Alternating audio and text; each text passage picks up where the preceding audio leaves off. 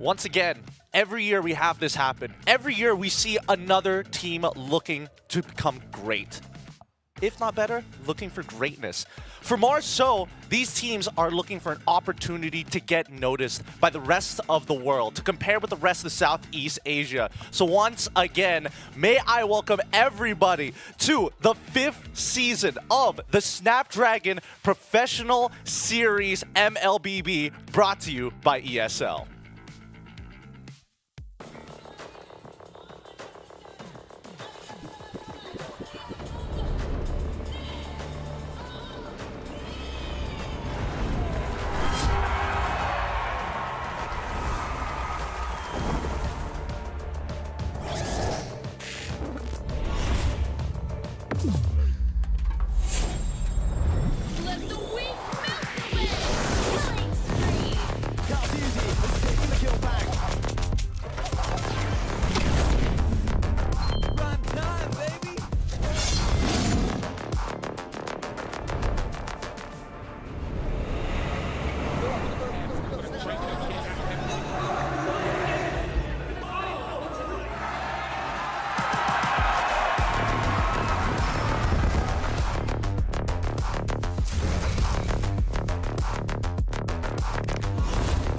Looks like the players are ready.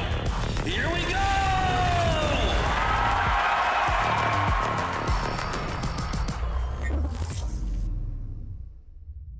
The Snapdragon Pro Series is brought to you by Snapdragon Elite Gaming, Monster Energy, and DHL.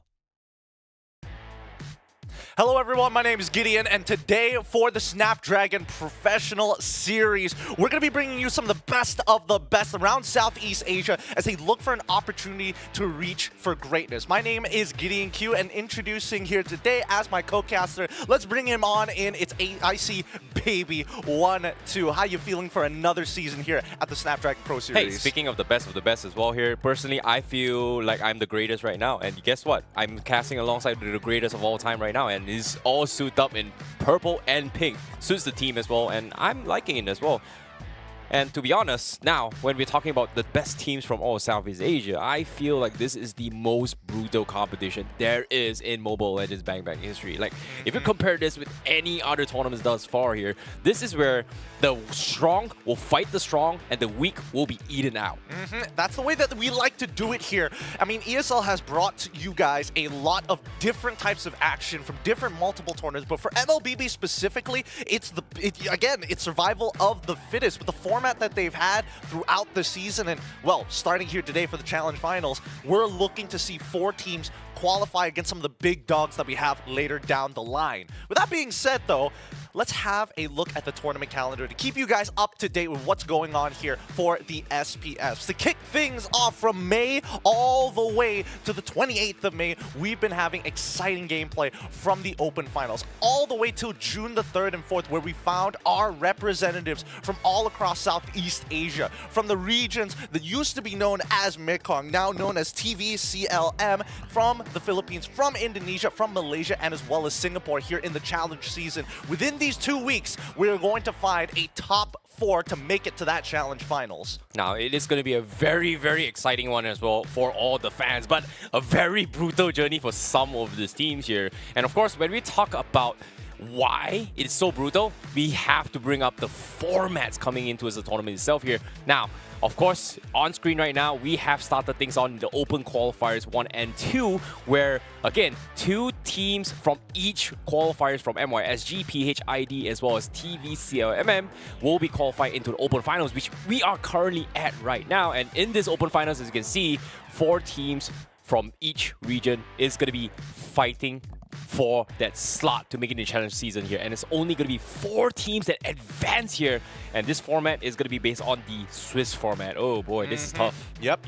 Here at the Open Finals, we are looking for that top 4 team to make it into the challenge season, and honestly, to make it to the challenge finals. We've seen how last year has gone by, a lot of storylines, and especially for a lot of tier 2 teams to actually rise above the rest. Previous, competitors have broken up and joined other MPL teams because of this tournament. Yeah, and the reason why it's also because of the fact that they have more games to play in particular, right? Like especially in the current Open Finals as well.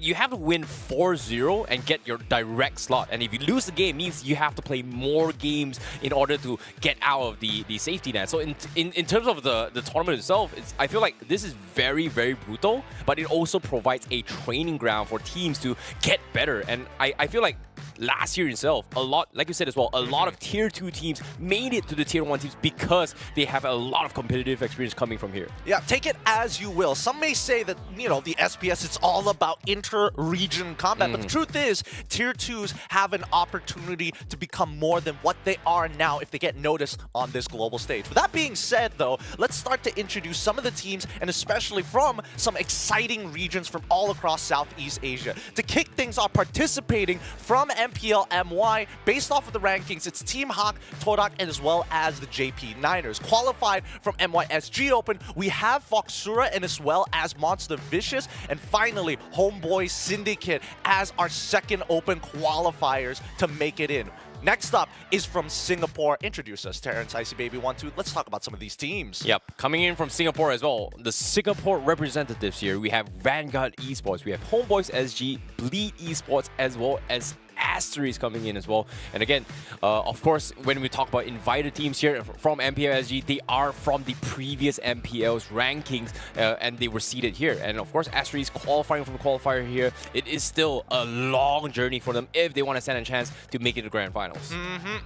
We're making sure that we're following the standings as closely as possible. With that being said, some of the bigger competitors up next, it's going to be from Indonesia, invited from MPL ID's rankings. It's Dewa United Esports, EVOS Holy Alter Ego. Qualified from the Indonesian Open qualifier. Oh man, these two teams, they're scary. Bigatron Beta and as well as Aura. And qualified from the ID Open qualifier, it's RRQ Senna and Aura Esports. Now there's two different Auras here. One is their main lineup, and the second one, Aura Esports, is going to be their MDL lineup. Yeah, man. Speaking of MDL lineups here, I feel like this roster is a little bit stacked here, especially coming from Indonesia, right? Like Bigatron Beta obviously is going to be the favorites considering the most recent MPL, and the reason why they have to play more games here is because their rankings from a previous season wasn't exactly this great. So I feel like this is going to be the true test for Bigatron Beta. I mean, we got to take a moment here because Bigatron Beta, their older brothers, are already waiting for the rest of the competitors down by the challenge season. So their MDL team, a lot is to be expected from this squad, but keep in mind, right, Dewa United Esports, they also came from SPS before they made it into the MPL ID, but their competitors up next from another region entirely. Let's have a look at them.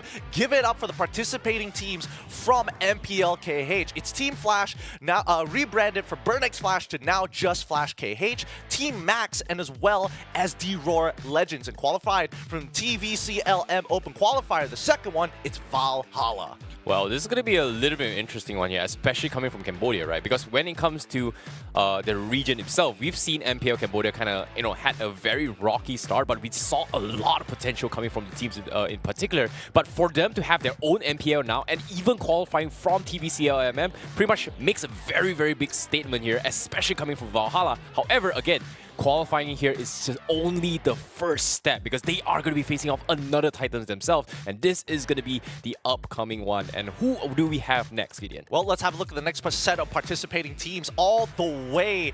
Oh my god, from Myanmar, it's MPL MM's rankings, MPL Myanmar's rankings. Burmese Ghouls has been invited for the challenge season, but some of the other competitors you may recognize. Qualified from the TVCLM Open Qualifier 1, say hello to AI Esports and Mythic Seals. Qualified from the second TVCLM Open Qualifier, it's Falcon Esports. Again, all three of these names, the only one that we don't have a lot of data on is AI Esports, but from what I heard, seems like they aren't too far away from their brethren in Burmese Ghouls or even Mythic Seals. Great. It is going to be very, very difficult to actually gauge them on how strong they are. And to start things off in the Open Finals, to see such a stacked name, especially Falcon Esports, over the years, they have been a force to be reckoned with here.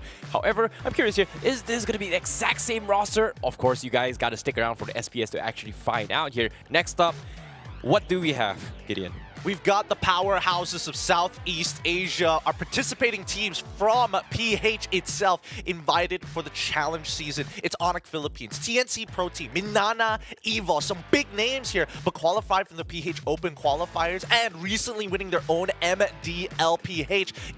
Give it up for RRQ Kaito and as well as Omega Neos. And finally, from the second qualifier, we have Black Dime PH and Minerva Esports once again participating for the Snapdragon Pro Series. Oh, it's nice to see Minerva Esports kind of stepping back into their usual mojo, right? But from what I'm hearing coming from Minerva Esports here, they have made their name from the previous SPS thus far, but currently in the current roster, I feel like this is going to be a little bit difficult to gauge, because when we talk about new rosters here, you know, some can say, hey, management plays a huge role, but again, can they live up to this current expectation? Again, can they fight their way through the grind in this case? Especially now when ONIC PH and TNC Pro Team is in the roster. This is something that I'm a little bit worried for them. I mean, who's not to be worried about? Again, PH, one of the best regions in Southeast Asia and arguably the world at this point. Everybody's got their eyes on them because we're not looking at the top 1% anymore.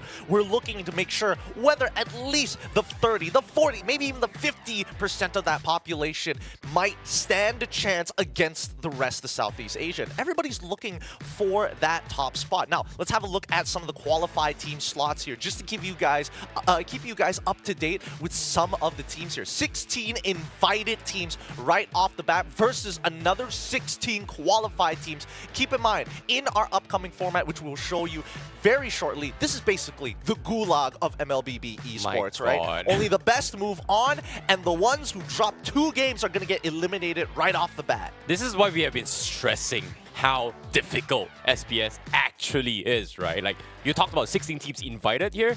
What we're talking about is the qualified teams here, because right now in the qualified teams here, all the 16 teams in the bottom and only 4 will make it out alive, and they will be joining the 4 teams, joining the remaining 16 teams on top. So 4 from the bottom out of 16 goes up to 16, and then you get 20. And then from there, they fight again, and only like 6 teams go for another different one as well here. And to make it, that's pretty much the simple way of explaining things here. Now, let's give you the detailed version here, because now we're going to be showing you the format on how the journey for all these teams are going to be going here. They will be playing in this bracket. It is going to be the Swiss bracket. Yep, welcome to the Open Final Swiss bracket. Everybody on round 1 is going to be starting at 0-0. Your objective of the Swiss bracket is to make it out alive by continuously winning your games. Each one of these games is going to be a full best of 3. Winner moves on, loser goes into the loser bracket. So if you are a winner, you're going to go into that 1-0 bracket on the right side in the green. If you end up losing, you're going to go into the 0-1 bracket on round 2 on the left side. Once you are dropping 2 games, 2 best of 3 series, you are instantly eliminated. Those who make it to round 3, you're either 2-0 or 1-1, and your dream lives on until finally we find 2 teams who make it 4-0, and they get to move on to the next bracket. And finally, for the teams that make it 5-1, that's when they have their last opportunity to try and qualify. Well, again, this is very, very brutal, right? Like, we talked about this, right?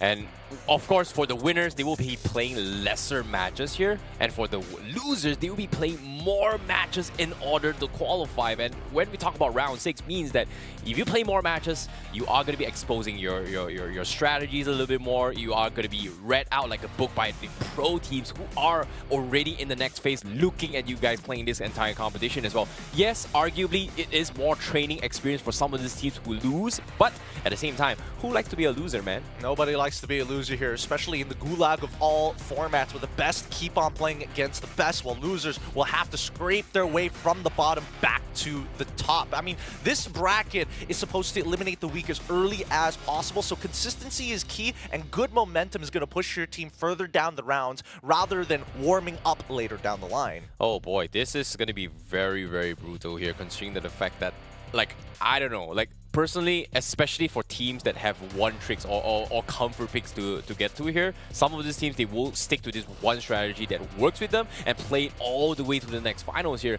And when another pro team realizes this and start banning their drafts and also cancelling out their strengths, they will get completely destroyed here. But now, let us introduce you the teams. And now, when we are talking about the qualified team slots here, this is going to be the invited teams, the challenge season invited teams here. We have Bigatron Alpha, RRQ Hoshi, Rebellion Esports, Smart Omega, Echo, RSGPH. Yep, and in the second row, we have King Empire, Yudu Red Giants, RSGMY, RSGSG, Evil Esports, and as well as CFU Gaming. Again, these are top position teams in their own respective MPL leagues, and they will be joined by the 4 qualified teams coming from the Open Finals. There are only 4 slots for 32 teams just to face off against another 12 later down the line, and a bigger piece of that pie. Oh boy, that is a lot, and I mean a lot of games for all these teams, especially for the bottom here. And so far in the previous SBS history,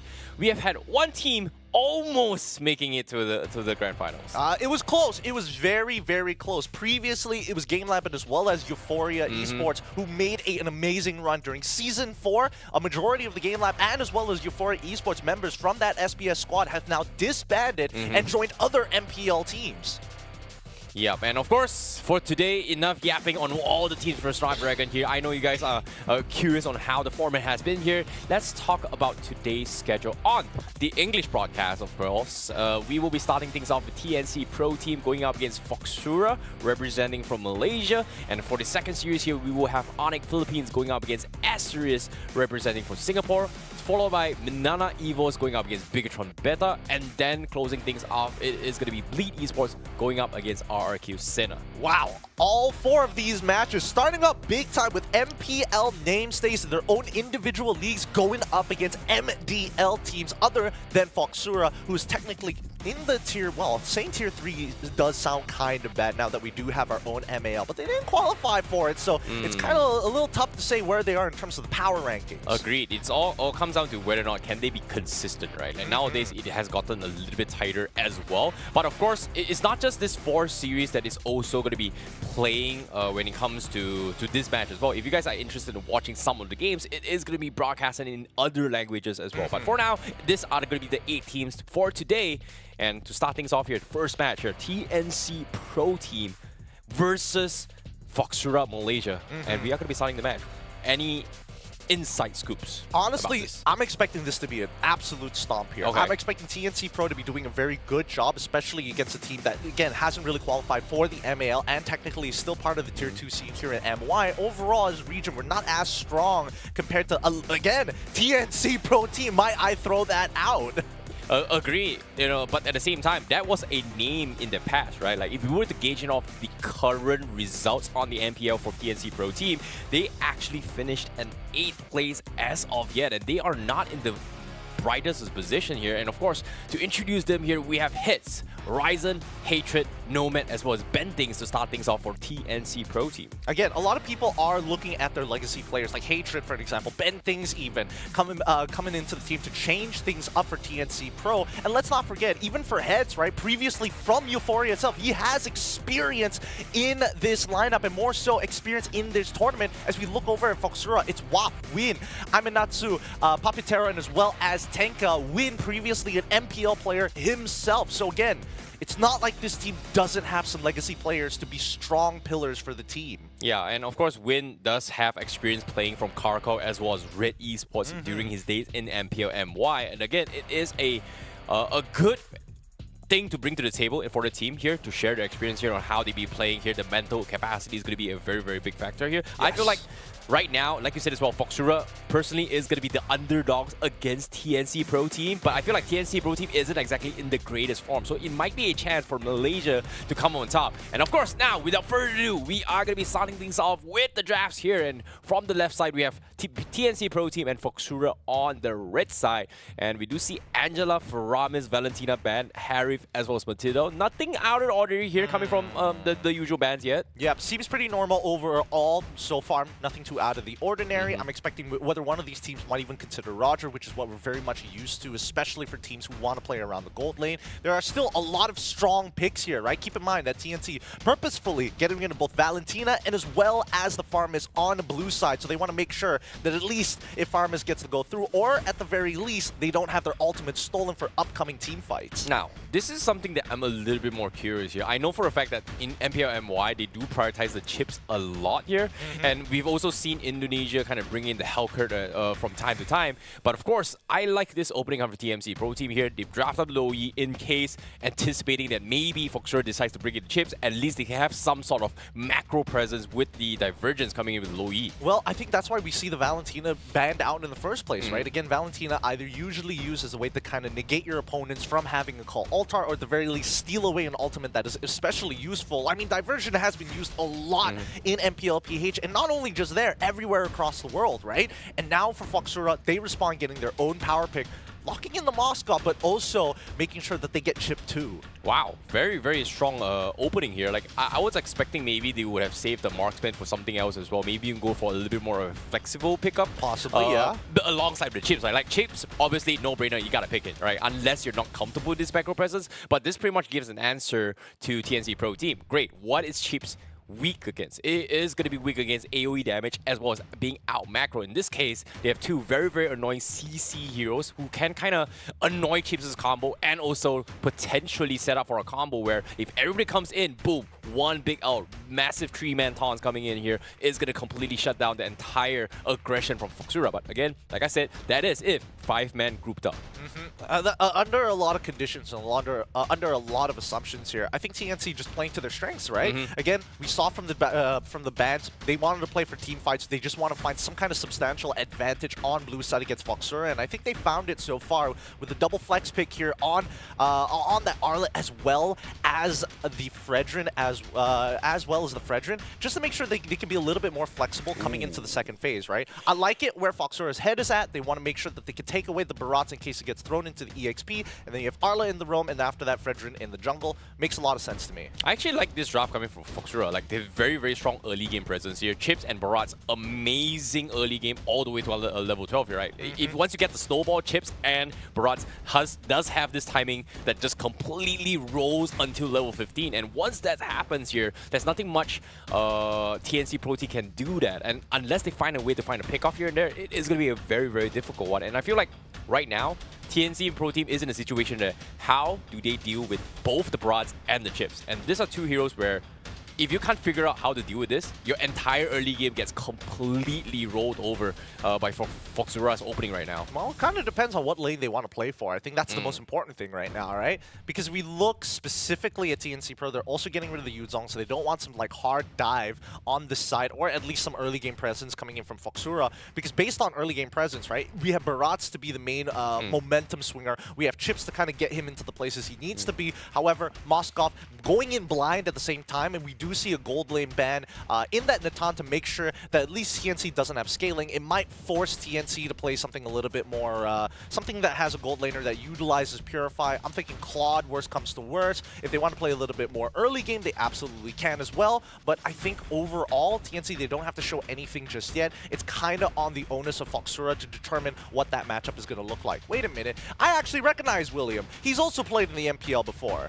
Oh. He's going by a different name. I recognize that face. Can't really see here. I'm pretty sure. X-Borg main. He's an X-Borg main. So I wouldn't be too surprised if they decide to throw Barats in the EXP center. Okay, fair enough. But personally, I feel like the XP lane isn't the priority here. I feel like the biggest question for TNC Pro Team is like, who are they going to be playing on that marksman role, right? Like, the gold laner right now is going to be in a very, very difficult spot. They need somebody that contributes a lot of damage that can chunk tanky heroes. In this case, putting a carry onto a TNC Pro Team is going to put them in an awkward spot, but where if FOXURA dives on the carry, there's no retaliation unless, you know, or even a way to actually buy time where this Barats and Chips is going to completely roll over you. So I feel like if they were to ban either the Claude or the carry just because of sake of damage, Claude because of mobility. So they have to choose either or coming from FOXURA. I suppose. I mean, that's one way we can kind of divulge with both of these drafts, because at the end of the day, they still have Arlet, right? And that final slash is always going to be just too good to deal with. Most of the time,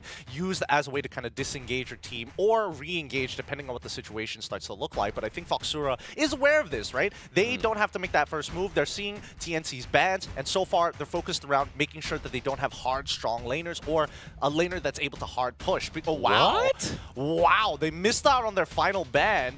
And okay, as well as locking in the Esmeralda at the same time. What is the hard read here? Are they expecting like a Uranus lock-in for the side of TNC? Are they looking for maybe even a Phoveus lock-in from TNC? Personally, I feel like, yeah, maybe Phoveus, but even Phoveus as well, they don't really have a lot of mobility here. But I feel like the biggest threat is going to be whether or not they're asking for the carry matchup, because they have 3 very, very tanky heroes from the side of FOXURA. And as long as they play it safe coming from TNC Pro Team, bringing this carry isn't too bad, because any frontline that comes in, he is going to shred through both the Esmeralda, Barats, as well as the chips. But no, they don't go for it. They go for the mobility. Cloud is going to be the way to go. Tamus to out-sustain this. And I was asking whether or not if TNC Pro Team is going to pick up a hero to buy time in case the shortcut comes in, you know, buy enough time for the Loi's divergence to come in to provide a little bit of assistance here. I think Tamus is great for this kind of scenarios, but again, that's going to be playing on the XP lane, so... I think it's fine. No, it's fine, because they're going to be leaving their gold lane pretty much to kind of do what gold lanes do, which is be left on an island here, and the EXP lanes are going to be like hard fighting for level 4. Generally, we expect Amos to be able to dominate that matchup, and I think this makes it really awkward for FOXURA unless they plan on putting that Esmeralda in the gold lane. We see Vexana to have a guaranteed way to hard shove mid, and then look to kind of spill that lead into the side lanes, and maybe that just might make the difference here. Looks like William's going to be the one playing on this Esmeralda, so it's going to be Esmeralda in the EXP Barats as your dedicated jungler. Personally, I like FOXURA's draft a little bit better, just because of how much value this Vexana is going to be bringing to the table. Not because I'm biased from Malaysia, but personally, I feel like this draft has so much work creep. Like one Eternal Guardian drops in here.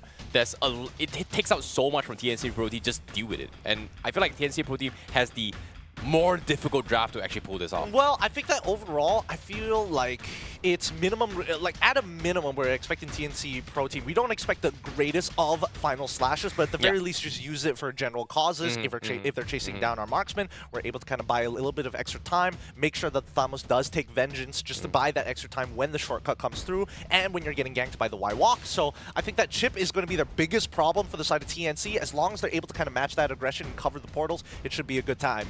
Yep, this is going to be something that I'm extremely excited here, because it all comes down to execution here. Without further ado, we are going to be jumping straight into game right now. The first SPS match here from the Open Finals. This is going to be TNC Pro Team going up against FOXURA from Malaysia. And both teams going to be starting on the purple buff for now. It is going to be the Barats versus the Fredrin in the jungle matchup. Let's see how this ends up playing out for both Ryzen and as well as Dust, because this is going to be interesting, right? We're expecting to see where these leads are going to lean into. Maybe it could be, you know, William trying to use his advantage in lane with the Inspire to chunk out Nomad early on. I don't expect that to happen, though, but it's kind of up to FOXURA to figure out how exactly are they going to punish City Nosana. Yeah, that's something Wait, City Norsana? Oh yeah, City Norsana is going to be playing here. And I agree with you, right? Like, the weakest link here coming from FOXURA is going to be City Norsana. And he needs at least 2 to 3 items before he goes, is able to kind of evenly match up against Tamus. But against TNC Pro Team, it looks like they're not focusing on that. Whereas Fox is just going to be playing the defensive side. They're going to try and invade the top side instead of the gold lane here. Yep, no, this is totally fine. I'm okay with this movement coming in from both TNC and as well as FOXURA. TNC responding correctly, right? Like, heads, he's trying to make sure he gives that vision, but at the same time, he should be dying here. Oh, boy. Vengeance popped, yep, instantly dead. He's got to be careful, right? Because most EXP laners do usually run the Flicker. So having that Vengeance pre-level 4 is extremely dangerous when you're up against someone like Barats who doesn't really let you go. Yeah, very, very smart opening here coming from FOXURA. No response coming from TNC Pro Team. And at the same time as well, with the Barats now having a very, very early lead here, they are going to continue with the Storm here. City Norsana very close to the 4. Almost gets a decent amount of gold platings for now. And the Turtle coming in as well. However, this is going to put them in a very awkward spot because FOXURA doesn't have the ultimate up on the Vexana first, but it doesn't matter. Bad things, he's taking a little bit too much damage. City Norsana misses the ultimate for now. Turtle contest coming in. Seems like FOXURA still has a little bit of advantage here. Does still holding on to the Daytona's Volca, but he actually doesn't have it right now. He's going to be chipped away. He's going to try and go for the Retribution available here. Drops the Eternal Guardian, rises, secures it. He needs to get out right now. Does goes for the Daytona's Volca a little bit too late. He will trade 1-for-1 for now. The hits for a jungle. Ryzen still a little bit of an awkward spot, but somehow gets out to safety. Wait, how did he manage to... He uses the divergence in the middle of battle to keep it really, really interesting so that Ryzen has a reason to stick around and stand right on top of it. So he can minimize his damage by using the energy eruption, stun and taunt his targets for a good amount of time before disappearing into the void. You know, it's so weird because it looked like Ryzen was doing a flicker, but actually it was just the divergent, right? So I was like, wait, since when a jungler has a flicker? And I was like, oh wow, they used it in a very, very small scale, which actually keeps things interesting. Instead of getting it out completely, they want to kind of apply pressure to kind of keep things going in case they want to turn things around. So very, very interesting usage of the divergent coming from TMC Pro Team. Yeah, but still, the advantage is leaning in towards FOXURA. They're currently a kill up. The gold is falling into the hands of TNC Pro Team. They're hitting their power spikes, and most importantly, keep in mind that FOXURA is very ult-dependent, right? As soon as their ults are down, the only damage over time, consistent damage dealers they have is City Norsana and as well as William. Everybody else is a little bit more burst-oriented, like Maelstrom or even Tenka, who's dependent on their ultimates to make the move. I think that's the mistake that FOXURA had in the previous match, right? Like, they used up so much of the ultimates right in the top 4 this XP lane and gotten no value. And during the total contest, they're just not available here. But bottom lane here, they find an opening. They manage to pick up will.i.am. And in this case, FOXURA not getting the tempo that they needed to play around this chips. And so far, TNC Pro Team is just able to just outmatch this chips rotation so far. will.i.am still haven't seen him actually earn a Grammy after quite some time after his Black Eyed Peas, but now he's playing Mobile Legends, right? After looking at the emblems, I think it kind of makes sense where they're currently at. City Norsana opting to go for the support emblems here, just to make sure that they can survive a little bit longer in lane, but the common emblems from Maelstrom just shows that he wants to maintain control over the mid lane without having to recall as often as some other mid laners. If not, he's probably going to be rushing things like Enchanted Talisman first item, just to make sure that he survives. Well, seems like, speaking of fight here, he needs a little bit of help here. Tenka going for the back lines, they're for dropping a shortcut as well. Hatred, it manages to get out. However, they do call in the entire team. Maelstrom getting completely zoned out. They find Nomad on the side, so that's huge coming from FOXURA. But again, the TNC Pro Team, they're still trying to reset this fight. They don't really know what's the angle to work with as well. Thus, still holding on to the Total Smoke, getting taught up. Finally, Gobbles on the Frederick. They are going to try and blow him up. Turtle Contest comes in. Ryzen, does he secure it? No, Thus still takes the cake here. He is going to get out to safety while TNC Pro Team only loses the turtle fight, surprisingly, because how low they are. Ryzen still getting hold on and pinned in by City Norsana. The rest of FOXURA not part of the engages, and I'm surprised that TNC Pro Team, they were able to get out with only losing Nomad before the total contest.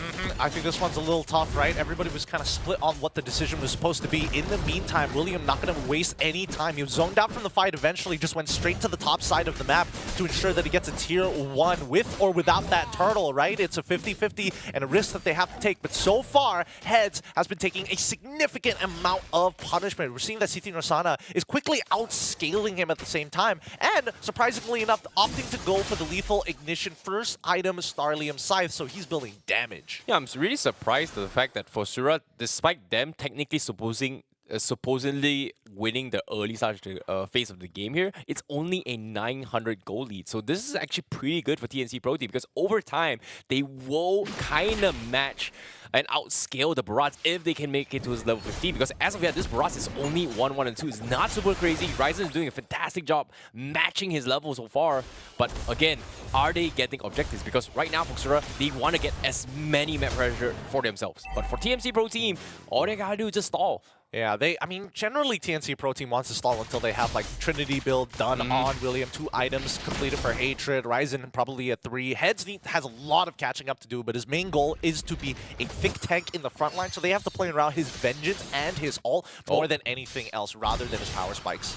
Bottom lane there, seems like they have their own shortcut coming from TNC Pro Team. They were able to get the drop with the Divergent picks up City Norsana, so that's huge. And again, Fox technically, supposedly to play around Tenka, it's not working out for them right now. I mean, so far for Fox, they just have to be hyper aware, right? That's why Lo Yi is particularly annoying to deal with, because you don't really know where she's going to TP the rest of the team, right? Whether it's in your flank, whether it's in a bush, it's kind of difficult to tell. But here we go. Once again, Turtle Dance. Oh, they're setting up for Bendings, going for the final stage, but it seems like Tenka just completely blurted out before he can actually drop anything here. Turtle Contest in the hands of TNC Pro Team here. Fox, they lose 1 for absolutely nothing here. They trade the tier 1 up top, but that's all.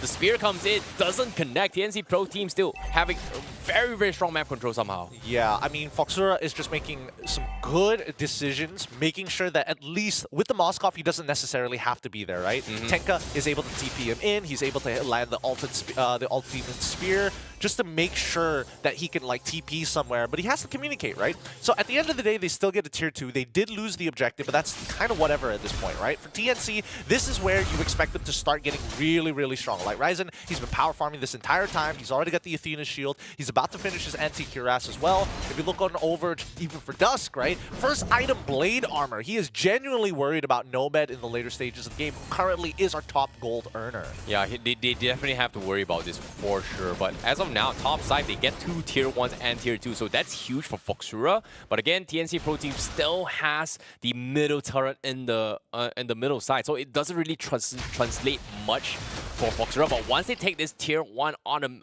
in the middle in their hands, it is going to be opening up a lot of space for FOXURA. So TNC Pro Team, they have to be hyper aware on how they want to take this next approach. I think it's okay, right? Because TNC have said, okay, we've sacrificed tier 1 and tier 2 on the... Oh, City Norsana getting chain stun, no backup whatsoever. Tenka a little bit late here, brings in the shortcut. They are going to try and force this fight here. It's going to be 5v3, but at the same time, they're so tanky. They're buying time. They're able to trade one, but the hell, they're dropping so quickly.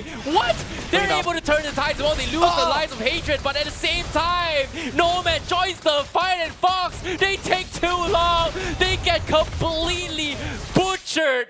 Oh my goodness, what a setup from Hatred. Oh man, Hatred really popped off in damage. Everybody was getting hit by the yin-yang reaction time and time again. You just cannot clump against this Lo Yi, and especially since CNC Pro just staggered the initial engagement. And we saw that Hatred, he moved back. He was like, you know what? I don't want to be part of this. Wait a minute, the rest of my team is coming in. We can make something happen. He turns around, even is willing to absorb and die for that fight to allow the rest of TNC Pro Team to clean it up. That is insane here. Seeing how this instant replay here, I feel like City Norsana, like, him getting picked off here was a very, very sad moment for Fox, but for Hatred to get like 4 to 5 man yin-yang reactions here and buying so much time, allowing TNC to just walk up and say, hey, wait, they're all so low. Maybe you could just wipe them, and they did. There's just nothing they can do about this. I mean, Hatred sacrificed his life specifically for their jungler, Ryzen, right? And then Ryzen ends up going back into the fight to make an impact. So at the end of the day, TNC just making smarter decisions here, right? I think, wait, conceal? Oh no, here comes the playing sync too. And Nomad, he's taking a little bit too low here. He somehow survives here. And William actually getting picked off from the sides by Hatred as well as Ben Ding. TNC Pro Team somehow gets 2-man Horizon! Appraisal's ramp drop. Mega kill for the Arlot, and now FOXURA, they're just crumbling to pieces. Now another catch coming from Ben Ding's head takes City Norsana, and only Malestra is left alive, and TNC Pro Team finally on the driver's seat. They hit their item power spikes, right? This is what we were waiting for the entire time. We were waiting for Heads to catch back up, which he's still kind of doing, but he's caught back up closer to where Dusk is right now compared to everybody else. I have to compare him to City Norsana. No, City Norsana, one of the top earners right now for the side of FOXURA. But what a bad time to actually take a fight. The Lord was already pushing in. Yeah, this is terrible coming from FOXURA. Like, technically, they shouldn't be losing City Norsana that quickly as well, and this is what we're talking about as well. City Norsana needs a lot of time to actually come online, and currently him being the first and out equation here completely diminishes on what Esmeralda can do in split fights, and for them to group up as 3 is weird. Like, they shouldn't be grouping up most of the time for I mean, to be fair, I'll say that City Norsana is going for a full magic build, right? He's top of the damage in leaderboard right now, 8,000 ahead of Hatred as of right now, despite Hatred having like an insane fight just now, hitting 4 or 5 people with yin-yang reactions. So keep in mind, City Norsana, he is playing for a full damage build. He currently has the Blood Wings and a Calamity Reaper instead of a Starlium Scythe. He wants to hurt.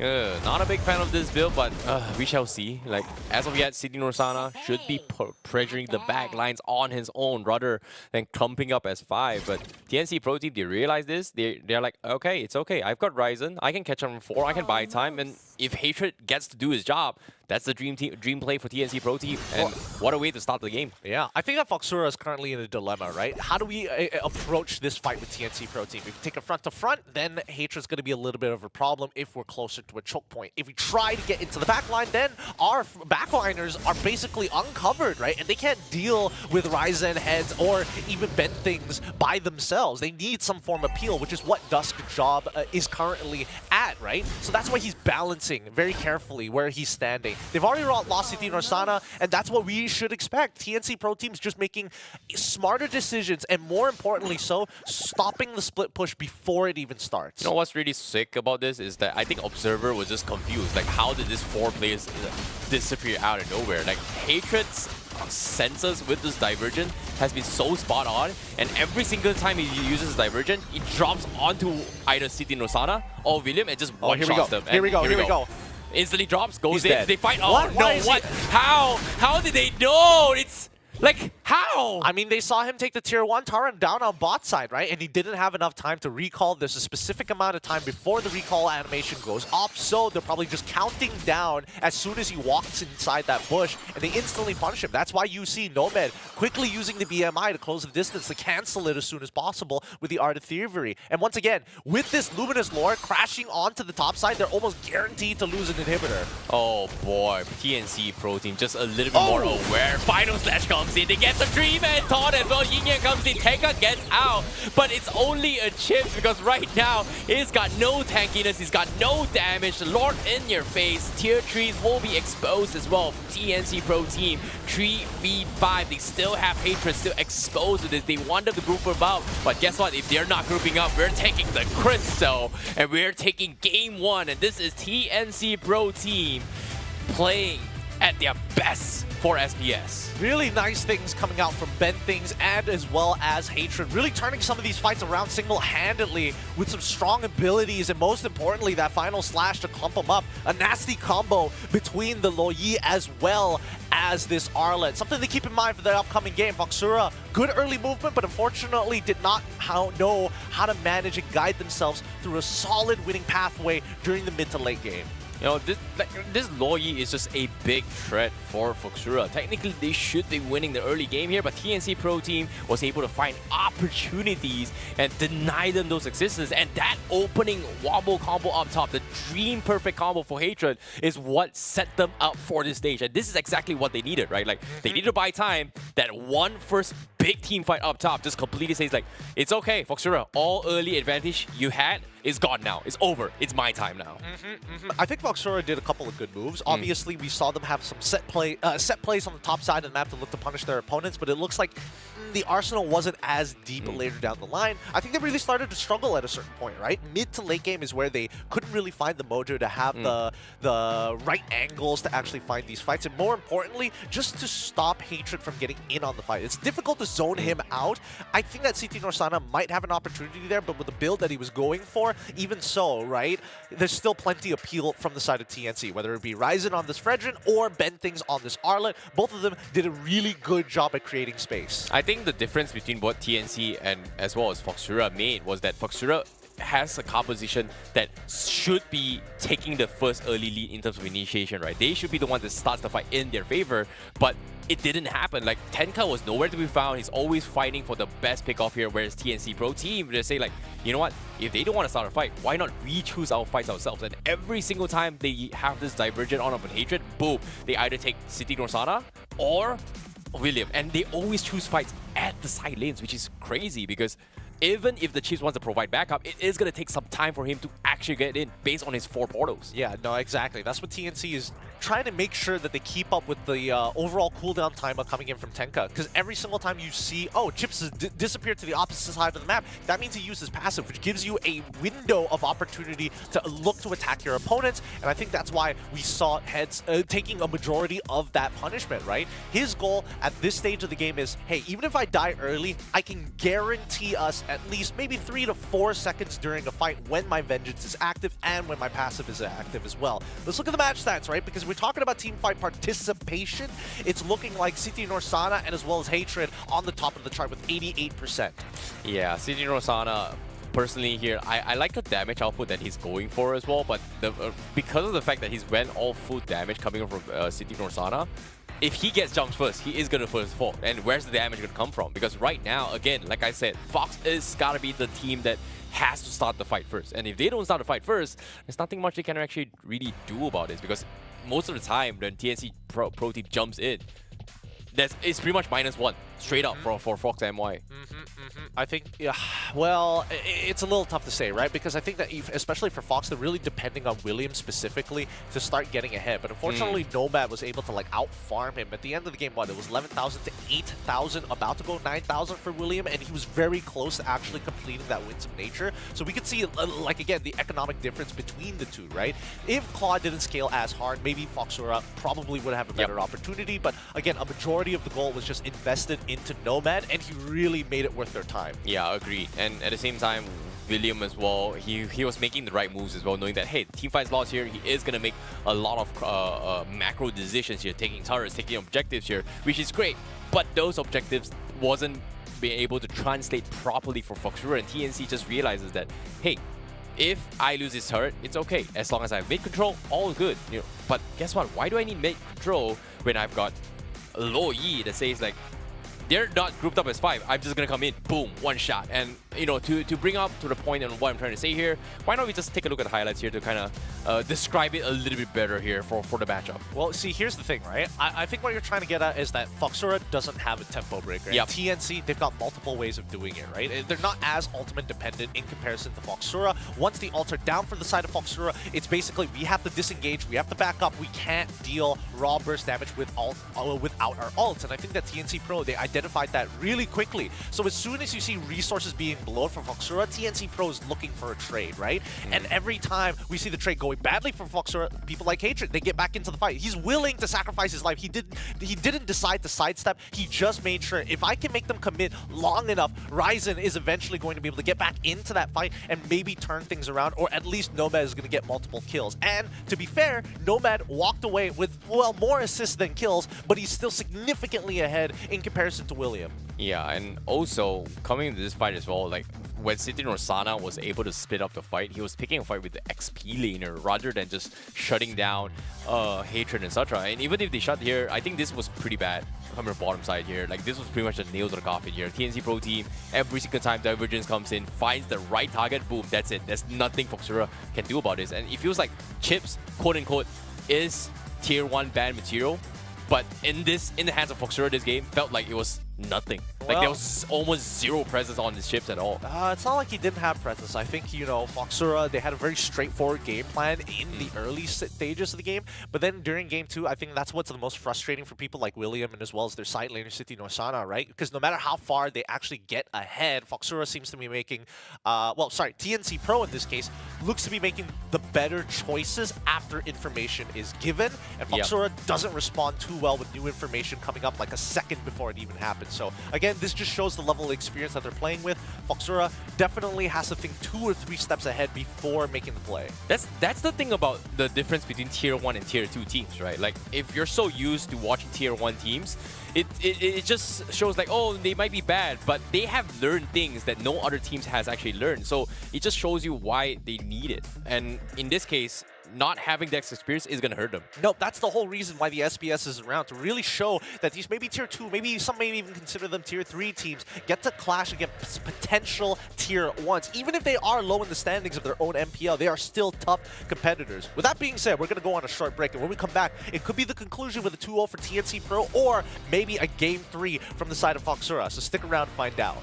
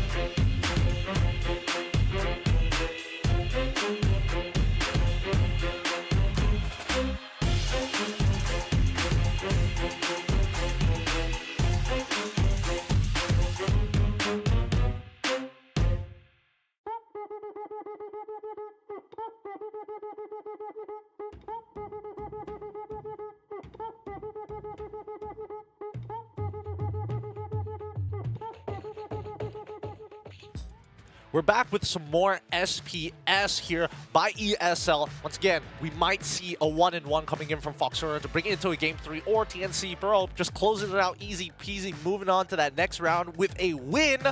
My name's Getting Cute. This is Terrence Icy Baby 1-2 for your commentating entertainment here on the English broadcast. Now, keep in mind, we're not the only broadcast that's going on right now. If some of your favorite teams are on the other broadcast, check them out. We got the Tagalog broadcast, we got the Indonesian broadcast, we also got the Khmer broadcast, just in case you guys are from Cambodia. Either way, we have a language for everybody. We're trying to do as much coverage as we can of these games, but keep in mind, these are 32 teams competing today. So the round robins, they got to go fast here, and I think TNC, the quicker they finish this game against FOXURA, the more time they get to prepare and watch some of the other matches to get a bit of an idea of where to put some time, prepare for round 2. Right? Yeah, most definitely as well. And of course, you know, don't worry, Malaysian fans, we also have the Malay broadcast for you guys. But now, back to the English stream here. We are going to be watching both TNC Pro Team as well as FOXURA continue their best of 3. Winner of this series will be advancing with a 1-0, where the loser will be fighting for their potential last life in the 0-1 bracket group stages. Hey man, it's not all over just yet. It's all about who can win. It's all about winning here. Win the series at anything, you know? Whatever it takes to get over that line. So far in this second band, we are seeing that FOXURA is going to be on blue side, with TNC Pro going to be opting to go on the red side. Either that, or they've decided to load their players over to each other. One or the other, right? We do see the Lo Yin as well as Angela Bands coming out from the side of TNC Pro, Matilda as well as Fredrin. Interesting. Getting rid of the Fredrin must show that at least for TNC Pro, it's a bit of an issue for them. Okay, so I think FOXURA is on the okay. blue side this time, and TNC Pro Team is on the red side. Okay, Yeah. based on the player roster here. Okay, and I like how now that I mention it here, like they banned the Lo Yi on the right side, so maybe TNC is actually on the. Okay, no, so TNC guaranteed on the red side here. If I was FOXURA, I would want to be on the blue side, right? There's some really important fair bans. enough. Like I was expecting maybe they just don't want to play against Lo Yi if they were on the red side again. I don't know about that one. I feel like at the end of the day, right, a lot of teams, especially professional teams, a lot of them decide, you know what, let's ban out the things that we highly prioritize because we think that it's absolutely broken. And Lo Yi, I think, falls in no exception here. However, Harith does get through this time for FOXURA, and now TNC Pro Team, they got to figure something out here. They could go with a double fighter situation. I doubt it. I think they're still relatively comfortable playing the Claude. Worst comes to worst. Maybe even the Brody, right? It really kind of depends on what they're most comfortable with in terms of their gold laner now that Roger is out of the picture. So now it comes down to maybe they even go for like a blind pick Vexana early on for Hatred. We've seen him play it a couple of times. Ben Things, he played a strong Arlet. Why don't we get him once again? Okay. Okay. This time switching things up, they are going to get the Barats for themselves, so that's really, really good here. And I feel like Harith doesn't have too much issues against these two compositions, right? Like Harith's true damage is just annoying to work with here, since based on the current patch if playing Stardom, etc. But I feel like the TNC Pro Team, it has worked for them, the Harlot, and I feel like FOXURA, they just don't have an answer to the Arlen in Game 1. So this time, they have to figure a way on dealing with this. Well, I think if they want to really deal with it, there's multiple ways they can do that. They can get a Phoveus, they can get him. They can also get a Mincetar if they really don't like the dashes, to be fair. Another argument would be single target pickoff, right? But that's a little difficult because, again, you're looking for as many overlaps as you can to get that advantage. Now, we do actually get to see the Minotaur get locked in once again. Blind pick here. It does mean that this Harith is going to go into the jungle if that Moskov is true, but a little concerning here. A little concerning. I'm actually not a big fan of this composition. Like, I was expecting Harif gold lane, but no. Okay, Harif jungle, Harif mid. I don't think it's Harif mid, though. No, I think it's Harif jungle. I think it's going to be Harif jungle. It's going to be played by Maelstrom. Okay.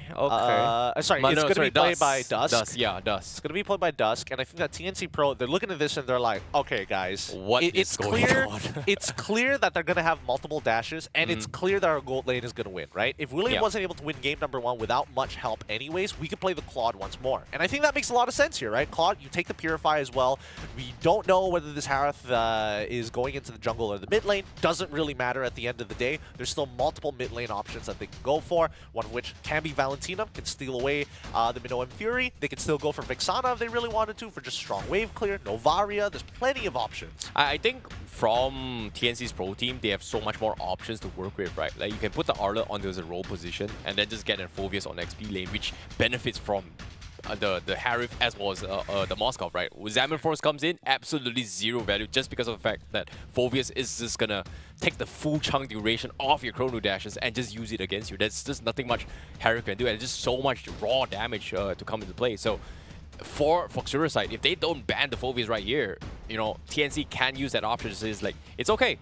Roam, Arlet, XP, Phoveus, and this Harif is just going to be completely useless this entire game.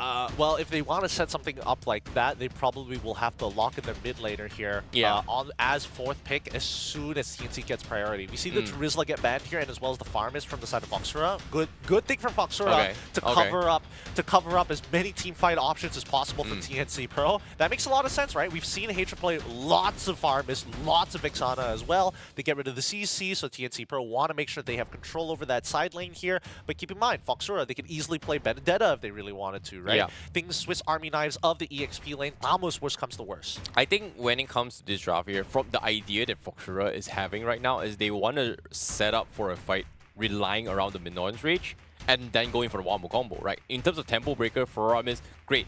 You drop it out here, oh wait, I've got like everybody immune 10 HP, everybody's like, just gonna be standing still. The full combo of the Minon's Rage gets completely cancelled out. And one Digi just completely shuts that down if TNC Pro Team decides to go for it. But Valentina is banned, so I'm a little bit surprised by this Valentina ban, but maybe they just don't want to count a combo breaker for this. No, they just don't want something that's really like reliable and easy for the side TNC Pro Team. We see the Aurora come in. I like that a lot. Okay. Great space denial. Great way to kind of combo together with this Barat, or even with this Arla, worst comes to worst. At the very least, it's all about peel, right? It's clear that TNC want to play a traditional front to back, and they have a lot of pick-off elements in their composition, but it's kind of dependent on whether FOXURA makes that mistake, right? So now they see the Aurora, and they realize, oh, we can't just jump onto one singular target. The only person we might want to consider doing that is Hatred, but sorry, not Hatred, but Nomad on this Natan. But that's like the only exception, assuming that he's not taking Purify or his entropy is down. I think this is weird, but at the same time, TNC Pro Team, they've got this Aurora where if, like you said, like Arlot, one Wombo combo comes in, boom, Aurora gets at maximum value damage here, chain CC permanently done here, forcing everybody from the side of FOXURA to go for the Purify, but the Archive is a great way to kind of disengage from that. In a way, it just buys a little bit more time, but it still takes the full brunt of the damage coming from Aurora. So I like that they're adapting, but this is a pretty weird, straightforward composition for FOXURA because where's the burst coming from? I don't think they have a burst at all. I think a lot of that burst is going to come down to whether this Harith is able to kind of like control that mid lane, right? Because it's up against Hatred on this Aurora. Generally speaking, if Aurora wants to trade actively, it's a little tough against the Harith because he's so mobile, and a lot of her abilities are skill shot based. Right? I disagree. It's more like the Harith needs to play around the Zaman Force, right? You drop the Zaman Force.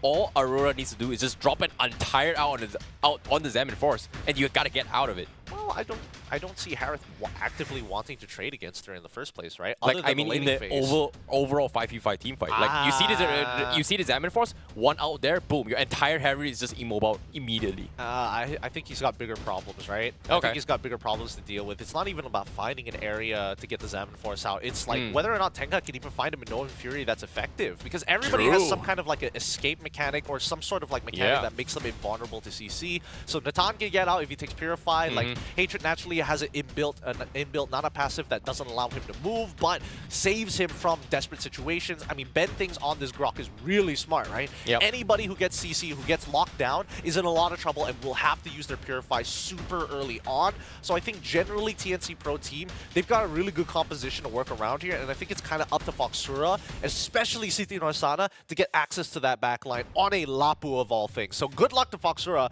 This is not going to be easy. Yeah, well, considering that you've listed out the weakness of FOXURA's draft, I've listed out my side on the take of this game here. It is going to be a tough match indeed, and I hope and I pray for their best, because as of now, we're going to be jumping into game number 2 here. It is going to be FOXURA going up against TNC Pro Team Game 2.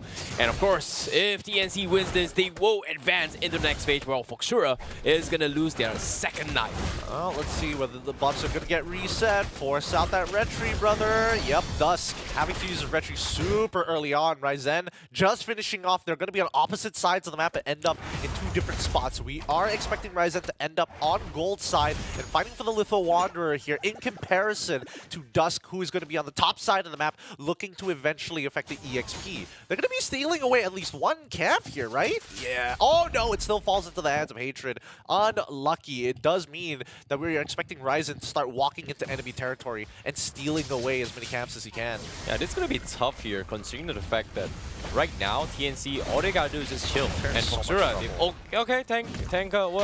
Oh no, they're about to die here. He got a little bit aggressive. Not sure what he was trying to do around the wall there. He could have just gotten out. Hey, man, it happens, man. More like Maelstrom, he ends up dying at level 2. Worst yet, with his Purify. So this is going to happen again, right? Yeah. If anybody catches him with a single CC, TNC are going to throw everything at him to get the free kill. Yeah, I don't think he's going to get his 4 before the first solo fight here. Oh, he might just, if he walks down that river, he's dead. Oh, okay. Don't do it, buddy. Don't do it. Just wait for the next wave. You don't have vision there. Well, he doesn't have a final slash, so that's an okay side right now. Hatred, no. Okay, they're just waiting here. They're sharing XP. They're trying to get Hatred's 4 up before the first solo fight. So that's something that the tier 1 teams love to do, right? Like after the first few waves here, they set up the mage in the XP. They soak up XP, and right now they're setting up 3-man here as well. They've got Ryzen here. Hits looking for the one-shot. City is dead. Okay, they even drop hits here. Nice. Very quick 4. Nicely Oh, done. wait, what? Why are you doing that? Bad things. How are you hiding the entire duration there and Fox not realize that it's happening as well? He just used the wind glyph to hop over the wall and then walk in between the turrets. What? Yeah. No, it's fine. I think that FOXURA just weren't paying attention, unfortunately. But TNC Pro, they get away with quite a lot here. 2 kills, a purple buff, as well as a free turtle. This is a really good early game for TNC Pro, and now they're going to start choking out their... Oh, okay. Hatred! Zaman Force has been expended as well. Do they find one in the top side? I'm not sure. Observer, look up. Melistra actually finds Hatred, so that's a good sign from FOXURA. Meanwhile, TNC maybe showed a little bit too much overextension there. Sorry, we couldn't see Hatred dying there because, you know, mass murder. Showing a public execution is just PG-13, bro. We gotta keep it PG here, man. We can't. Hatred, he got done dirty. He got done dirty. He loses his passive. He also loses his flicker at the same time. But City Norsana ends up dying regardless. So even so, they're trading 1 for 1. Not the best spot for FOXURA, but at the same time, Heads now getting a good amount of gold because of that play.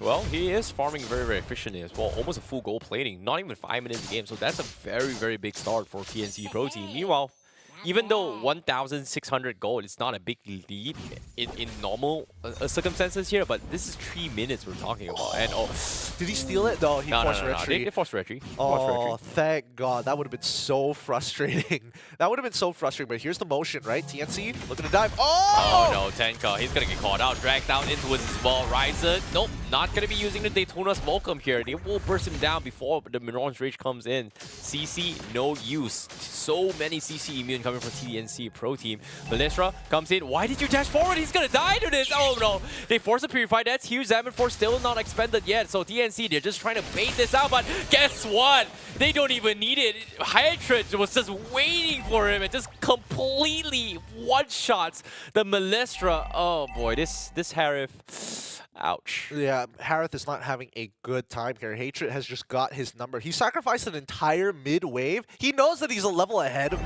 Maestra, so he just needs to make sure that he can't read him on the map. So he sacrifices the mid-wave, shows up where he needs to be, and as soon as Malestra decides to get a little bit more greedy, losing out on both this Purify as well as a charge of the Examine Force, not finding an auto reset. Wait, he dies again! He dies again to bend things!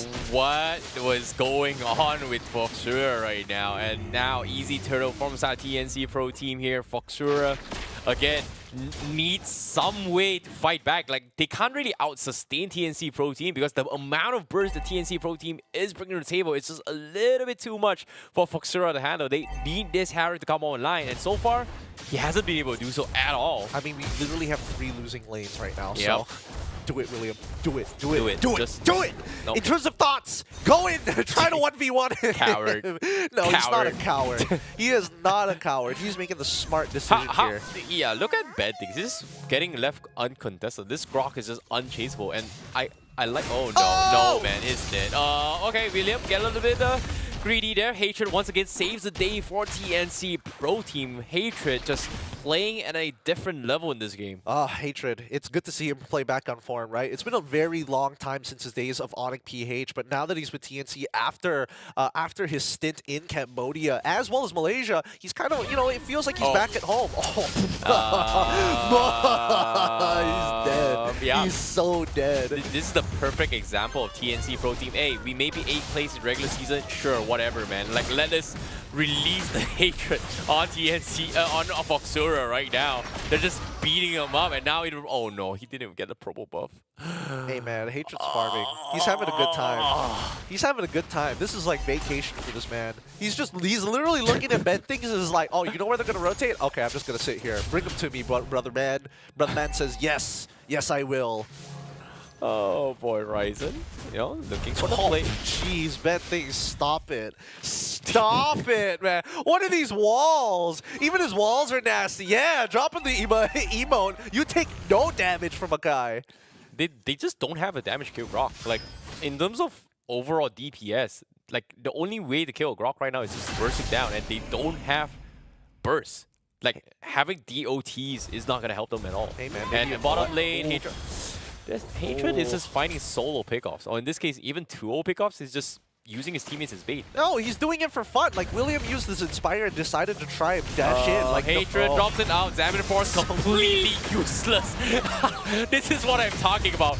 Even if I go down, I'll take one with me. In this case, Malestra cannot play the game. What? Nomad now flickers away. He's gonna die to this, and this is actually huge for FOXURA.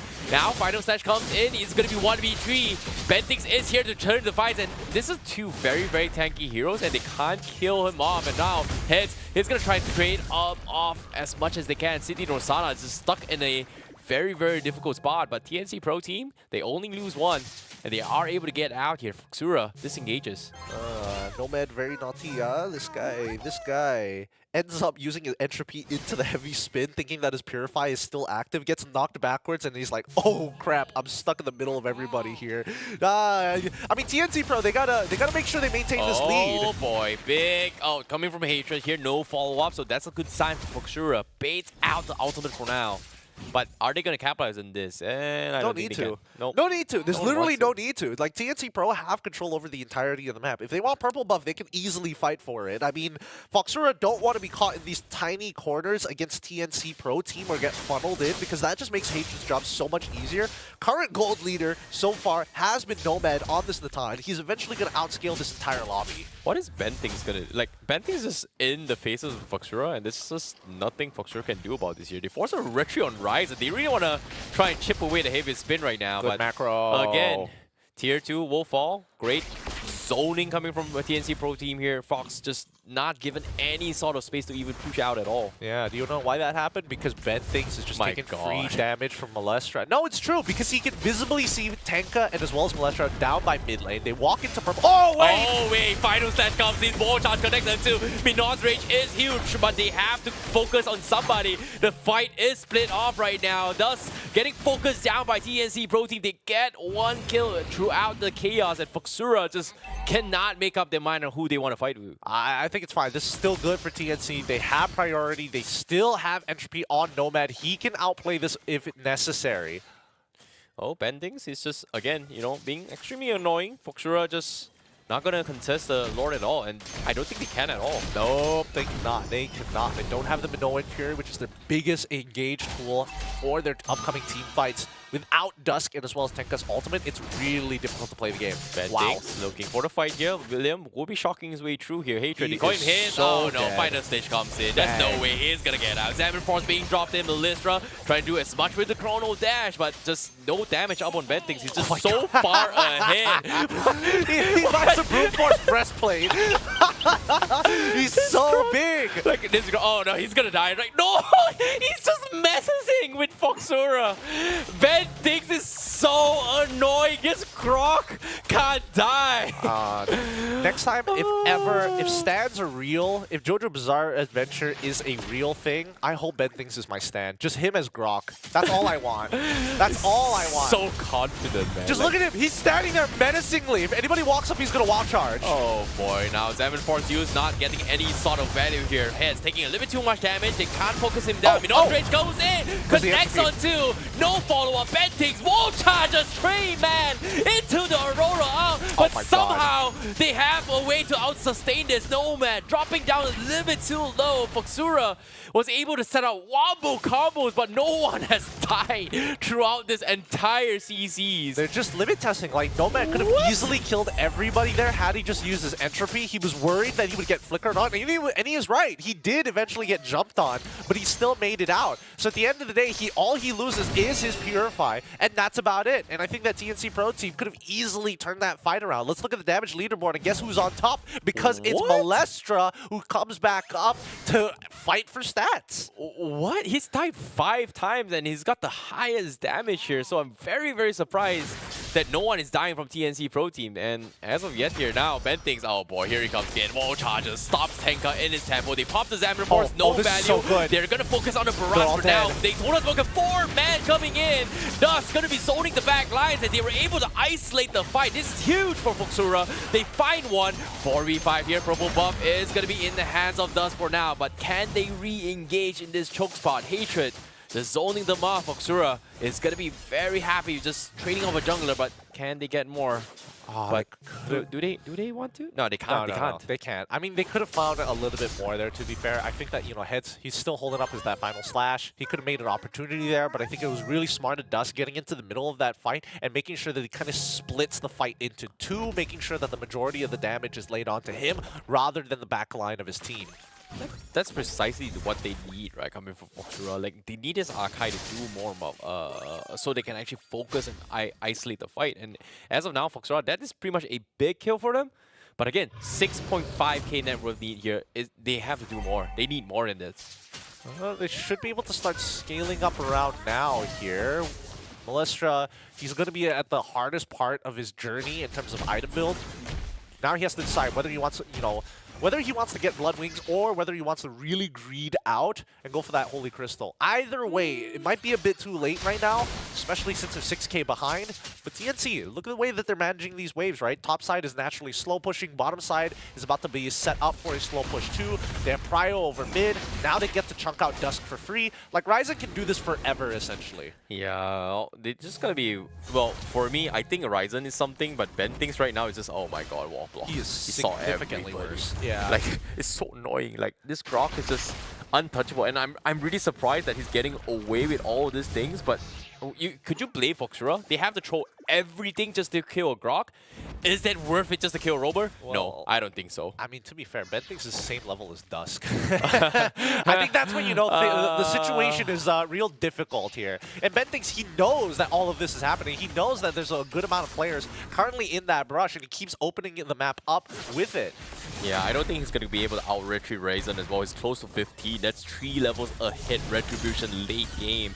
Does he maybe will sustain hatred here, but the conceal play comes in. They want to go for wraparound. Can they find one? But no, they disengage. I don't think Fox realizes. No, they do. They kind of did, right? Look, William, he's recalling. He's recalling. Oh, okay. He's getting the heck out of there. He's expecting they're expecting a motion out of this Moskov, and I think Fox is doing a very good push and pull against TNC Pro because they're held hostage if the Lord fight is going to take too long, right? So it's all about making sure that these side waves are able to kind of slowly push into enemy territory, threatening their towers. It's a lot worse for TNC Pro team, who still have their tier 1 still up. Yeah, TNC Pro team right now in driver's seat, half HP on this Lord Forks now. Gonna be looking for the jump. The reset comes in once again. Minions still gonna be shoved up from FOXURA's side onto TNC's favor. So TNC, are they willingly gonna let go of this and just focus on the team fight rather than the lanes here? Well, I think that TNC, they can starve out FOXURA for as long as they want, but eventually it's going to come to a point where they need to make a decision. Here we go. Wall block comes, wall charge comes in, Dust dropping so low. Noma just poking Dust down to his half HP here, and they are going to try and mow down the Lord while this is happening here. Unless Dust goes for the play, nope. Not enough time, not enough distance. Oh, wait, but can they catch the Moskov, Wait, top side. They want to catch the Moskov here. They do get the burst. Natred still going to try and buy a little bit more time with him. He needs to get the spear out of there as well. Does he get it? No, he does not. Nomad comes in. He's in a bit of trouble here. He's going to try and fight his way, but nope. No, not good enough. Yep, Hatred catches him on just the edge of his maximum range. Nomad ends up whiffing a majority of the abilities, even with the entropy to close the distance. But still, FOXURA, I mean, there's nothing much they can really do at that point, right? William is still trying to find some kind of side lane goal to keep FOXURA in this. And by the time that Lord is actually making it to their inhibitors, assuming that FOXURA don't stall it, right? They should at least lose 2 inhibs before we expect William to come back into the fight. Yep, tier 3s now. Gonna be mowed down. That's gonna be 1 from the side TNC Pro T. Top 2 should fall very, very soon. FOXURA struggling a lot to lure the Lord here. Great usage of the wall here to delay the Lord from channeling their bottom side here. Crystal's gonna be exposed. They're throwing everything on this. They finally take down the Lord on the defense for FOXURA, but TNC, they're keeping up with the pressure here. 2 towers for now, looking for a third down bottom. They have the immortality on the hits right now. As Fox looks for the play. Oh, they're gonna have to fight for the bottom side inhibitor. No. They have heads. He's standing there menacingly. They know that he can just use the final slash. Final slash comes in. Dust will zip out there, but tier 3 gets traded for absolutely 3. Bandits! Oh my god! Bandits from the side! The wall charge! From the side to catch all 3, all 4, but at the same time, they're losing members! Malestra was able to turn the tides with a double. He's looking for the triple. He trades off Nomad. That's going to be the first immortality. The saving grace for FOXURA is got to be Malestra on this Harif. And TNC Pro team may have started the sickest opening, but the killer is got to be Malestra. Oh, let's watch this fight once again. Really great engage coming out from Bentings. Huge wombo combo with Hatred, but as soon as Malestra was out of there, right, he starts chunking them backwards. And I think that's the big problem here. With the Purify, he gets out of significant damage and is still able to maintain his outer distance at max range against TNC Pro. So again, with his Zaman Force, he has enough damage. And I think right now, FOXURA is looking for an opportunity to set up the same exact situation all over again. But that's assuming that TNC make that first move. I think this is huge for FOXURA. Like, technically, we would categorize Harif as a marksman right now, and this is a gold laner here, just because of how the meta has kind of shifted this ball. But considering we are now in the ultra late stage of the game here, we can consider the FOXURA having double marksman right now. Yep. Well, I mean, they've got 2 hard scalers, right? Yep. Here we go. And this is go time for them. If they can't hold on to this, it's gonna, okay, never mind. Like, if William just disappears like that, it doesn't even matter. Now we're down with 1 carry. That's gonna be Malestra right now. He's got to Purify. If he dies, that's it for TNC.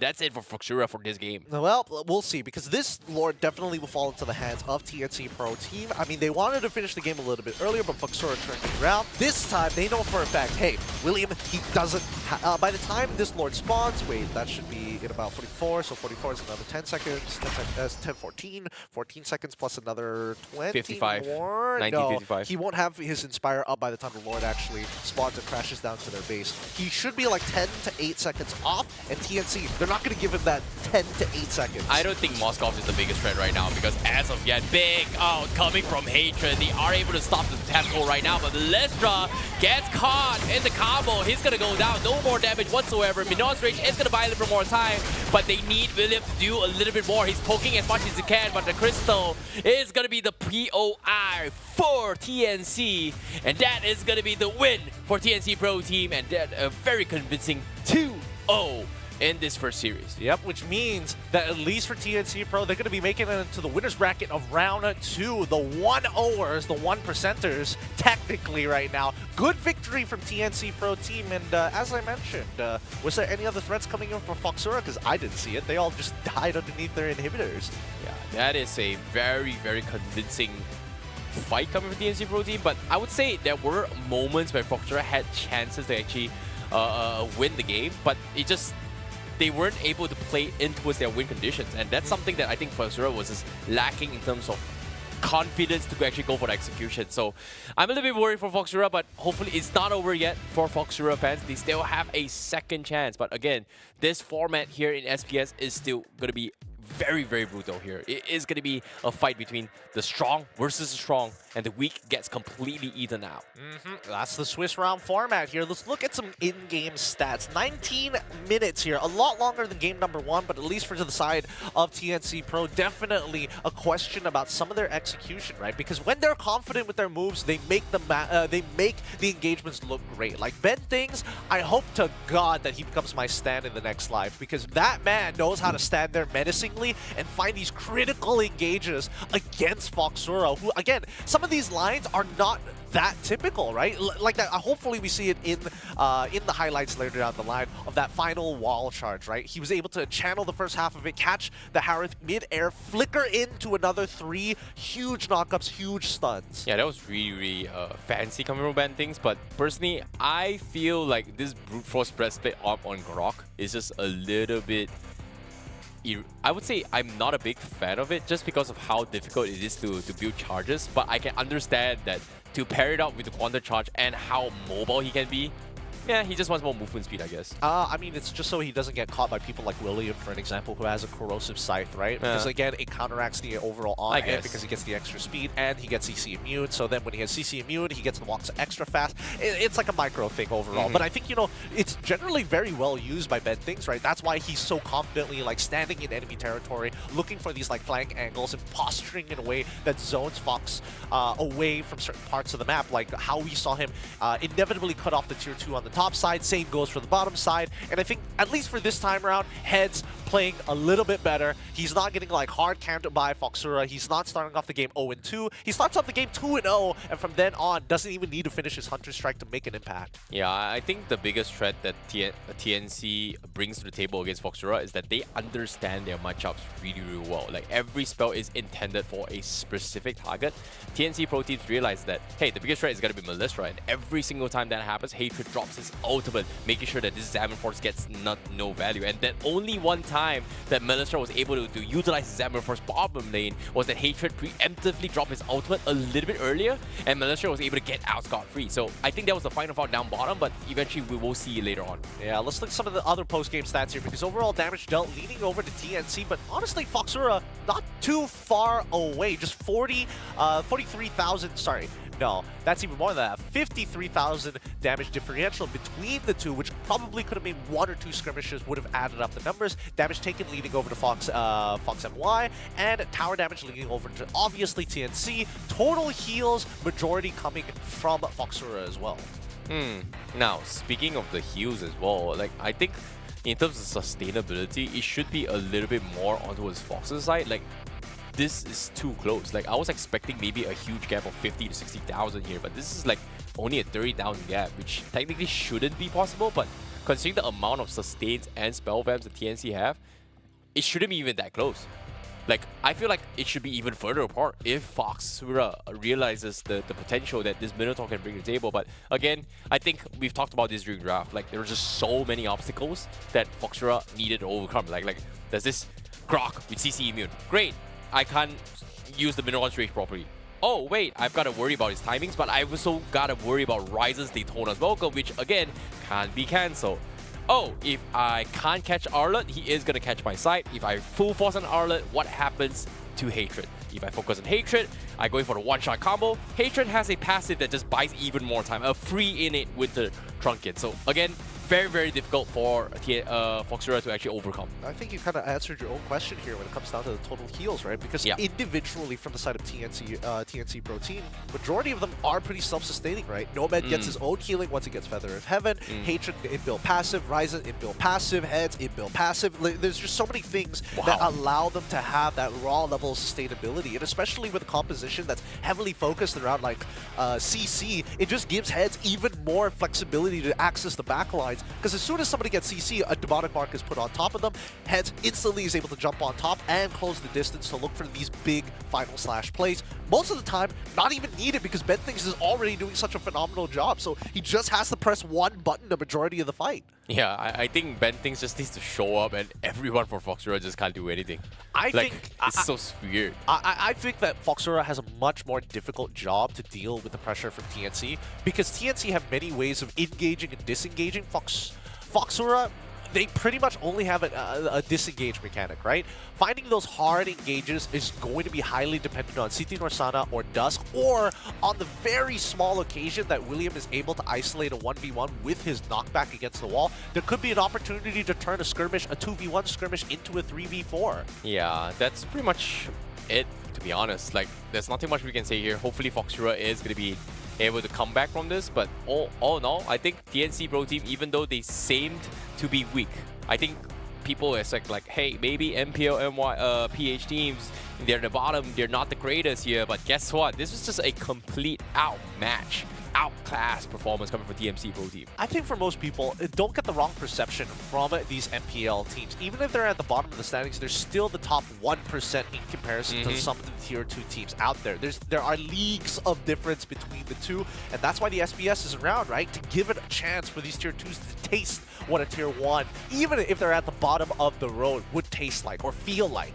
But again, it's still going to be a long grind for TNC Pro Team. So this is a good step for TNC Pro Team, but again, can they grind their way to the top? Because I've not seen anyone so far in SPS history been able to survive the Swiss format and make it to the overall finals, to the LAN finals in Jakarta. I think that even if it was me or one of us competing for these types of tournaments, especially Swiss rounds, you'll take any free wins you can, man. It's too brutal to be like, I'm so sorry, we gotta smash you, but no, I don't have a choice. I don't want to drop a single game. You can't afford to be honest. Yeah, no, that's why. Like, the closer we get to 4-game wins, the better it is, right? That's what they're trying to do. 4 series wins, and TNC immediately move on to the next round. But this early game coming in from TNC Pro, absolutely disgusting here. With a lot of information from BTRB, they're able to kind of like set Hatred up for these ambushes, right? And I think that's where FOXURA lacked the foresight. As soon as the information is given to them, once the mid lane comms have been disrupted, it became extremely difficult for FOXURA to actually have a hard read on the game, right? It was a battle of information that TNC Pro Team was just winning 9 out of 10 times. Yeah, and even this fight as well, like, I think early engagements here was pretty much the Hatred show. Like, wherever Hatred go, FOXURA will fall, and every single time that happens, Hatred was able to just catch off awkward positionings of and just drop surprises on FOXURA. And now, even here as well, I think FOXURA was just a little bit confused on what kind of fights they should be doing. Like, should they be focusing on one, or should they not be focusing here? Because, I don't know, I feel like it was a little bit too easy for TNC Pro Team, and I'm curious to see what they have to say about this match later on. Yeah, same. I would like to see what they have to say about this match as well. I think for TNC, pretty easy game for them. There were a couple of moments where it felt like they were too relaxed, right? And that's where they got punished by FOXURA, especially if they were caught lacking. So it still requires a good amount of execution from the side of TNC Pro to be performing at this level. But with that being said, we do have a little bit of an interview going to be showed up on screen. Let's have a look. Hello there, BTRB. How you doing? Hey, dear Nick. Hello. Hello, hello. How are you? I'm good. Okay, you can hear me. Okay, amazing. Good to have you on board here, Ben Things. We just wanted to ask you a couple of questions. First things first, how'd you feel about the game? How does it feel, absolutely just stomping on FOXURA? It's overwhelming. It's overwhelming for me because this is the first time again to play in the tournaments. Oh, okay, that's great. Considering it is your first time here, like what was going through your mind when you're playing the Grok? Because it felt like you were just 1v5 all the way through and there's just nothing they can do. Like what made you give you that much confidence? Because they so greedy in drafting. They pick Moskov and Harit, and no one can punish me. Overall, no one can kill me. I like this guy. He knows it. He knows that nobody can kill him. Absolutely love seeing you play, Ben Things. Now, for this upcoming tournament, this is your very first win in the Swiss format. Are there any teams that you guys are a little bit worried about pairing against? Or maybe, some teams that you're looking forward to take on for the future? No one can beat us, I think. Nobody can beat you guys. Oh, I like it. I love the confidence here. How is the team feeling? Right, after MPL PH, yep. It looks like the team was looking to find its feet. But here in the SPS, do you think you guys are, well, at this point, championship level? I think we can champion here in ESL. Okay, very simple, very confident here. They have improved themselves here. And now, last question here for Ben Things right now here. I know you have got a lot more games here and you're feeling a bit confident, but I'm also pretty sure here the Philippines fans are excited to hear from you here. So is there anything you would like to say to the fans or family or anyone in particular on stream here, Ben Things? Thank you for all the supporters, especially in the Phoenix spam. And thank you so much. And enjoy watching ESL, guys. Amazing. Thank you so much, Ben Things. Appreciate it. Thank you for taking your time out of the day to have an interview with us. Good luck for your upcoming games. Good luck for your VOD reviews. Hopefully it goes smoothly. Thank you. I'm telling you, this guy is an actual anime character. In my next life, he better be my stand. If I activate my stand and it's Ben Things, I'm like, it's over for the rest of the world. He's a big JoJo guy, right? It's over. He's an absolute Did you JoJo see man. him? He's literally standing there in the middle of everyone. It's just like, yeah, I don't even in his interviews, I don't have to say many words. You just know that I'm menacing just standing there. Like, if I needed a bouncer for a nightclub, in the future, if I were to own one here, that's the guy I want to have in front. He's the guy that I expect to be in my security detail to all look like.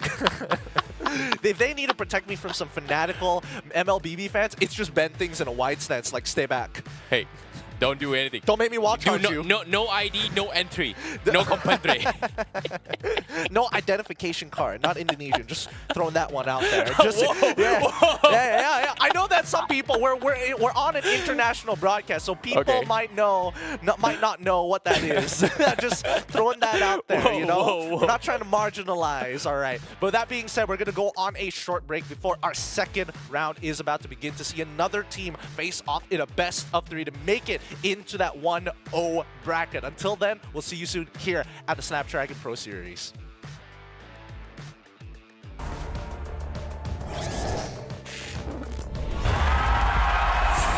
Here we go!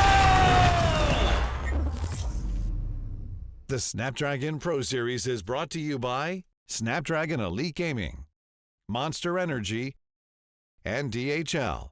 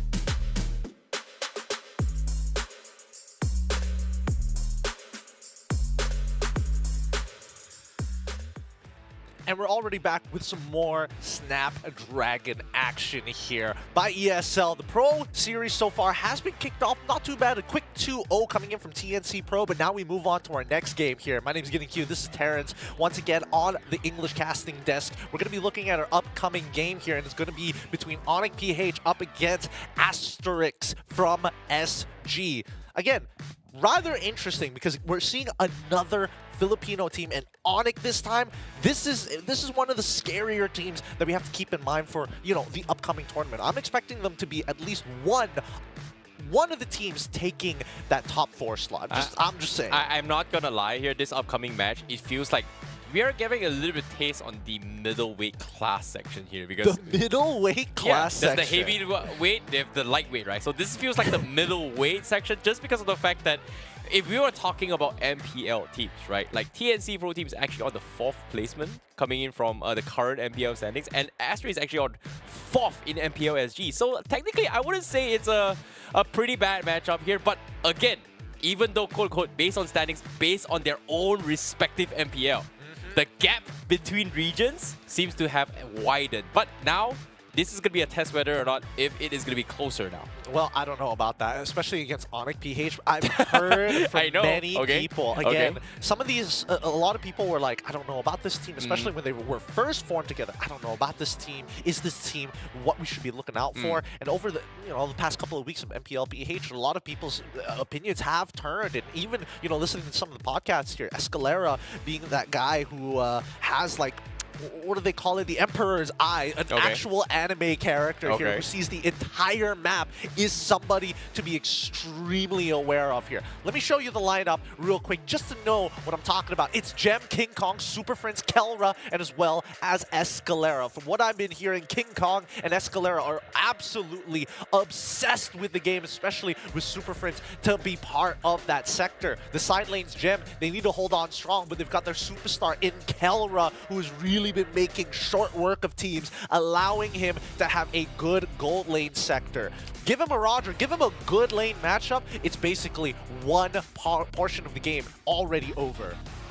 That's the thing about Kelra, right? Like, if you give him anything here, as long as you make space for him, he is going to be the guy that is going to be able to set up the tempo for the win and close out the games. And when you need him the most, he will be able to deliver. And currently in this situation here, ONIC Philippines has been playing a lot around his Roger. And you talked about as well here, they want him to be the one that drive the tempo in their favor. So that's going to be their strength coming from the team. However, from Singapore, coming from the qualifiers themselves, this is going to be ASTERIS. We are going to be starting things off with Bear, JHH, Kiwi, Chu Hao, and FMM. And of course, FMM is no stranger to the scene coming from MPL Singapore. Absolutely. Again, he has played professionally for a little bit of time, but overall, Singapore as a region, they either do really well during internationals or don't make it at all. It's kind of a hit or miss, similar to MY teams, right? But there's a lot more consistency expected from this region, a team that plays very much against to their strengths. It's going to be low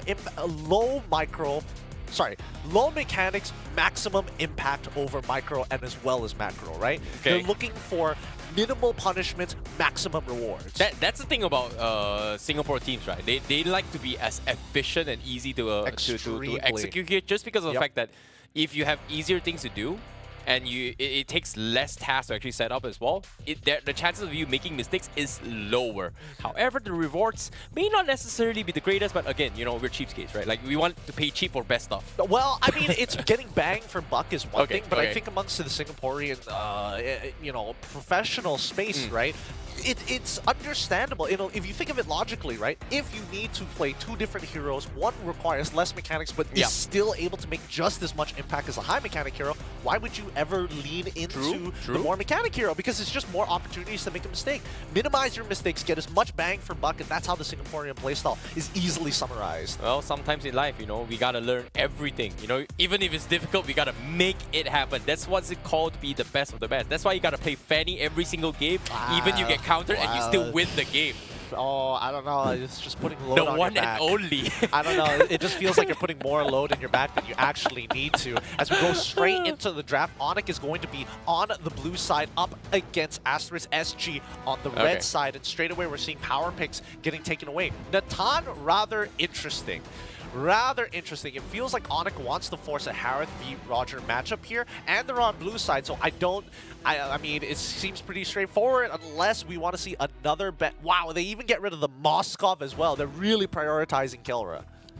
This is a little bit interesting here because they're bringing in their subs. Yeah, it's I don't not think even Kelra is playing. That's why I was like, wait a minute, I don't see Kelra's name. It's not the main lineup this time. It's going to be Kekadu. It's going to be Lee Good Kid, Chovy in the mid lane, James Punks, as well as Dur in the EXP sector. Rather interesting. So this is going to be a little bit of a different roster coming in from them, but I like it. I think it's a good time to try him out, right? Yep, for sure. But at the same time here, in terms of drafts here, I feel like for ONIC to actually focus on towards the double marksman division, it seems a little bit weird personally for them to just focus on that and just let away S-tier bans. Like Baraz is available here, Loi is available. I think Matilda being banned from the side of ASTERIS is a little bit safe for them. Well, let's see. I think this is going to be the dead giveaway whether or not ONIC PH is going to be following in their, big brother's footsteps, right? I think, this is going to be an easy Roger pick here. Oh no, they're going to go with the Loi instead. Again, overall, when it comes down to PH, they lean more into the Loi than it is just highly prioritizing just the gold lane because it's about supplementing the gold lane, right? They don't mind giving it over to ASTERIS because they can easily call in their roamers to make that difference. Okay, Loi open pick here. ASTERIS, they have to find a way to deal with this here because if we were to compare this towards the previous series, right, we saw how TNC Pro Team was able to execute this because of Loi here, and considering that ONIC PH was playing in the current MPL PH, so they have a rough idea on how they're positioning in terms of macro and how to play around this Loi is going to be. They do have better experience compared to other regions because even for MPLMY, we haven't seen too much of this Loi gameplay style of just taking advantage of Divergent. We saw a couple of games, but not at an expense where you use this Loi like how you play your chips. Well, I think the most that we've seen so far is that the fact that Loi doesn't make it through the pick and ban phase a majority of the time, right? So the very few that we do get to see, it's going to be a little unpolished, especially since it is rather new to the meta. People are picking up on it rather slowly, right? Again, no priorities for the gold lane so far, which I think is kind of interesting because it does kind of show that ONIC have the gold laners so early on and yet still not locking in a single one. They want to see whether ASTERIS is going to predetermine what it is. Speaking of predetermining here, Novaria set up right now. I think right now ASTERIS is a situation where they have a very, very good idea in terms of macro gameplay. They have this Echo coming in here to give them the vision here, but what can they utilize with? Because we've seen combos coming in with maybe setting up into a Minotaur combo or maybe even towards a Guinevere if they want to go for, but again, they have picked up the Fredrin. So this is, I think, them just sticking to their comfort here because based on what I'm seeing here, they do lean on towards the Faramis a lot as well as the Matilda. In this case, Faramis is still in the pool, but nope, they're not going to go for it here. So Minotaur is something that ASTERIS is going to be leaning on. Yeah, I think, the Farmist ban is definitely should come up for either one of these teams. A little bit on the onus. Actually, no. They don't even need to go for it, right? Because Farmist would put them too out of their comfort. At this point, both mid laners have already been locked in. The supports technically have been predetermined unless we do see the flex from ONIC PH. But in this second phase, right, we're expecting to see at least support bans. Yep, from the side of ASTERIS, we do see the Grocket ban down straight away. They don't want disruption. And again, when is the gold lane going to start to show up here? I think... okay, Roger is still in the pool, for sure. Like, surprisingly, like, if this was MPMY, hey, wait, Roger's in the pool, first pick Roger, boom, that's it, right? Like, I think this is something that either or needs to take it away, but I like how ONIC PH is just like, no, marksman is not really a problem, right? Like, they can play any marksman here. This is so many pool here. Even worst case scenario, you don't want to play into marksman here, we can just stick with the triple fighter composition, which is kind of weird. Personally, not a big fan of it here, but I do see it being picked up multiple times in MY and PH and occasionally in Indo as well for MPL. Well, yeah, there are times and uses for it, but again, based on how both of these teams generally play, I don't see the double fighter actually coming to fruition because there's a significant lack of damage from the side of, ASTERIS at this point of time, right? They need something that not only only scales, but actually goes pretty decent into the Yeah. mid-early game. Right? So I'm expecting it's either gold lane or EXP where they're going to get that extra bit of a lift to fight for these neutral objectives. This could be the Yuzong, this could easily be just a regular Thamos, worst comes to worst, right? I think they should double down on this and just send Fredrin down to XP and just go for the Gwynner for themselves for ASTERIS. I think this is something that they may possibly do. No, I think worst comes to worst, they just go Barats, right? Okay, Barat's safe. I mean, the Yuzong as well as the Export both have been banned out for the side of ONIC, so they got rid of the annoying matchups. So they're trying to set up for this Arla to actually go into the EXP sector. And I think, yep, even for ASTERIS, Fair they enough. have a good read No on this Gwen. as well. No Gwen coming in here. Lapu Lapu is going to be the way to go for ASTERIS, but ONIC PH, you still have options. Is this a jungle Arkai or a roam Arkai? It's probably a Most jungle likely jungle, Akai. right? Let's hope Barats is off the table. Like, they don't even need the Barats this game. I mean, they still can if they want to. They can put Barats in the EXP sector and then after that Okay, Arla fair enough. as your general roamer. But no, CC is still available, so they're going to go for that. It's a much better matchup, especially into the Lapu Lapu. More so that if somebody tries to run away and they stick too close to their tanks, you basically anchor them in the spot. I think Minotaur and Fredrin getting anchored here isn't too big of an issue for ASTERIS, so I'm really surprised that ONIC PH picked this up. But at the same time, if they latch on this Novaria, it is going to be a one-shot combo. Most likely for CC. Yeah, most likely. They're almost guaranteed to die here. Then we get Roger as the very final pick here for the side of ASTERIS. Now, it's going to be interesting, right? Because Roger, he's got a lot of targets to execute. And the biggest issue right now is going to be on Kekadut, right? KK just to make sure that he doesn't get that space and is able to continuously disrupt the combos and chunk him out. Because the biggest resource for a Roger is his life total before he gets a Demon Hunter Sword. And that's even if he wants to go for the Demon Hunter Sword, right? He can still go for the Haas Claw if worse comes to worse. Has to play from range majority of the time. He definitely needs those killing thresholds, right? Like, you kind of have to play this Roger similar to how this Mortis is, in a way where you wait for those right timings here, take advantage of the 50% health, and then just go in, killing and take advantage of the killing spree, right? So if from that on point, it all comes down to whether or not ASTERIS is able to play towards this Roger strength, or gets completely shut down. Because if this Roger is not able to scale here, I'm pretty sure ONIC PH is going to roll over this competition. I think that ONIC PH, I mean, we're assuming that they're going to be, you know, never making a mistake, right? Well, we're assuming that ONIC Philippines with this lineup should be able to execute at a high level. But if they whiffed any one of their abilities, right, I think there's definitely an opportunity that ASTERIS can look to punch back.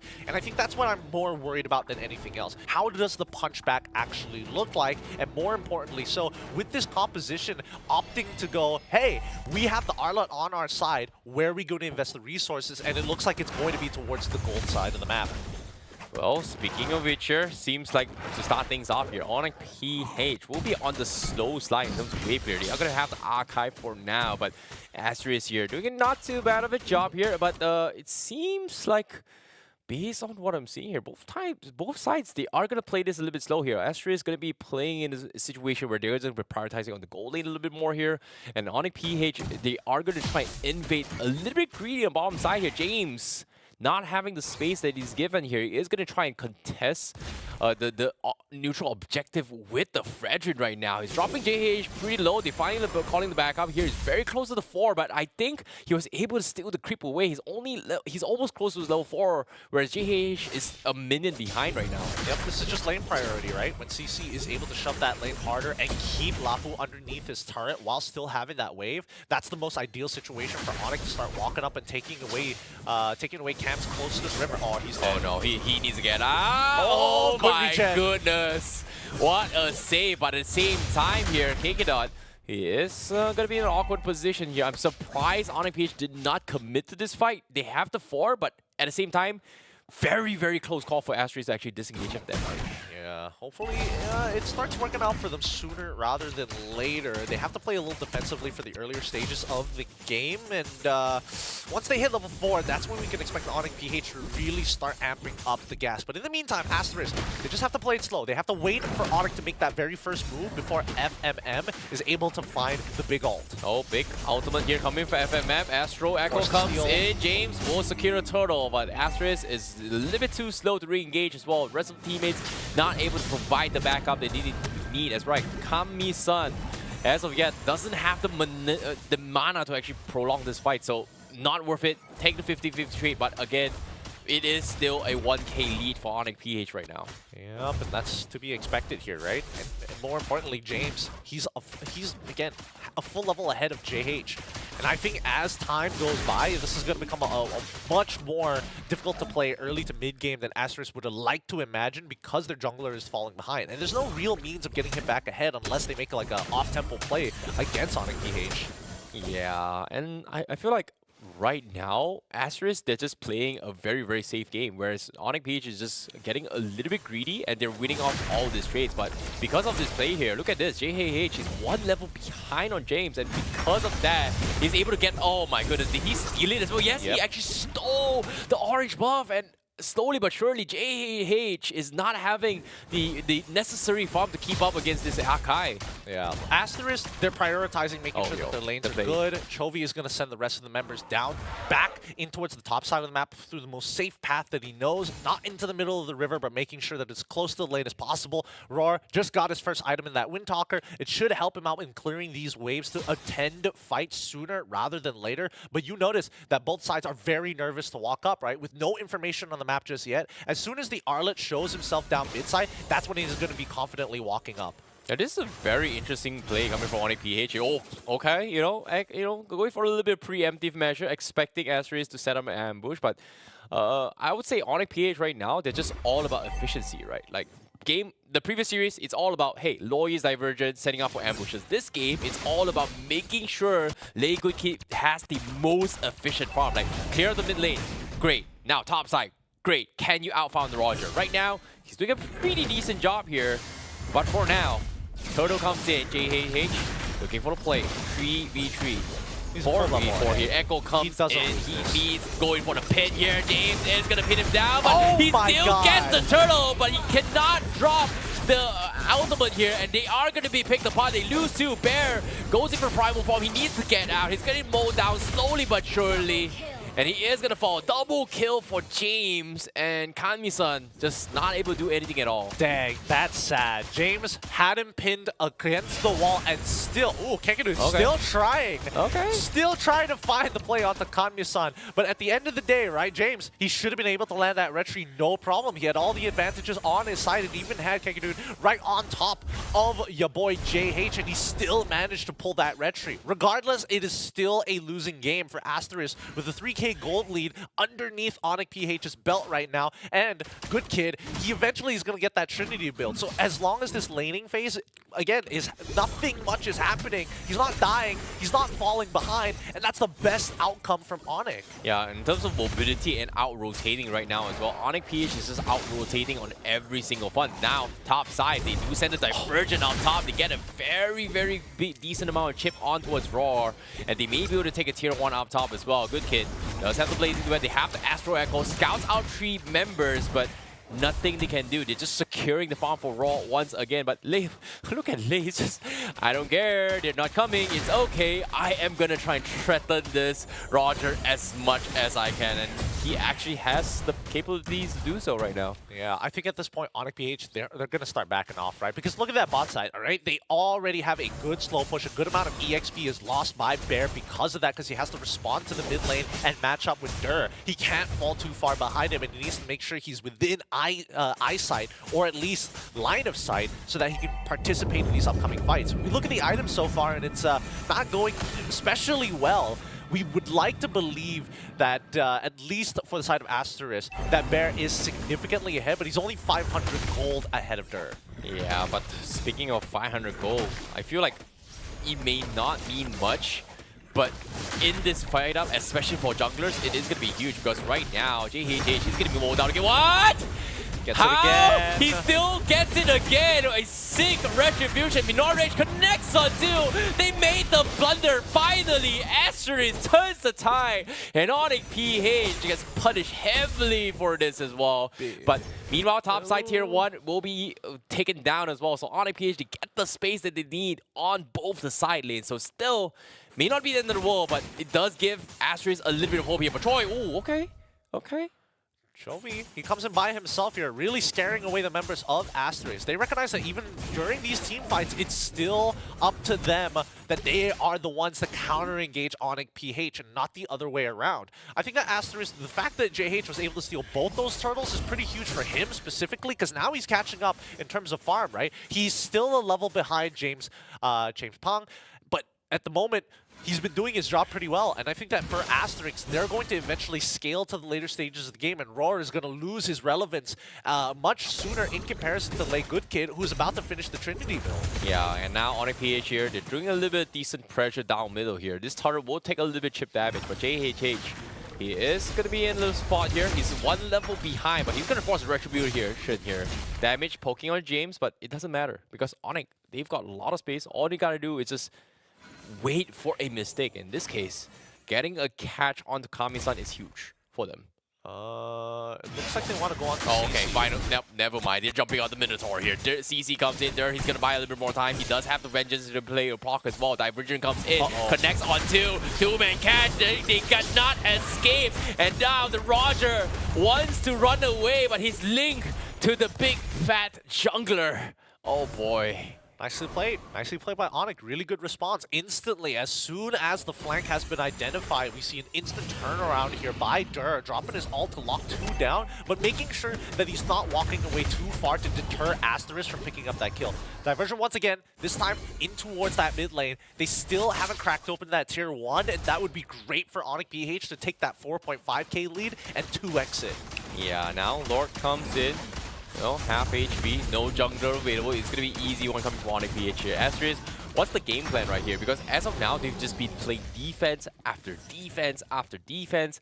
And there hasn't been an oppressive play so far, and this Roger is just not having it for ASTERIS right now. Well, I think as of right now, they're waiting for the heavy spin as well as the final slash to come out. Those are the two main ultimates they're keeping an eye out for, because once those are gone, it allows ASTERIS to actually, you know, disrespectfully reclaim space and start winning out fights because of that. So that's what we're waiting to see. ASTERIS is trying to bait ONIC PH into a winning scenario where they use their heavy spin as well as their final slash aggressively, so that ASTERIS is able to turn things around. Because their main win condition for ONIC PH is to catch them clumped up together. So if they don't have their two main resources to kind of corral them, then ASTERIS has a much better counter-engage with the Minoan Fury. No, at the same time here, it is going to be a little bit difficult considering that James Pang is there to disrupt the fight. Great link coming in from Dur, but at the same time, it will force ASTERIS to give up space. So top side is going to be the next POI, as Dur is going to mow him down. So very, very easy opening as well. Lord still crawling their way, very perfectly synced for ONIC PH here.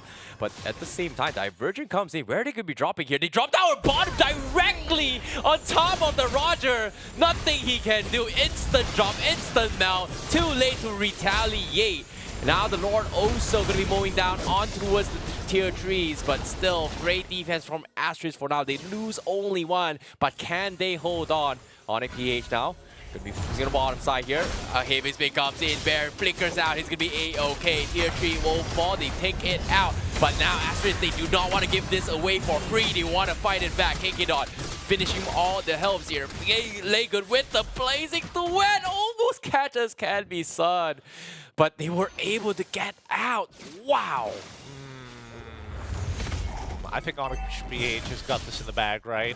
They've got the bottom tier. They got the bottom inhibitor. They're able to get all battle spells from everybody from the side of ASTERIS, and they didn't even lose a single member in the process. Gold leaderboard, yep, as expected. Lay Good Kid is really far ahead. Lay Good Kid is just having so much farm throughout this man. Like, he's been given so much space. Big sad moments. Gold later moments right there. Top 10 for sure.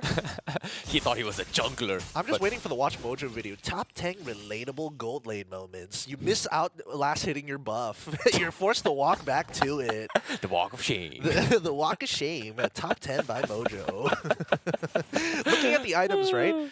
I mean, it tells us exactly what they want to do. Trinity build plus a situational item in that Winsome Nature already completed from the side of Lay Good Kid. It's very difficult for him to go down at this stage of the game, especially... Wait, he opted to go for Sprint as well, so he can easily run down that backline, but... Keep in mind, Rar, right now he's got 3 items. He's got the Malefic Roar and especially the Endless Battle, both of which really helps the build find that lethal killing blow at the end. But this is under the assumption that ONIC Philippines is below 50%. Yeah. And unless that's also under the assumption he doesn't get completely nosedive to the Divergent, right? Like, I mean, instantly that's... comes in, wait, what can I do? 4 men in my face?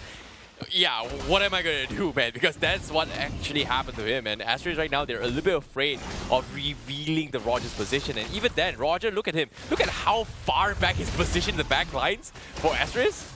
Just because of the fact that they don't know where this Divergent is going to come in as well. Astro Echo connects, only sees 2. Dur is going to link up with 2 guys as well. FMM taking a bit too much damage. He needs to get out as well. Bear looks for the counterplay, but well, gets outplayed as well. JHH looks for the retribute. Oh, he misses the timing.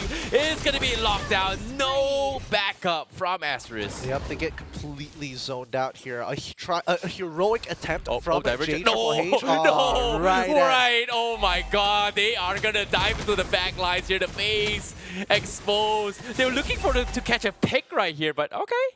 Very greedy play, but at the same time, Dirt takes a tier 3 up top. ASTERIS looks a little bit fumbled here. What do they do? You know what? Let's just go YOLO here. We're gonna kill the CC, but no, the Vengeance just takes so much damage away from ASTERIS. Here comes the Roger. Okay. Scares off the Claude. He won't back off, but all the inhibitors have fallen thus far. Crystal down to a half HP. Lord still relatively healthy as well. Bear gets poked away. He's gonna go for the reset. KK Dot fights him with the flicker. ONIC PH, they're looking for the push. ASTERIS, they're losing everyone. And James zoning them off from clearing the minions. And that's gonna be ONIC PH taking Game 1 against the Singaporeans. Yep, I mean, they had a strong endgame scenario. They really checkmated the Singaporeans this time around, making sure that their 10k lead was not going to waste, and off of that Lord got a lot done. But that's only the very first game in this best of 3 series. ASTERIS have taken a lot of learning points and at least relatively understand where this team is going to be putting their priorities and their resources into the draft. Oh boy, what a way to see 2 different approaches coming from the Philippine region here on how they play this Loyi here. One for an element of surprise, one for the element of efficiency, but at the same time, it's so versatile that you do not expect them to come from it. And guess what? The person that felt the biggest brunt of that fight was none other than, I would say, the gold laner here coming from ASTERIS? ASTERIS here. It's just, what can he do? Like, oh, I was farming very, very happily here. I'm right beside my tier 3 towers. Great. I'm farming and farming and farming. Boom, 5-man comes in. Okay, I'm dead. Yeah, nothing I can do about this. Well, I think he should have been winning that lane a little bit harder, right? But Kekadut made sure that that level 1 was basically impossible for Chuhao to actually win, right? So Kekadut just turning that 1v1 lane into a quick 2v1 just to get Good Kid a quick way to level 3 with relatively healthy laning phase. And once he hits level 4, it became so much more difficult for Chuhao to find the initial punchback against Good Kid. And even if they did, he could still just recall, right? So again, it's all about Good Kid. How quickly can he get that Trinity built off the ground before Chuhao finds that first blood on him? This is just annoying to watch, considering the fact that ONIC PH has just showed them like, hey, why Loyi is a priority over everything else. And they just use it so well to avoid that. 1 minute I'm here, 1 minute I'm there. You just don't know where they're supposed to be playing this. And it's funny to finally see how Loyi is actually being played right now, considering the fact that this hero has been introduced for the longest of time, but nobody is playing Loyi like is right now. Like only now after so many years. I mean, I think, it's very teamfight oriented in the current meta right now, and I think that a lot of artillery mages aren't as good as they used to be, so the next best thing is going to be like, utility, what utility can a mid laner actually bring to the table. That's why we're seeing Farmis and Valentina being quite high up in the standings overall, globally in professional play, being some of the most picked and banned heroes in the game so far. And now even Loyi is entering those ranks as well, with the Divergence consistently being a good way for ONIC PH to skip the rotating phase and being right in the middle of the action.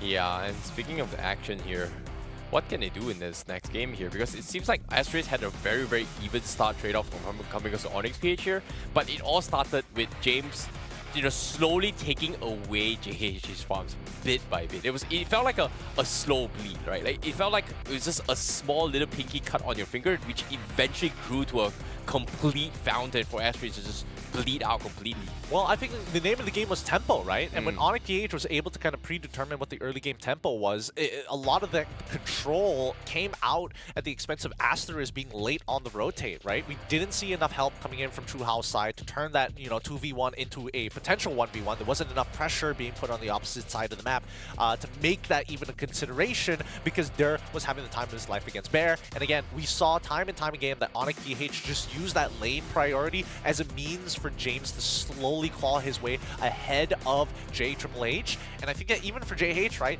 the fact that he got 2 turtles was lucky enough, but when it mattered the most against the Lord, that's when ONIC PH shut the lid on this game. Yeah, and speaking of the fights as well, like, I'm very surprised how Der was able to do everything he wanted to CC, right? I was expecting this CC's matchup against Lapu Lapu is not going to be the greatest. It's just going to be one of the most boring fights here, but at the same time, considering that how ONIC PH is able to sustain 4v5 a majority fight, and because of that, it gave so much opportunity for there to just keep pressuring the side lanes to a point that ASTERIS has no choice but to lose this fight. And I don't know, it feels like it was just so much opportunity for him. But of course, when we talk about the MVP for game number 1 here, it's gotta be the jungler here. It's gonna be James Punk on his Akai. Yep, I mean, he did a really good job slowing the enemy Frederick down, making sure that JHH was a full level ahead. And yes, even though he did give away 2 turtles, at the end of the day, what mattered the most is that he got the end game condition down, set it up perfectly, locked him against the wall to ensure that they had a free way to the crystal. So well done once again for ONIC PH, because they are looking mighty fine despite using their B team. Yes, despite losing the turtle fight, I feel like he is still a level ahead, and because of that, everyone from the side of ASTERIS has been playing from behind. And I want to see what's next here, because right now, this is going to be the highlights here. It started things off with like, hey, you know what? ONIC PH, they won the first turtle fight. We're happy. We've got the additional shields. We've got the additional true damage, and just runs over on ASTERIS all the way through. And they were able to just lead from here. Yeah, I think a lot of this just comes down to like ASTERIS making a couple of mistakes. Like this one, that what could you really do, right? Because CC is just too far ahead in that lane. It just goes to show that the draft really matters at this point of time, right? When you haven't done enough preparation, it looks like this. And I think that ONIC PH, their B team, has done some form of preparation against ASTERIS. In the way that they are banning out the gold laners, the way that they're looking to punish ASTERIS, right? They're making sure that their laners are weak so the jungler can't get ahead, so they know who to fear and they know who exactly they're looking to punish. You know, it's interesting to see how they play this CC, right? Like, usually the ult coming from CC doesn't really mean much if you link in on 2 tanky heroes, right? Even if they group up, great. I can take some damage, I can walk back together, it's fine. But if you link it with a very, very slow character, as well as a mobile character like Roger, that pretty much puts Roger as a same position as a tank, which is no mobility, and what can you do? And it is not exactly squishy. So it's a very interesting way on how TNC Pro Team did it. But again, given the position and the conditions that ASTERIS were in, ONIC PH was just very, very focused on what they want to prioritize on. I mean, they knew exactly what they wanted to this time round, right? Big victory for ONIC PH as they take the first match in this best of 3 against ASTERIS. ASTERIS does have an opportunity, but it really is going to boil down to the draft. We didn't get to see enough of ASTERIS' full micro capabilities during the team fights because they were always behind, right? So maybe in game 2, when they take blue side, they'll have a better advantage. Yep, this middleweight match here doesn't feel like a middleweight class at all, but at the same time, hopefully they will get the necessary rest, and hopefully they will be able to bounce back here from Singapore. But for now, we are going to be taking a very, very short break here. And right after this break, we'll be back with game number 2 for you guys.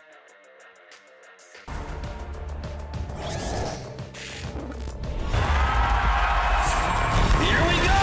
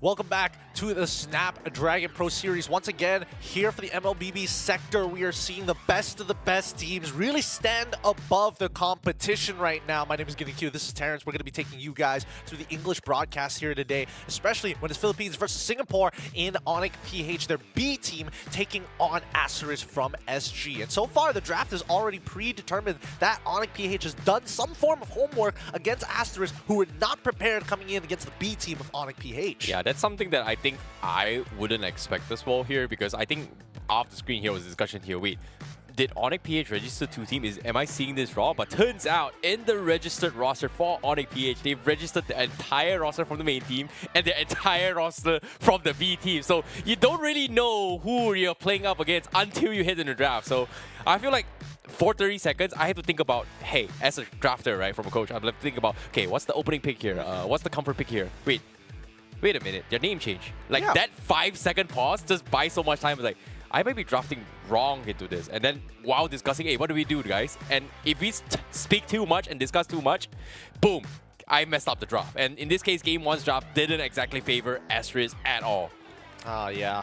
I mean, it really didn't, and I think, you know, ONIC PH probably would have drafted slightly different themselves.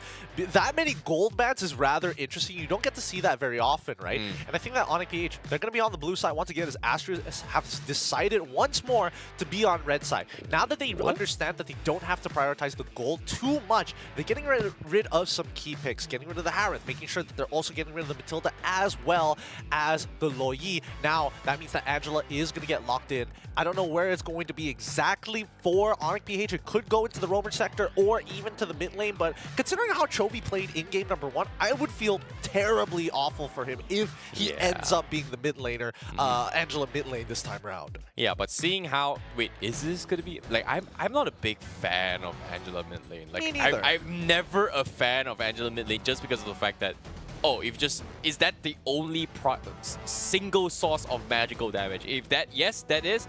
For a tank, my life is easy. I just need to build everything, defensive item, ignore the Angela, because it doesn't hurt. It's just sustain, right? So in this case, I feel like now the opening pick for ASTERIS is like, okay, let's take away a mage, and that's going to be the Natan as well as the Framis. It's something that ASTERIS is very comfortable and they've been prioritizing in their MPL run in SG.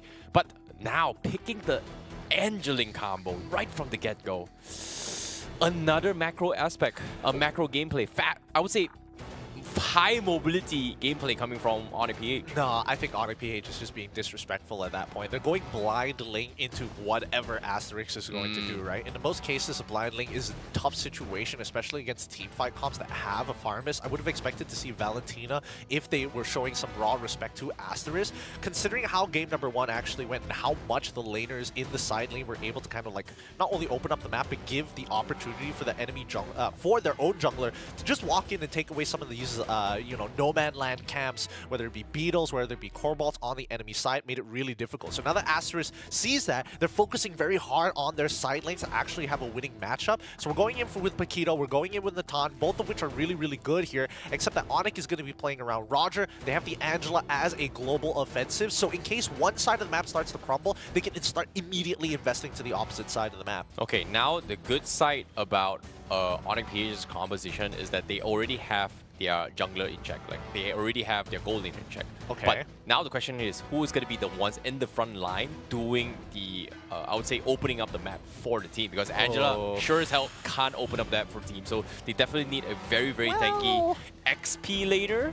Or a mage, maybe? Look, I think one of two things is going to happen here. Either the Angela is going to get a decent roam 1v1, where, you know, Angela is generally going to be ahead. Let's say it's going to be a melee-oriented, like Grok, for an example, from side to ASTERIS. Then I think Angela can walk all over Grok for the earlier parts of the game and then get punished later down the line. I think that ASTERIS, they need to recognize that it's all about lane prio, and how exactly are they going to try and neuter this link to make sure that he has minimal impact whatsoever. I think the Paquito blind pick is rather bold, right? Both sides, again, blind jungle pick into blind EXP pick. We don't know whether this Paquito is going to go into the EXP sector or into the jungle sector. We'll see in a little bit as the second phase of banning has come through. The Arla as well as the Terizla bans, not bad. They want to force maybe a either Khalid matchup or even a Benedetta matchup into the EXP side. For all we know, it could be Uranus.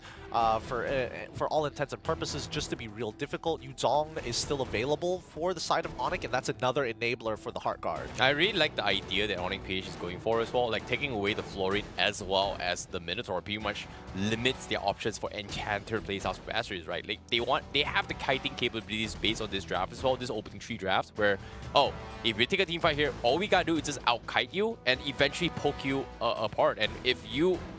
I'm pretty sure for a fact that ASTERIS is not going to be able to out-sustain Angela, who's constantly healing the team, if they did not come into the fight. So in this case, ONIC PH, all they got to do is just choose their fights wisely, and they will just win the fight. Whereas for ASTERIS' position here, they have to go all in. In this case, I was expecting maybe a Paquito jungle. You talked about this as well. Maybe it could be jungle, it may be XP here. I feel like Paquito versus a Link isn't too bad, but nope, they're not going to go for it here. They're going to double down.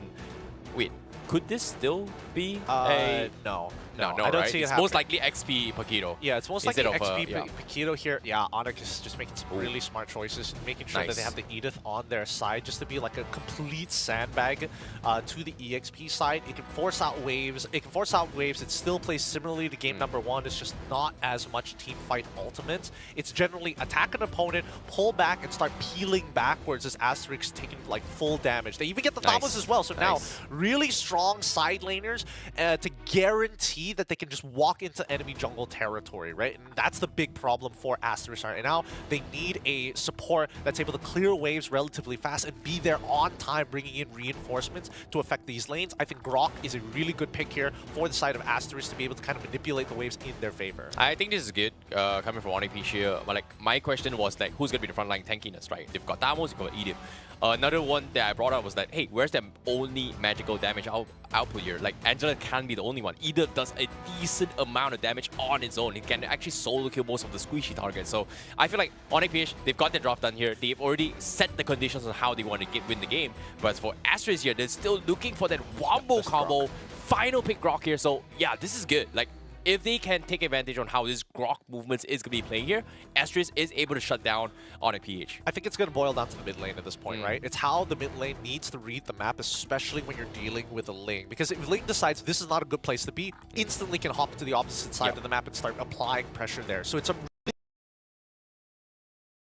they have to decide how many resources are we going to invest in one side of the map, and we need to be able to kind of clump up as closely as possible to get maximum value from this called Altar, right? Or Netherrealm in this what is called right now. So I think that is it's a lot more playable for the side of ASTERIS. My big concern is whether or not we're going to see a bit of a repeat of game number 1, where we see a majority of the well, camps close to the river will fall into the hands of ONIC PH, and that transitions into momentum during the mid game around, well, especially for JHHH, whether or not he's going to get the turtle in the first place. Yeah, it is going to be a little bit difficult here, but let's see if they can pull this off here, because right from the get-go, ONIC PH, they're making sure that they want to have this Ling have the best possible farm ever here, because this is going to be game 2. ONIC PH versus ASTERIS. The reply from ASTERIS, is it going to be enough? I'm curious to see here, because we've seen game 1's jungle versus jungle matchup, and James was able to out-level JHH right from the get-go. Yeah, but that's due to his team, right? So let's see whether this blind pick Paquito is worth it into it like an early game EXP laner like Dur on this Thamos, right? FMM is able to, well, at the very least, identify which side of the map that James started on. But good kid, this is what he wanted, right? An isolated fight against True Hao. Yeah, at the same time, FFM, he's getting a little information here, but ASTERIS, do they have the tempo breaker? Because when we talk about tempo breaker, and that pretty much means that they need to find a way to stop James from securing his purple buff. Obviously, it's the first level here. We're not going to be expecting much here, but by the time the first turtle or second turtle comes in here, ASTERIS must have a solution on how to slow down this Link's farm.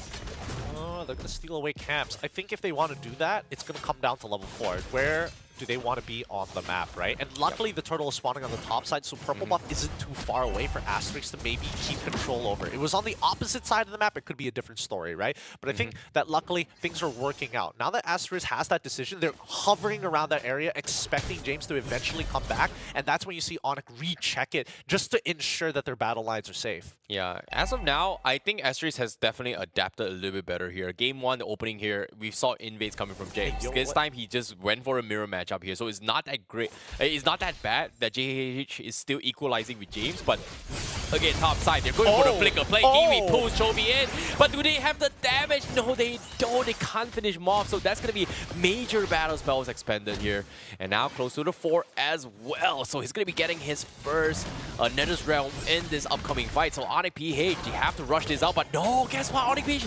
It's okay, take the turtle. I'm stealing your purple buff. Oh, that's fine. No. That's fine. They lose the turtle, but it's okay, Get because out. as of now, Oh, they are going to commit to the fight. They even dropped the Nether Realm, and they're dropping so low. They have the Link, Angela, just giving so much sustains, and Kikidon was able to just bleed them all out. Asteris just lose too, like that.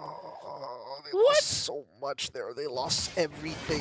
Oh my goodness. They just got a turtle, but they ended up giving 2 kills over. I mean, they could have just dragged out, but there we go. Bear finally finding the kill that I was waiting. He ended up whiffing the knock-up strike earlier to peel away for JHH, and JH ends up dying because of that. At least he was able to find something back on the top side of the map. Yep, and now as of yet here, Kiwi looking for the pullback, but no follow-up coming in from Asteris. But ONIC PH, they're just using the timings really, really well. They don't even need gems in this fight, but now he's going to go for the fight. Wall charge comes in, connects on 2. He's going to try and drag him up, extend the fight. But Tempo Split comes in. It's going to go in, and Bear, oh, he almost caught James mid-air. He almost got the full combo off, but now Kikidon, he needs to run. He is going to go down, and Bear will finish him off, and Asteris bites back. Nice! That's what we wanted to see from Bear. He leaves the lane early, and despite losing a bit of EXP, he's still ahead against Dur, which is exactly what we want to see.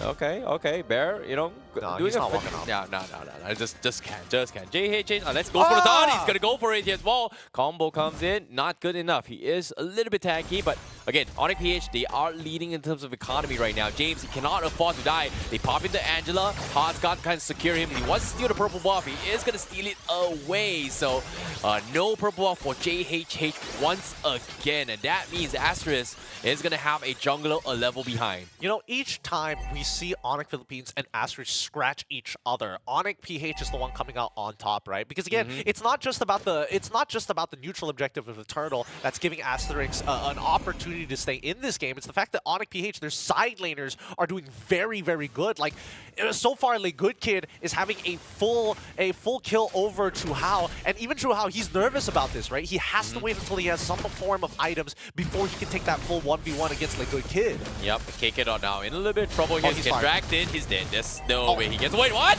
How? He's not dead? He was able to get Preble off a ton of times. He's got damage as well. And now they force the preemptive ultimate here from NetherRealm.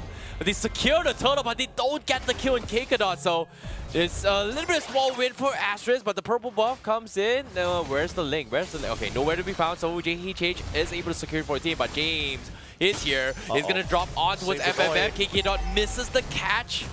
And Asteris will be able to zone them off for now. Bear takes a little bit too much damage, so Alright, they will disengage. This is good. JH was able to bail Bear out of a really tough situation. He lost the trade against Dur, and if he was stuck in that lane any longer, he probably would have died on the next minion wave. So now he gets to actually walk with the next minion wave, thanks to the help of his jungler. And this is the point of time where ONIC PH, their leads isn't big enough to really impose their will onto Asteris for now.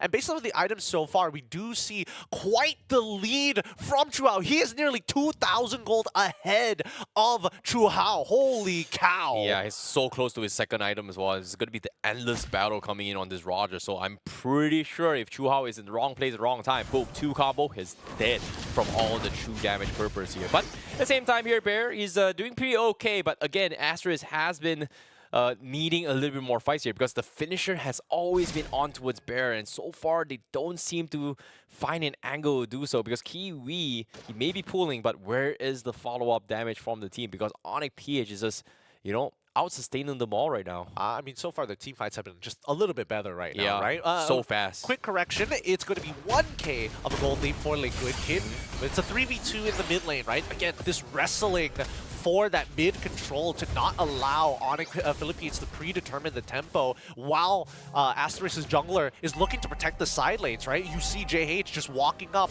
proxying these waves to allow True How to break tier 1. And this is allowing ONIC PH to have that first move, but have an implanted sleeper to ensure that these rotations are slowed down so they can at least find some kind of profit for their laners who are suffering economically. Yeah, KK Dot now, thus saving out the primal form for a little bit more here. It doesn't want to go to two-match. Wall charge comes in, combo comes in. The FFM finds one. KK Dot gets bursted out as well, but they do drop the nether realm here to try and go in for the scuffle. But ONIC PH, they don't really want to risk it as well. There doesn't have the HP to do so. James is also nowhere to be found, so they will gladly lose one. But again, ASTERIS, they committed so much. Yeah, ASTERIS has to pull out so many things just to make this happen, and the whole time James is able to make decisions based off of this war of information. ASTERIS, they show themselves they're going to get this turtle, and that's totally fine for ONIC PH. They still have a 2.4k lead, and they're getting side lane pressure. So ASTERIS constantly having to just keep toe-to-toe with ONIC PH at every step of the way. Yeah, but still, it is a good step in the right direction here from ASTERIS because they pretty much have a good idea here on how they should be taking fights here. They have the stronger overall team fight potential, but in terms of split push potential, ONIC PH is just so overwhelming right now, and it's annoying. And as of yet, James, he's getting so much free farm throughout the entire map. Yeah, I mean, the side laners have not won their lanes hard enough to get that sort of lead, right? To be able to kind of do whatever they want at this point. Like, Good Kitty probably needed to be at, like, at least 1.8k. Whoa. Okay, they're a little bit committed as well here, and JHH in a little bit of trouble here. They're dropping everything. NetherRealm comes some temporary alive here, but Chuo will be the first to fall. This Ling also getting taken out by Bear, so it is going to be a 1-for-2 exchange. Actually, 3-for-1 exchange, but somehow ASTERIS loses everyone. A double kill for Lay Good Kid, looking for another. He's gonna try to slowly pick apart FFM. He needs to get out. He cannot do so. And that's gonna be a triple kill for Lay Good Kid as ONIC PH just wipes the floor with everyone right there. Kiwi with the NetherRealm. Not good enough. Man, this is just the reenactment of Whiplash, right? ONIC is just telling ASTERIS, you play on my tempo! Are you playing on your tempo or my time? Are you slow or are you fast? Pick one! And ASTERIS, every single time they're playing off of the tempo of ONIC PH, they get punished, right? Yeah. So this is what I'm talking about. Like, ASTERIS, they are, yes, they are still 3.3k behind, right? They used to be 2.4k behind. They lost 1,000 gold off of that one motion to deny that purple buff. Was it worth it? Probably not. And I think a lot of it just comes down to the micro, right? It's not even the macro decision making because ASTERIS, that was their one opportunity to fight for tempo against ONIC PH. No, He's I dead. was about to say this as well. He's setting up for Chu Hao, and even in the midst of the fight, they know for a fact that the win condition is gotta be the Natan. James was focusing in prior to this fight, and now Lay Good Kid gives him a one-tap slap, and Chu Hao just not able to do too much. Just so much damage on this Roger right now. Way too much damage, right? And we're looking at Wait, did True How build a Calamity Reaper? Oh, buddy. You probably don't want that. You probably don't want that, good sir. You probably definitely want the Starlium Scythe a little bit more, but let's see whether this Calamity Reaper is going to make the difference or our API is wrong. One or the other, but I'm pretty sure I'm not misseeing this. Now, ONIC, it's time. Just bait ASTERIS into an unwinnable fight. Yeah, but at the same time here, now they are going to be forcing the Angeling combo as well, JHH. This is not good for the Ling at all. Like, Link doesn't care. It literally doesn't matter. He's 2 levels ahead, and he got the ultimate out of the Fredrin. So now he has a 25-second window. Okay, now they are going to be forcing a fight here. They're going to be going for the backlines as well, just overwhelmingly zoning them off. Lord secured by a scary demon in your face. They want, I mean, ONIC PH, they know that their side laners are ahead. The 3v3, they know that they win, so they just need to pull attention to themselves on the opposite side of the map, and James just out-rotates them entirely because of the Finch Poise. I mean, well played from ONIC PH right now. Good outclass. Oh, my man. God. 9,000 gold lead compared to 8,000. Like, Lay Good Kid is having the time of his life, but the closest person from the side of ASTERIS is Bear and Chu Hao, who are literally 2,000 to 3,000 gold worth of difference away from the top earner. Yeah, the main damage here coming from ASTERIS. Like, if he falls, that's it. But at the same time, Bear's job is just to make sure that James doesn't have a good time as a Link. And James just chooses to just back off. And every single time that happens, they just can't really do too much here. But JH now is going to be kind of complete here. The Bound of Slow, he able to get out. Empress's Wrath completely whiffing the mark. So ASTERIS is going to be able to zone them out for now. This Lord is going to be easily taken down, but ONIC PH, they're keeping up with aggression here. Lay good kid, going for a little bit of poke here. FMM, he's just standing next to the rock. And, well, he's trying to be bent things right now. He's trying to be bent things right now. It's true. He knows that it's difficult to punish him, right? But but again, he needs to be very careful in the space. Because of the gold lead that ONIC has, they can technically poke him out if necessary. Kakadura probably is not going to be the one who's going to chunk out FMM. Let's be real here. But, like good kid, Yi has so much poke, especially in human form. Yeah, KK Dot now, he can actually try and fight this though. He's technically got enough damage. He's baiting. Oh no, two-man stun. They can't go for it as well. No, James looking for the bait fight as well for ASTERIS. They might be taking the bite here, but they are going to be disengaged. JHH with the ASTERIS pop as well, but at the same time, here he comes. They bomb the Nether Realm. It's going to be a shish kebab. Free Tempest is playing to dive onto them. JHH will fall. There's Angelic just gets free hits after free hits. And ONIC PH just chose the perfect time to strike. And ASTERIS was just throwing everything and everything they see. Kiwi lost the hostage situation. He was in negotiations with ONIC PH, and they told him, hey, we've got your brother locked down. And he was like, I'll do anything. I'll do anything. I'll give everything in my bank account, right? Every ultimate, all my resources, everything to keep him alive. I think JH needed to communicate with Kiwi to tell him not to use your ult. Oh boy, speaking of ulti here, Bear, he's taking a little bit too much damage. He's going to be bursted down with the crits coming from James. Tempest Flick comes in, FMM comes in. Kiwi forced the flicker out of there as well. This tier 2 slowly being chipped away, but it is not going to go down. Defense comes in from ASTERIS, but ONIC PH gets a snipe down on Bear. Real question, who's got anti-heal from the side of ASTERIS? It looks like Paquito. Paquito's got anti-heal. JH doesn't have it. Chuhao doesn't have it. FMM has Dominance Ice. Kiwi also has Nicholas and Durant. Okay, so they got some good coverage when it comes down to anti-heal at this point, so I'm not too worried about Chovy. But at the same time, like James, he's not missing a beat here. With his weakness finder, he's running down targets faster than they can even respond. I think right now it's just whether or not he's going to go for the Malefic Roar as his final item. Yeah, I don't think they can really do too much about the situation, considering the fact that right now, anti-heal or not, they still have more sustains compared to ASTERIS here. And in terms of damage output right now, they need more from Kiwi. Now Tempest Blade comes in, Lord is dropping a little bit low as well. And ONIC PH, they were able to kill JH. They were able to steal the Lord. And now they're picking them all apart. It's maximum overload. Just run them down, all good. Hey, did anybody wanna do something about JH? He kind of just walked through all of them. He walked through all of them in a 4v5, and Bear has just been split pushing this entire time. He needs to die here, by the way, but I don't think James has enough energy to guarantee the kill. But man, I can't believe it. Once again, ONIC PH let them walk in. And unfortunately, it's ASTERIS who steals away their major win condition. Yeah, they were able to steal the Lord somehow. It's just weird, considering the fact that it looks so much cooler from ONIC PH. It's just like, hey, you know what? Let's not focus on the Lord. Let's just go for the team fight. And ASTERIS is like, well, we're not good with team fights. I can steal the Lord and buy time. And Chuhao, you got to do something for me. And with that steal coming from JHH, it does give them that small opportunity. But is this good enough? No, this is good enough because now it means that Chuhao can actually scale into this game. They've guaranteed themselves 5 minutes into this game before the next wave. Hold on.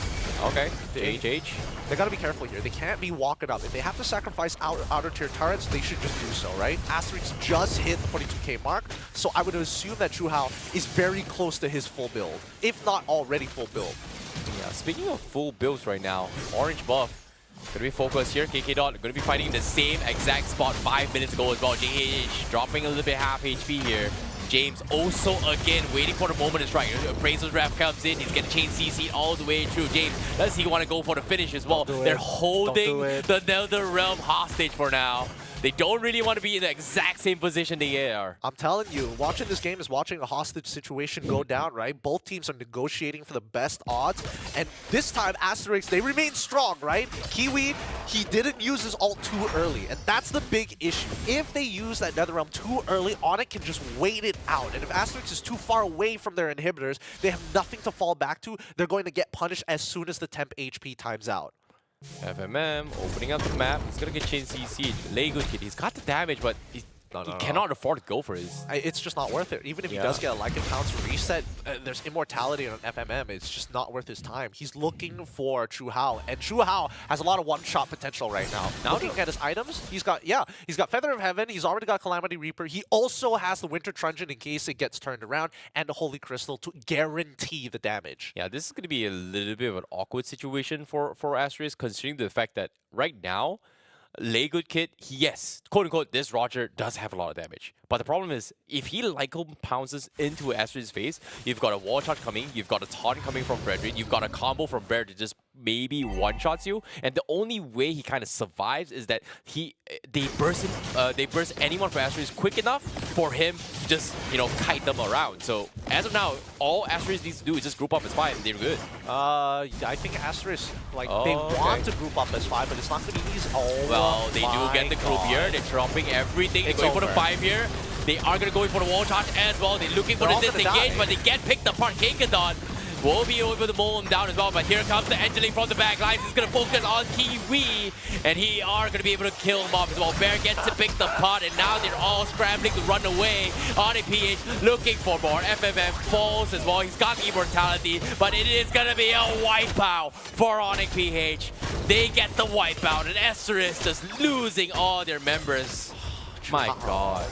Oh, he got picked off there. He lost 60% of his HP to just Kenkadu prior to the Netherrealm. It wasn't even close. As soon as Ling gets involved, all the resources are over. ONIC PH not even having to break a sweat here. Well, I don't know what that is, man. Like, Caster's Curse or not, but as soon as they grip up, instantly gets dived on for ONIC PH. It's just so very unfortunate that they tried to make an attempt on Good Kid, but they just can't kill him off. The sustains from this Angela a little bit too difficult to handle. So props towards ONIC PH here from showing us 2 different meta game plays and just outpassing them.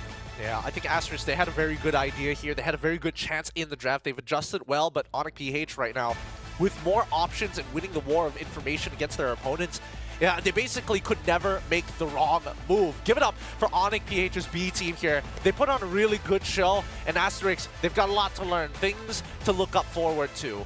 Yeah, this is just insane coming in from ONIC PH, right? Like, this is the sub-team we're talking about here, but the communications from ONIC PH is just so spot on. But at the same time, ASTERIS, they're putting a big run for their money as well, considering the fact that they're, like, I would say this 2 losses from ASTERIS was just like, you know, like you said as well, negotiations, like, oh, one wrong move, boom, the entire team just gets completely slaughtered. In this case, ASTERIS just lost both of it just like that. Yeah, I mean, ASTERIS, it's not like they didn't have a chance here, right? I think they were just looking up for some really good win conditions, and unfortunately, they need to recognize because Chovy is roaming around the map pretty often, that's why we see James Spark actually going for these waves, funneling himself rather than what we atypically see, which is usually the gold laner who absorbs double waves from mid and then goes back into the gold lane.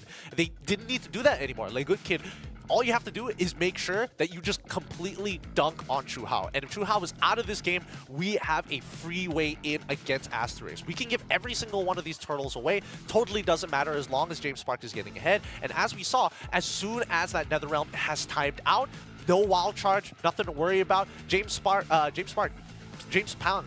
Doesn't matter whether Chu Hao has the entropy or not, he will get run down. Yeah, the Angeling is just a little bit annoying as well here. And I think when it comes to the sequencing of the sequencing and layers of taking this approach of fights here, ONIC PH just has a clearer picture and understanding on how they want to take the fights rather than just blindly throwing the spells, right? I feel like ASTERIS is a situation where in that final fight on the top side, it felt like whatever I see that's moving, just shoot. And hope he hits the target. I don't think it's that bad. They did get Kenkadu that one time because, again, they were giving their best effort to look for a trade back. I think the hardest parts is that the people that you want to kill have battle spells or ultimates that are just effectively a way to buy time for ONIC PH to outlive the big ultimates that are on a timer from the side of ASTERIS, so that Good Kid and James Pang KS is able to kind of capitalize on and then finish off the fight. Like JH, he can sustain forever, but if he doesn't have a backline and Chuhao or if Bear dies, it's already a difficult game. If Kiwi isn't in the right place at the right time, he also dies as well. And a majority of this game was just how do you deal with Kekadut? And I think that at least for ASTERIS, they needed to be very decisive on their decisions. There's no way that they can play this push and pull game against ONIC PH. But with that being said, let's have a look at our MVP of the game. Give it up to James Pankas. I'm just going to assume it's Pankas and not Panks in this particular state. I'm so sorry if I'm butchering your name, my guy, but you are a nasty Link player, extremely patient, takes his time, doesn't necessarily have to win every Retribution fight, but when he warms up and turns on, that's when you know it's his time to shine. Yeah, well done to him, man. And like he's been very, very patient in his timings as well. He may not be the best Retri player, but he understands on how to salvage the fights. And this is something that I think James is just a little bit better overall as a jungler. And he's doing a fantastic job here. But of course, in case you guys missed out on the highlights here, this is going to be the highlights on how things went down between both ONIC PH as well as ASTERIS here. And of course, when it comes to highlights here, I think ASTERIS was a little bit more dominant early stage of the game here. They got a little bit greedy in this scuffle here, and it looks super chaotic in all these fights. But you can see ONIC PH had a very, very clear picture. Punish and shut down Chuhao as much as possible and just limit the options. Yeah, I mean, even for Chuhao, right? He drops down the entropy, unable to find the opportunity to switch places. Actually, no, switching places very early on, right? Because they want to be faster than the response from ONIC PH, but that's just not the case, right? And then once he's too far behind, even though he's same in levels against like Good Kid, and they even committed FFM with the Wild Charge and Flicker, they still weren't able to catch him, right? So it's really just about tempo. As soon as the tempo or more resources have been blown from the side of ASTERIS, that's where you see the big cleanup coming in from our MVP, right? He is so carefree at this point, running people underneath their inhibitor turns, knowing that the global ult of this hard guard is going to keep him alive. Yeah, and speaking of the fights as well, like it's just it's a very micro thing here, but it's when it comes to team fights as well, ONIC PH is just very, very good at fighting these chaotic team fights because it doesn't seem like a calculated fight, but they're just so much better at just fighting in this all brawl meta. And in this case, even this fight as well, they popped everything from ASTERIS and they weren't getting any value of this. Like they weren't getting a focus fire here. ONIC PH realizes that, hey, they made a mistake here. They lost everything they can actually shut down. And the moment they spread out, Link was able to just pick up one by one alongside Roger. I mean, it's just lack of foresight, right? A lack of foresight. It's like, oh, if you use the Nether Realm, we can definitely make our way back all the way to our inhibitor turrets from our orange buff, right, guys? Yeah. Right, guys?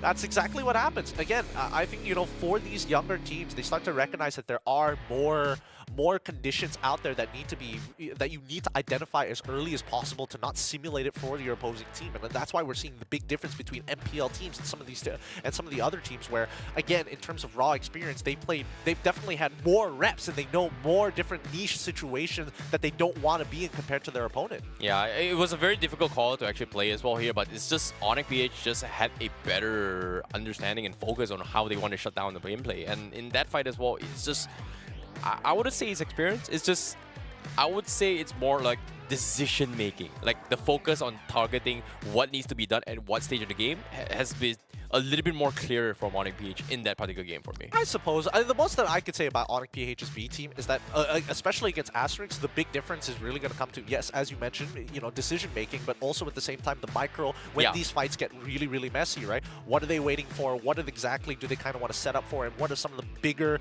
battle spells, if not ultimates, that they want to wait out before the cleanup actually happens? Yeah, I think a good example on how things can be described is like, if I were to play a slow version of rock, paper, scissors with you, oh, I can see the results. Like rock, paper, scissors, boom, you got paper, oh, I win. But if we play this, let's say we have to finish rock, paper, scissors 50 rounds in 10 seconds. It's so fast, but we might not even know who actually keeps track on who's winning right now. So I think that's a very, very difficult thing to train for.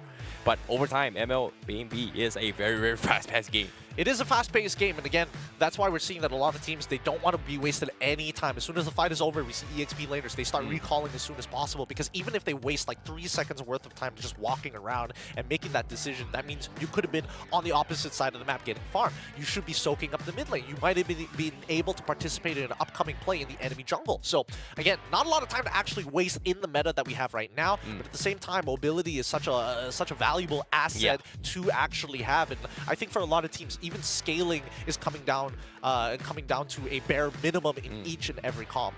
Yeah, I think that's something that everybody needs to realize as well. Like, play towards your draft's strength. And I think coming from ASTERIS here, 2 games in a row, they have been prioritizing on teamfight potentials. And ONIC PH just realized that they're very, very strong teamfights here. What we can do is bait it out or just play split. And most of the time as well, especially when you have this Angel-Link combo, you have those opportunities to just play the way through. And most of the time, they're not going to be grouping up together. They are going to be split off. So it feels like when it comes to burst potential, ASTERIS, they needed to make a go run.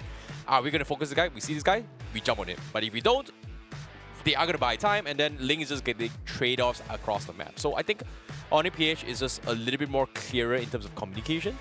Well, they're just a better team, right? Because again, I don't think that ONIC PH's B team is going to be drafting like that against some of the bigger dogs that we have later down the line, especially once we get into like the challenge season, for an example, right? I don't think ONIC PH is going to be doing stuff like that with an early Angela Link combo, like blind picking into the enemy team on blue side. There's probably other things that they're probably going to set up before they get to that point. But speaking of which, well done once again to ONIC PH here. Once again, good job from the side of ASTERIS. They've got some things to learn, but it doesn't mean that they're completely out just yet. It just means that they're going to go into the losers bracket, and they're going to have to win 5 games if they want to qualify for the next round. Yeah, and speaking of 5 games as well, it is going to be a long grind for them here, because Very we long talked grind. about how stacked the Open qualifiers is, the Open finals coming in, the Open series coming in here for SPS. Like, the teams that has been invited were based on the previous MPL ranking. So not the current MPL that we're watching, who are currently the top dogs. Like, some of these teams are actually the top in their respective MPL regions. So regardless of who you face here, everyone looks to be strong. It's going to be a very, very big cap, but again, it's a long climb all the way to the finals. Well, I mean, this is, to put it into perspective, this is like, for Dragon Ball Z, it's going to Planet Piccolo and then coming back down to, Planet Vegeta. It's just going to be stronger and stronger every single time, which brings us to MNNA EVOS up against Bigatron Beta. One of the highlight matches that we have here today, because MNNA EVOS is going to be a staple team for the MPL, and they're going up against a B team, a Bigatron Beta. Bigatron Alpha, currently the top spot in the MPL ID.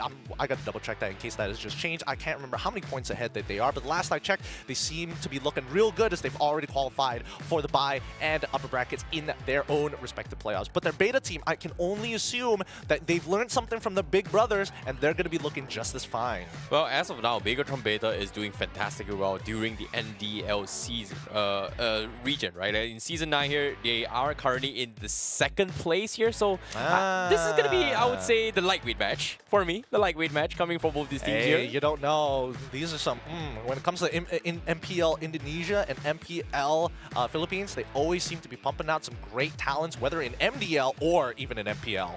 Well, that's why it's going to be a little bit scary here. But for now, we are going to be taking a very, very short break. And right after this break, we will be starting things off with both MNNA EVOS versus Bigatron Beta. See you guys in a bit.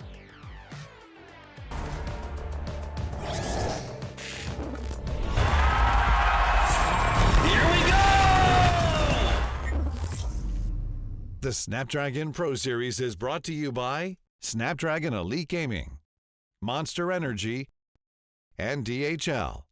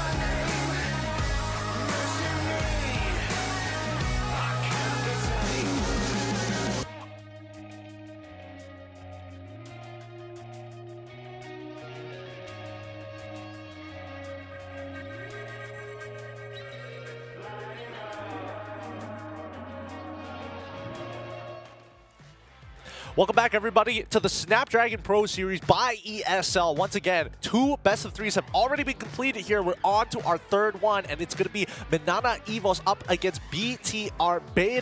The MDL squad coming in from Indonesia, as their big brothers are already in the challenge season. They're looking mighty fine to take this entire tournament away, but the question is whether their brothers and sisters will be able to put up a performance good enough to be able to qualify in that top 4 spot. Now, at the same time as well, when it comes to MNNA EVOS, that's going to be something that, well, it's going to be a little bit of a repeat here, because we talked about ONIC, are they going to be playing their main roster and something like that here, but based on what I'm seeing here, the registered roster for SPS does have a very, very extensive amount of players, including their subs as well as their analysts. So I wouldn't be surprised to see their analysts being pulled up as well, because Yelly Hayes does have a lot of experience as an analyst for MNNA EVOS, but I want to see him play as a mid laner. Hey man, that man's a world championship degree under his belt. And I mean, you know, having that level of expertise is definitely going to give his team a bigger advantage coming into this game. We've seen that there's been a very big difference in terms of the number of reps, that, in terms of games, scrims, overall experience from a majority of these teams so far. That's why I'm taking a step back here, right? I'm not too hypercritical on the draft just yet. We'll see whether or not, even with some of the weirder drafts we've seen today, whether that's going to be enough to stand above the rest. It's about the execution and the results at the end of it, and that's what this Swiss round format is going to be like. With that being said, let us introduce our competitors who are going to be playing in this best of 3 looking for a series win. It's going to be Bigatron Beta with Narashi, Worship All, Dan QT, XYVE, and as well as Finn.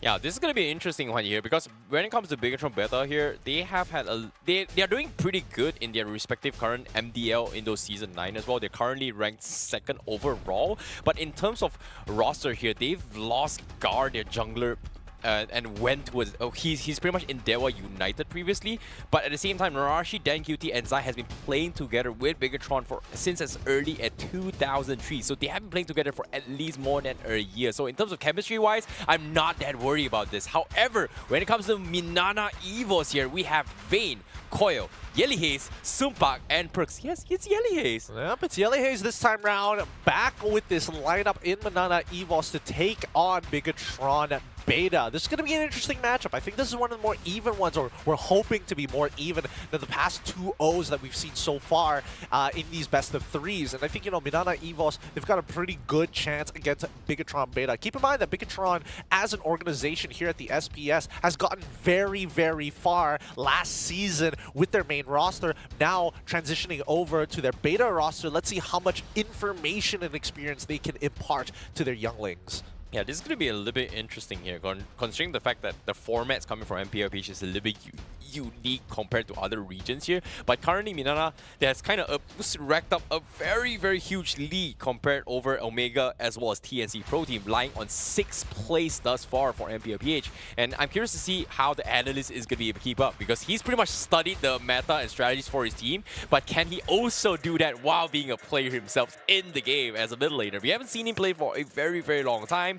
And of course, MNNA EVOS has been known to have a very shaky roster, because as contrast to how a Bigatron Beta is, they've been playing together for at least a year. Yep. But as of now, they have had a lot of roster changes since February until March, and now we're into May, June, yep, soon. May, June. So have they solidified their ideal roster, or are they still interchanging? Because for now, they're dropping their analysts in. Is this a practice, or is this intended, or what's going on? Well, I think they want to make sure that their B lineup actually has some experience in these smaller types of tournaments. It's not very high stakes just yet here at the SPS, so it's understandable that they're expecting their B team to actually perform. I think worst comes to worst, even if they do lose the series, they might swap out for the main lineup. Again, this is under the assumption that the organization is ready to actually field their main lineup. We don't have much information about that just yet, but up against Bigatron Beta, let's see how it goes in this best of 3. I'm expecting like maybe a 1-1 and then 2-1 could go into any side's favor. It really depends on the momentum that they get from game number 1. Yeah, I'm pretty sure the fans are pretty much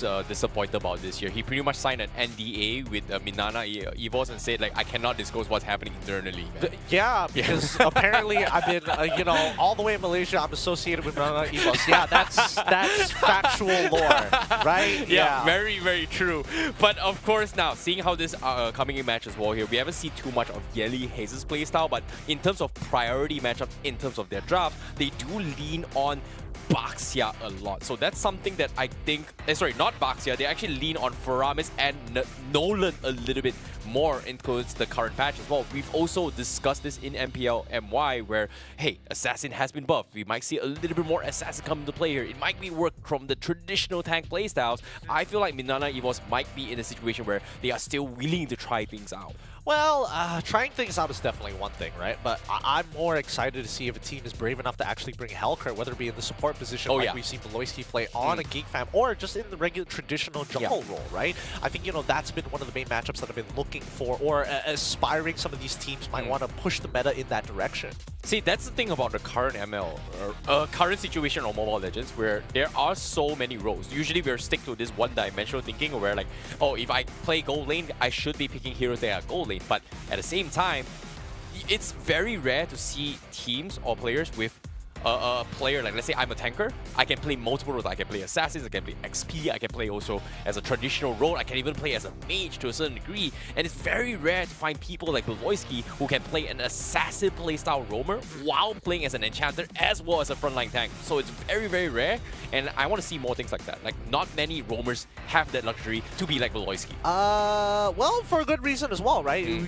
We see the varying success of Geek Fam, but we can kind of tell even if Beloyski is playing at his best, right? Some of these heroes make it rather difficult for certain drafts to do certain things. For example, if you have the access to Hellcurt, you can't open the map up as effectively as you want to, for an example. Same goes for Natalia as well, right? It's about that battle of information to help your decisions leading up to some big moments in the game. And I think so far, a lot of teams, they generally have the strong fundamentals of it, but at the same time, the draft blue side seems to be doing pretty well here at the SPS. Yeah, I want to see that more. I definitely want to see a little bit more, especially I think Natalia is something that I haven't seen too much yet, especially in the current patch, because there has been rumors that the outline of Natalia is all barely visible on the screen, especially when you're hugging the wall. You can't exactly see Natalia's outline. You might be able to just walk past Natalia and not realize that Natalia was just right next to you. I mean, the big exclamation mark says otherwise, but for the most part, most people are abusing the fact that if you are concealed, right, you have a very similar camouflage, so as long as you stick to the wall, the terrain definitely makes it a little bit difficult to spot out some of these targets. That's why you see a lot of these roamers, they start hugging walls as soon as you see that conceal actually go by, even if they're not necessarily playing Grok. Yeah, and of course now, without further ado, let's take a look at the drafts right now. Here we have MNNA EVOS on the blue side and also Bigatron Beta on the red side. Of course, Harif being banned, Angela as well as Lo Yi. So we are going to see a little bit of a different approach here, but we do see Matilda also being banned. Slightly different draft priorities, but we are seeing a little bit of trend here in SPS, especially for day one here on the English broadcast. Not exactly sure about the rest, but the stats here say is that Lo Yi has been either picked or banned so far in every single game. 100%, 100%. Same goes for Angela as well, right? Both of these two heroes have been on that 100% pick and ban list so far. I think right now this is looking more standard to what we're accustomed to, especially in the international meta as of right now. The fact that Harith gets banned out for the side of Bigatron Beta means that there is an opportunity that they can play to either scale or play for the early laning phase in that Roger, right? It's kind of up to MNNA to see where they want to lean into. They're also considering banning out Chip as well, because they are first, it is first pick for MNNA EVOS here.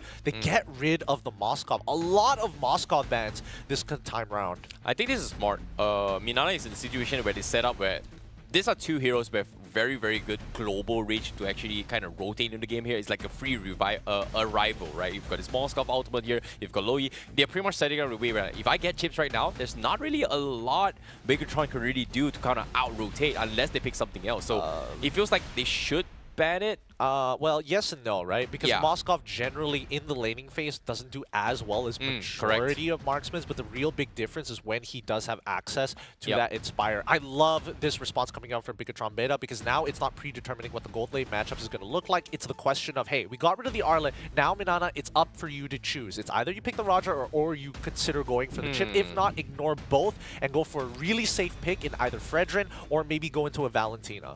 Let's see. I think they should actually go for the Valentina, just because of the fact that you don't really know what Bigatron Beta does have in the pool here. But Fredrin. You called it as well. Fredrin is going to be the way to go, coming from MNNA, led them decide how it's going to be. If they go for the chips right here, they have to respond accordingly. And considering that this is going to be their second phase, they will be able to pick 2 heroes to deal with it. But no, Natan is the priority for Bigatron Beta. They don't really go for the chips at all.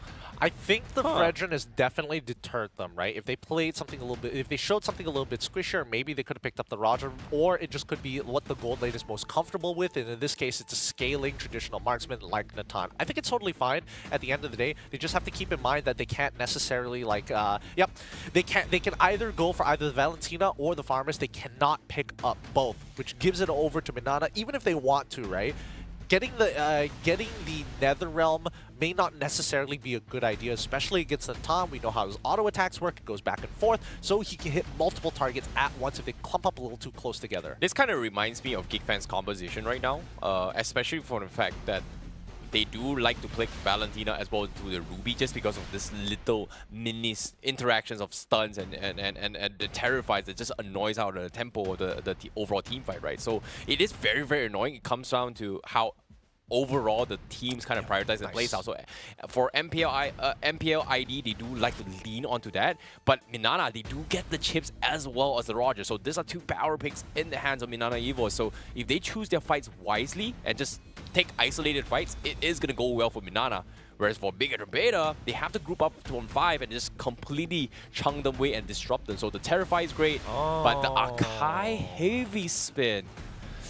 It's about peel. It's okay, about peel. fine. If not, they would go for the traditional box hit. They need to make sure that at least, even if we are contesting during a Lord or Eternal Dance at this chip, even if he sends 4 people down your throat, you're able to kind of disengage. And that's why we are seeing the Akai get locked in here. I think so far, pretty even draft from both sides. Now, the real question is the mid lane and EXP, both of which have not been shown just yet for the side of MNNA. And that's where BTR are going to be putting and investing a majority of their bans. And yep, there we go. First, make sure that the Yuzong doesn't have backline access to get on top of this Natan. Really difficult to deal with if he's able to kind of sit in the back and, you know, just be a machine gun marksman. We do see... Oh, all right. Okay. They get rid of the Minotaur from the side of MNNA. They just... from the side of BTR, just to make sure that their team fights isn't as weak. If that's going to be the case, yep, Benedetta is going to be the follow-up ban here.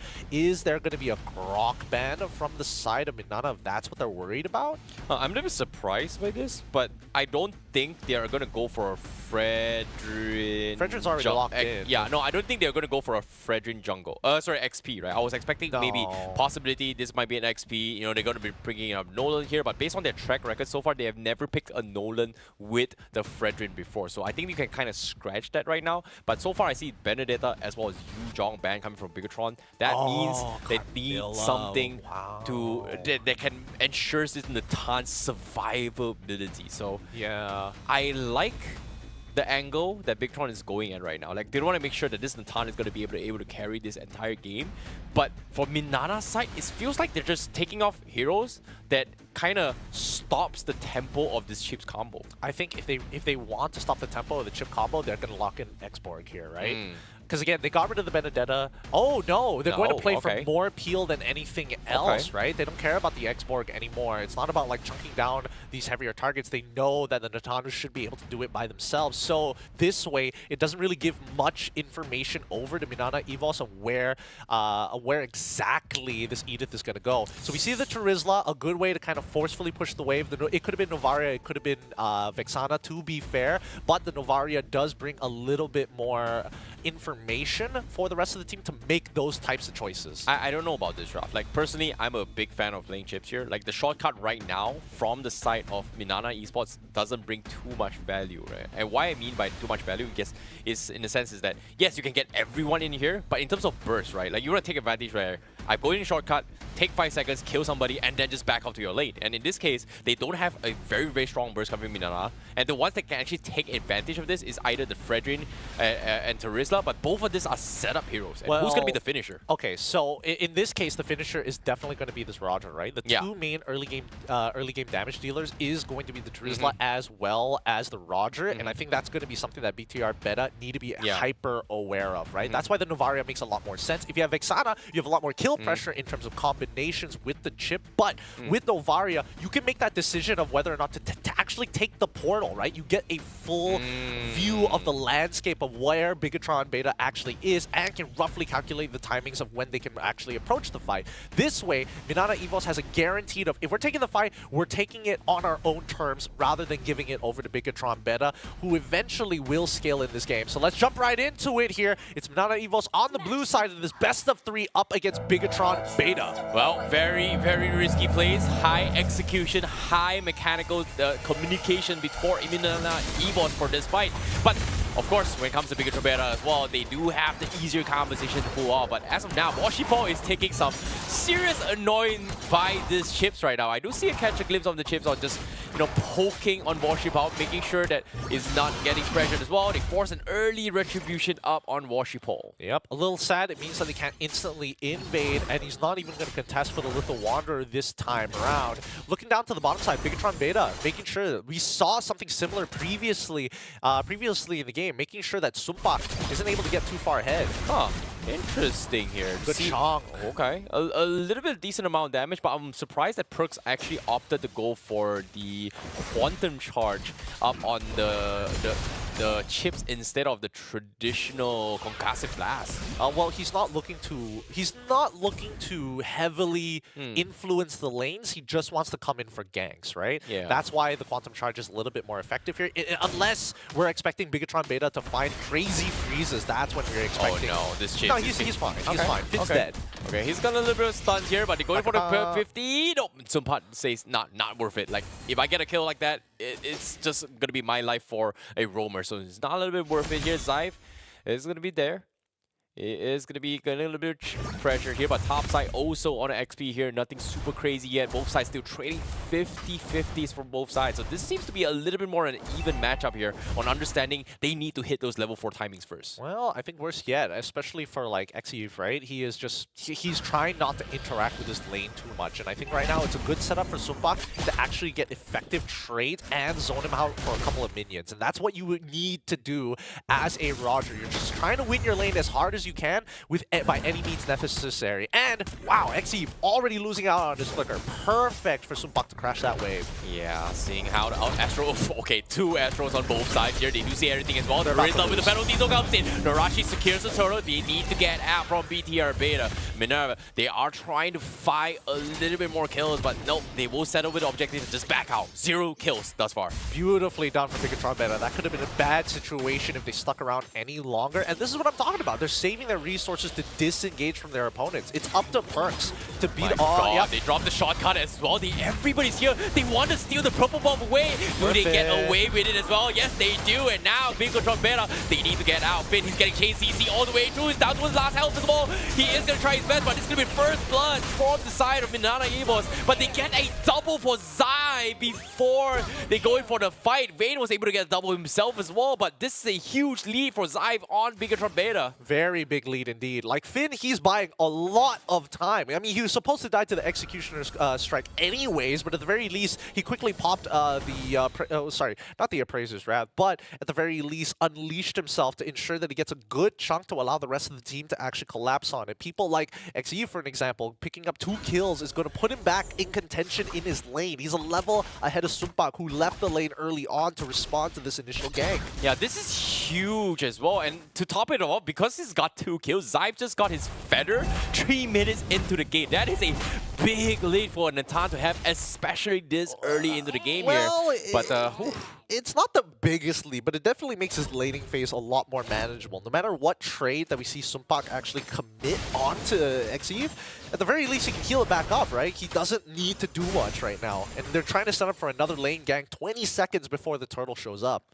Oh boy, this is going to be tough here, considering the fact that now they are going to try and bully Narashi out. You can see MNNA They're all on full defense item here, especially for this chips. And bottom lane here now, this is gonna be Zive just going for super. He's dead. Like, there's just too much damage burst coming from Beacon Beta. You're able to get a free pick here, but top side Turtle here. MNNA Evos. Half HP here, looking for the secure. Narashi looking to steal again, but nope, not this time, Bigatron Beta. Not this time, Narashi. They take the portal down. Both the XP laners immediately going for the fight. They lose perks, but MNNA, they've got the whole squad right here to join the party, and Bigatron loses too. Bad comms from Bigatron Beta. Just when both Washipal as well as Narashi use their ultimates, the portal comes back up, and it's not the greatest time to fight for Bigatron Beta, despite the rest of their members actually having a pretty decent engage. They probably should have called off on that portal. Keep in mind that the portal can be taken by MNNA Evos. Yeah, and okay. Then QT was able to get out of it, but again, Bigatron Beta, they had the good timing initially, but MNNA Evos is just so fast. Like, they know what they need to hit when they need to, and when they hit hard, Bigatron Beta won't be able to expend this. But now with the Echo coming in, they have the vision. They do slow them down, but they are chipping away here. Can they chip him away? Nice. Yes, they do. They get the chips, and that's huge for MNNA Evos, as Shortcut not going to be dropped in that fight. Even if they do, immediately burst down. Tier 1 will fall, and that is going to be Bigatron Beta come on top, unless does he go for it? Oh, he actually goes for it as well. CC Emil from Narashi. They are going to go for the man-up fight. Narashi dropping down pretty low. The tier 1 dropping very, very low as well as Bane. Does he have damage to burst him down? But nope. Looks like he's going to be A-okay for now. They can set up a gank here on the top side of the map, right? That's why they're calling Washipal up here, just in case that actually happens. They don't know when this chip is going to take the portal, but at the very least, MNNA is going to open up the map first before they make that decision. And that's what I'm talking about, right? MNNA Evos, they can predetermine whether they take a fight or not because of the information at hand that they can discover with the Astral Echo. In terms of damage leaderboard, we're seeing that XE currently on top, but for how long before MNNA is able to get on top of it? Zai, he's going to get caught out as well. They do not expect this. He's going to be able to get out. For now, he's dropped the ultimate entropy for this, but at the same time, they are able to get out. MNNA Evos, they had a great start. Now they're going to try and focus on the turtle fight. Narashi dropped out as well, and they are going to be forced to recall out of here. So MNNA wants the early engagement, unless Narashi looking for the steal. Nope, he's not. He's going to go back to lane. This is what I'm talking about, right? Bigatron Beta are highly dependent on their backline damage, right? On Xyve and as well as Danny QT to really make sure that they can get him over the finish line. If not, this is what to expect. Narashi going for the plays here. He's all by himself. He's got a lot of confidence here. They dropped his shotgun. Everybody else is going to be joining fight. But no, they actually find him as well. It was a setup, but they're all clumped up right now. Penalty zone catches on 2, and they will get Narashi and Finn. MNNA Evos not happy about that fight. Perk going for the stun as well. He's getting poked away. But then QT, they are going to be going for the fight as well. Ko Yi getting pinned to the wall, and he's going to get bursted out. Zive survives the brunt, and they're also able to trade off. MNNA Evos overextending, but they didn't need to. They could have backed off at that point in time. They were playing around the fact that Xyve didn't have his entropy, but with Washipal slowly creeping up on them, MNNA Evos should have made the call to back away. They already got exactly what they wanted. Oh boy, now Zive, he is the highest DPS from side Bigatron Beta right now. And they have a big problem from MNNA Evos. If they do not shut him down, they're done for. Purple buff in the hands of Chips, so no purple buff for Coil for now. Oh, this is tough. This is tough. I think right now, MNNA Evos, if they want to be proactive on this map, it's all about playing around when Finn doesn't actually have his ult, right? If Finn doesn't have his ult, this game becomes so much easier to play. He's got so much peel already, and that's what they've been baiting MNNA Evos with. Oh, look, Finn's low. Maybe somebody should commit to him.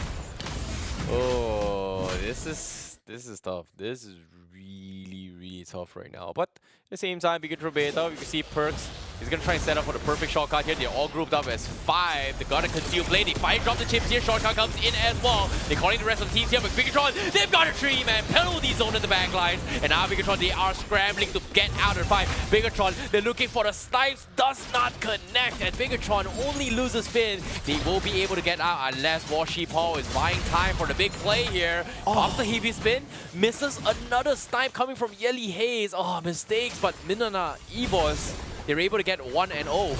Yeah, it could have been a better punish, but MNNA EVOS still wins out in the end. It could have been 2 kills rather than just 1, but this means that they have priority over this turtle, guaranteed, as Bigatron Beta looking to regroup and muscle their way in. They have to go for this as well. Washipo, he doesn't have the heavy spin, he's looking for the plane. At the last moment as well, it comes to the turtle fight, penalty zone stops him before he does it. Coil secures the Lord, and they now have to get out. Bigatron, they are trying to fight for more, they got 2, looking for a turn. Dan QT misses the Terrify. Now the purple buff is all they can do as they are trying to secure it for Koya. BTR, they're coming in, they're going for the fight, they will be able to secure it. And Bigatron Beta, they may have lost the lot trade, but they have won this small war. Yeah, this means that this game is going to drag out even longer. We're not expecting this Lord push to get too much done here, but if it can break even the tier 1 from mid-side, MNNA EVOS has a lot more area and room to play in Bigatron Beta's jungle. With that being said, Bigatron Beta, again, they had to fight for that. They had to look for a trade against MNNA. Giving that Lord for free is unideal. That is very, very sad for Bigatron Beta, but you have to give props to his Vayne because he was able to stop the tempo. That is a split-second decision to stop Bigatron from the contest. So this is huge. Zybe is carrying the team, but again, this is just all about timings and tempos right now for MNNA EVOS because all they need to do is have Sumpa come online. But can he though? Supak definitely is currently online. If you look at his items, he's already got the Endless Battle, he's already got the Wind Talker. The question is, what's his next item to complete, right? Because he's got components for a Malefic Roar, he's got components that maybe even go into Demon Hunter Sword, or I would even argue whether or not that he's going for a Hunter Strike overall. It could lead into a Blade of Heptases. It's a little rough to tell based off of the Fury Hammer. But in the meantime, Bigatron Beta, right, they know that their team fighting capabilities are a lot better than MNNA EVOS, who are very dependent of their ults, right? Yeah. They have to go in, burst one person, go out. Oh no, they wasted the penalty zone as well. It's forced to flicker. They have to get out. Bigatron Beta, they're feeling a little bit strong here. Zai was able to get right entropy as well. He turns the tides on Perks. Perks needs to get out as well. Bigatron Beta getting kited around, juke the way as well. They force the chief to raid!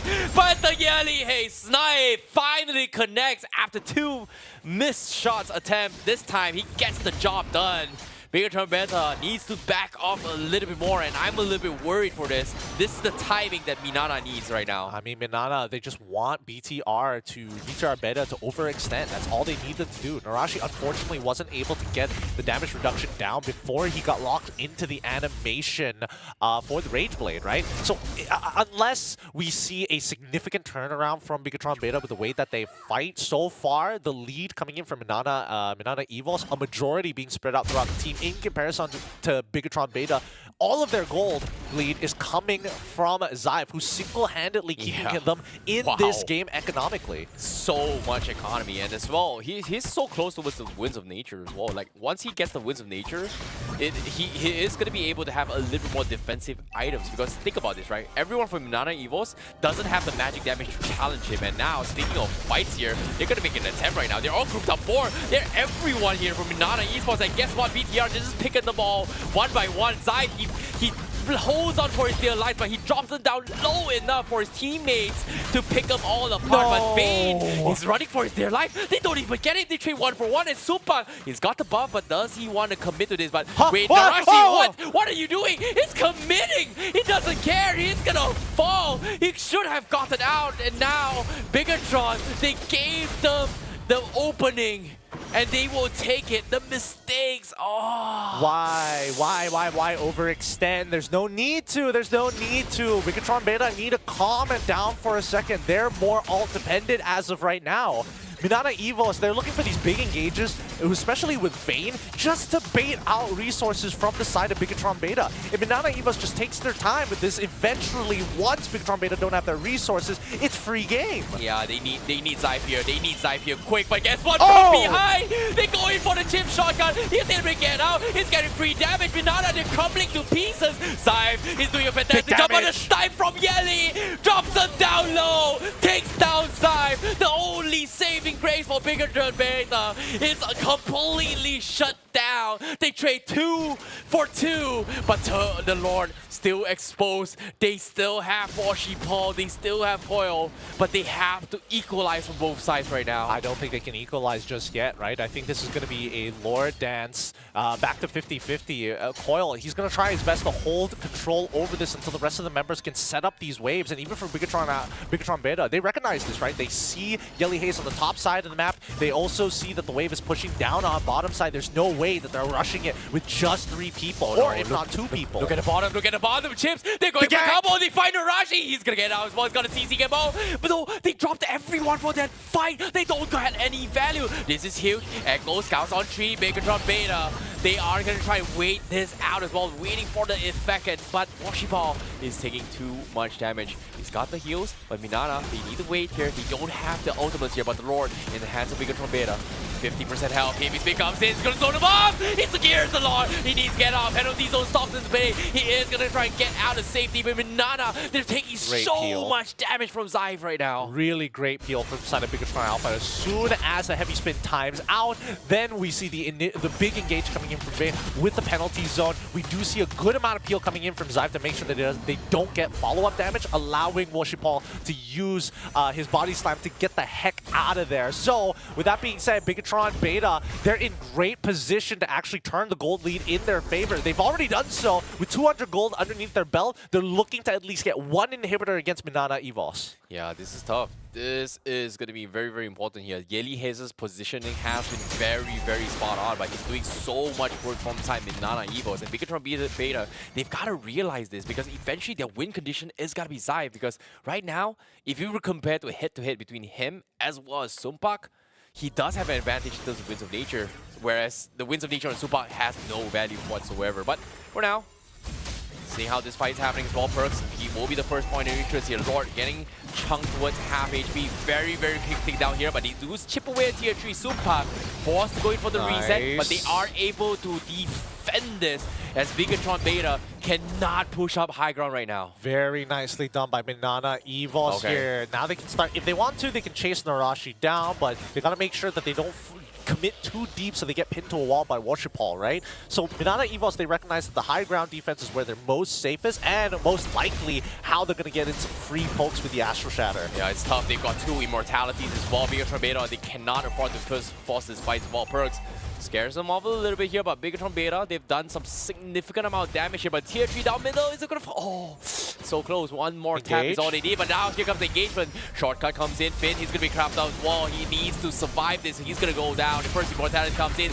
They take down Perks, but they are looking for the trades. They are gonna pick up apart. Xive hits in the midst of it. Oh, but no, Coil! He turns the tide!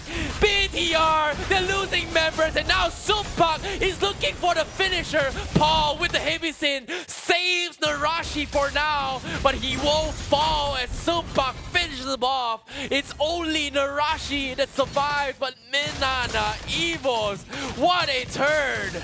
Huge turn by MNNA EVOS here. The gold lead swinging back into their favor, 17-3. A fight predetermined by how many retributions, how many immortalities that they have to bang out of Bigatron Beta, and now fully overextended. Their members coming back in about 10 seconds. This is going to be a free inhibitor. No, he's got to troll. He's got to do something with the minions. He's taking too much damage. He's buying time, but guess what? It's just the right amount of time as Bigatron Beta is able to hold on to the crystal.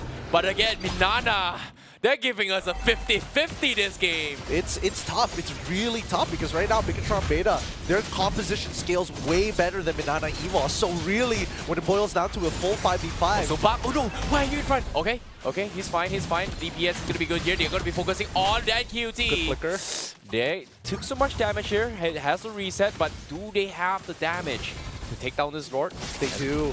They do have the damage, but just let Yeli Haze do his work. He's going to slowly poke down Bigatron Beta. They don't have as much sustain as they think they do. Oh, but Perks from behind. They're looking for the flank. They're looking for Xive again. But Xive, he survives it all. He bursts it down. He's got the atrophy. He's getting free damage. But at the same time, MNNA, they're trying to hunt him down. Penalty zone doesn't connect. Xive just trying to force MNNA out of position here. But Sumpak is going for the dive. He can. Narashi needs to get out, but he shouldn't.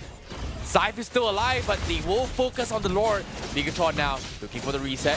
half HP on the Lord. They need Washipal with the heavy spin in. He's got to be close. He's got the win. He's going to get zoned out by Sunpak. Is it worth it? He's got no backup. Zyve flickers forward. What? Zyve, you're all by yourself. He gets completely shut down. What are you doing, Zyve? He tried to make a play. He got caught. He's going to go down. But the Lord resets for now. Bigatron Beta.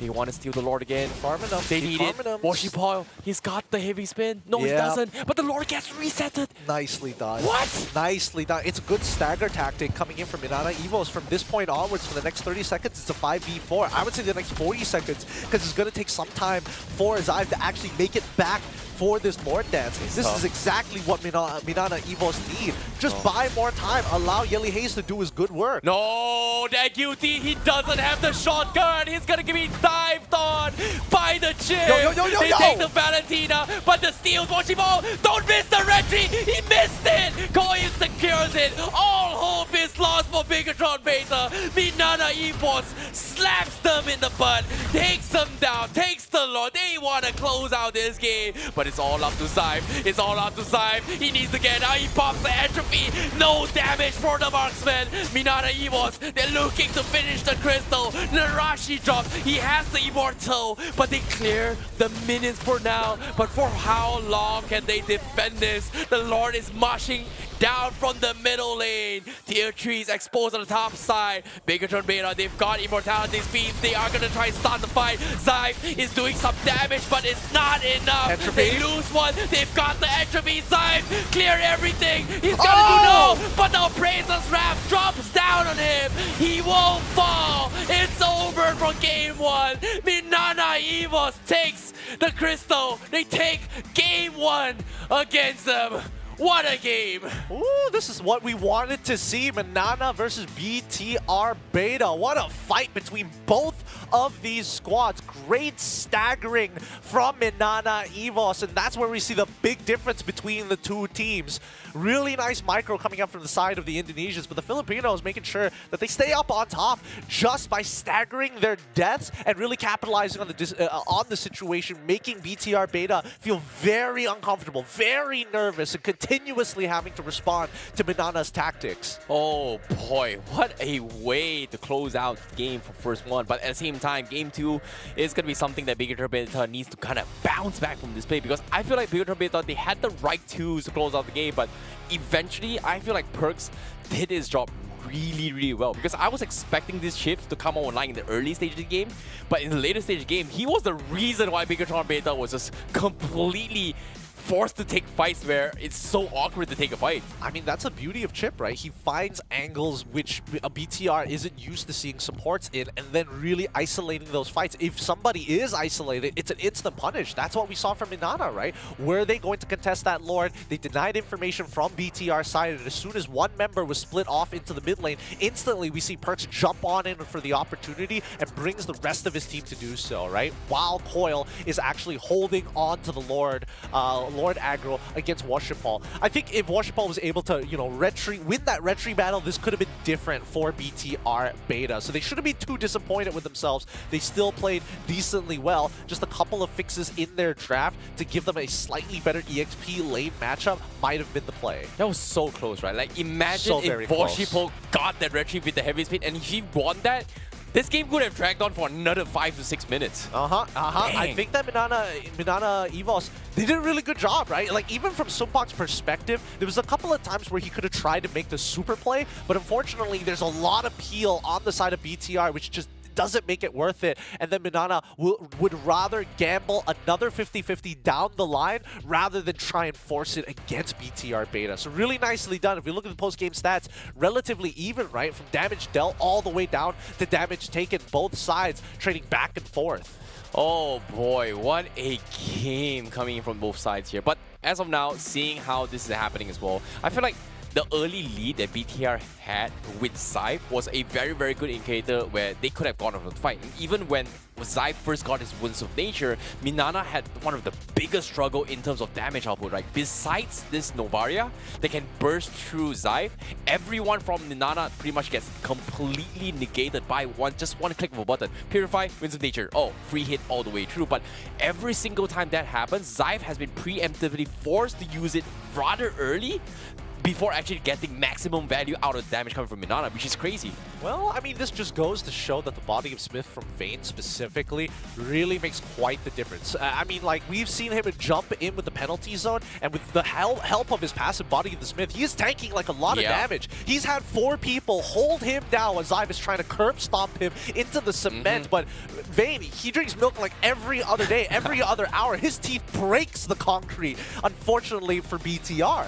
And I think that's the big problem here, right? It really just came down to a couple of picks that are rather annoying. Our MVP going over to Yelly Hayes here, not making big impacts in the early game and missing out on big punishments, but at the end of the day, his pokes are so effective against the members of BTR Beta who have no way to sustain that type of damage. Yeah, it felt like the first few engagements, it was like a warm-up for him, but even if he was an analyst for MNNA EVOS here, he's got to keep up with his mechanical skills, and right now, this game, he shows that, hey, I may be out of shape, but guess what? I just need some time.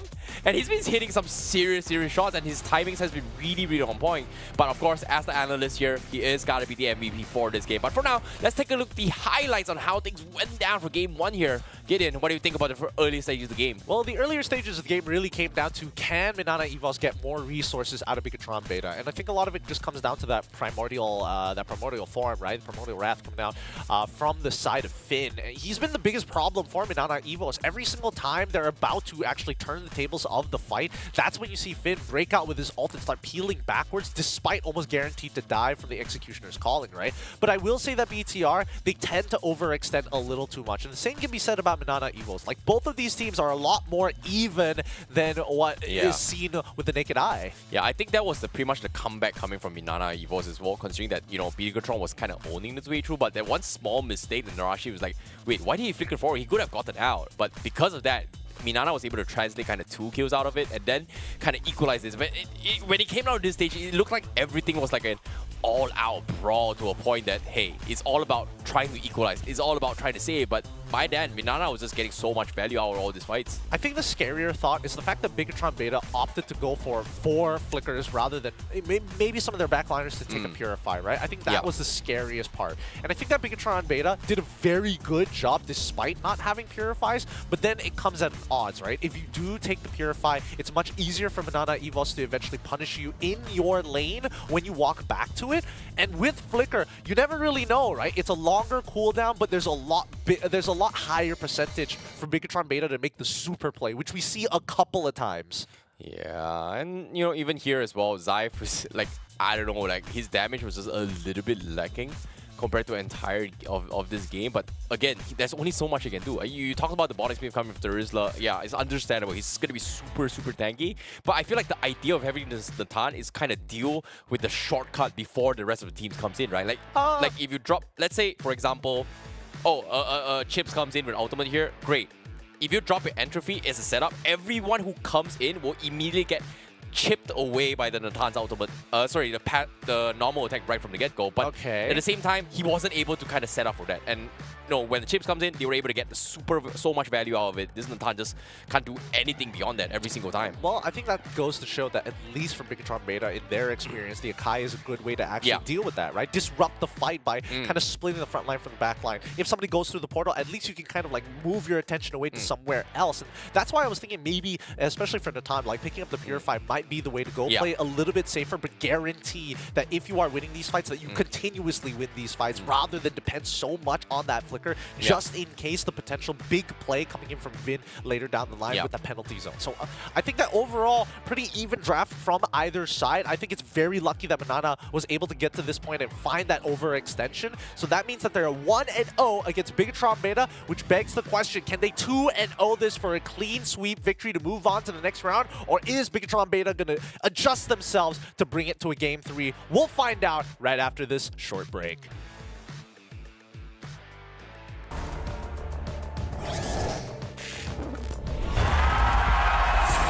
Here we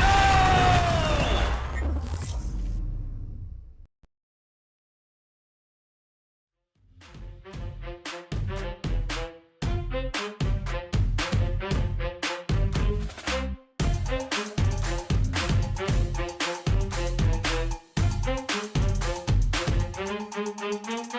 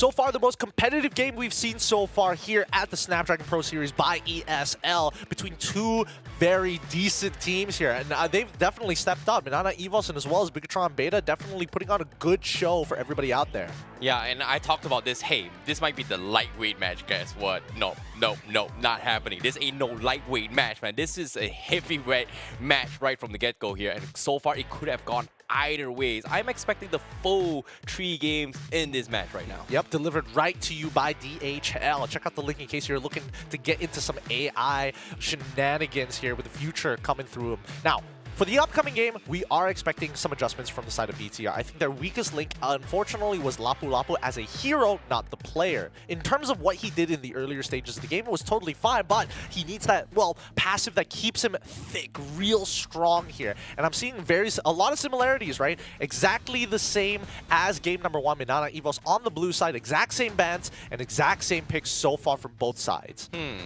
Okay, you know, openings here, Fredrin once again, coming from MNNA. But the question here is, are they going to get the Roger as well as the chips once again? Because the chips was completely ignored from Bigatron's side. Like, they would prefer having the Natan over the chips.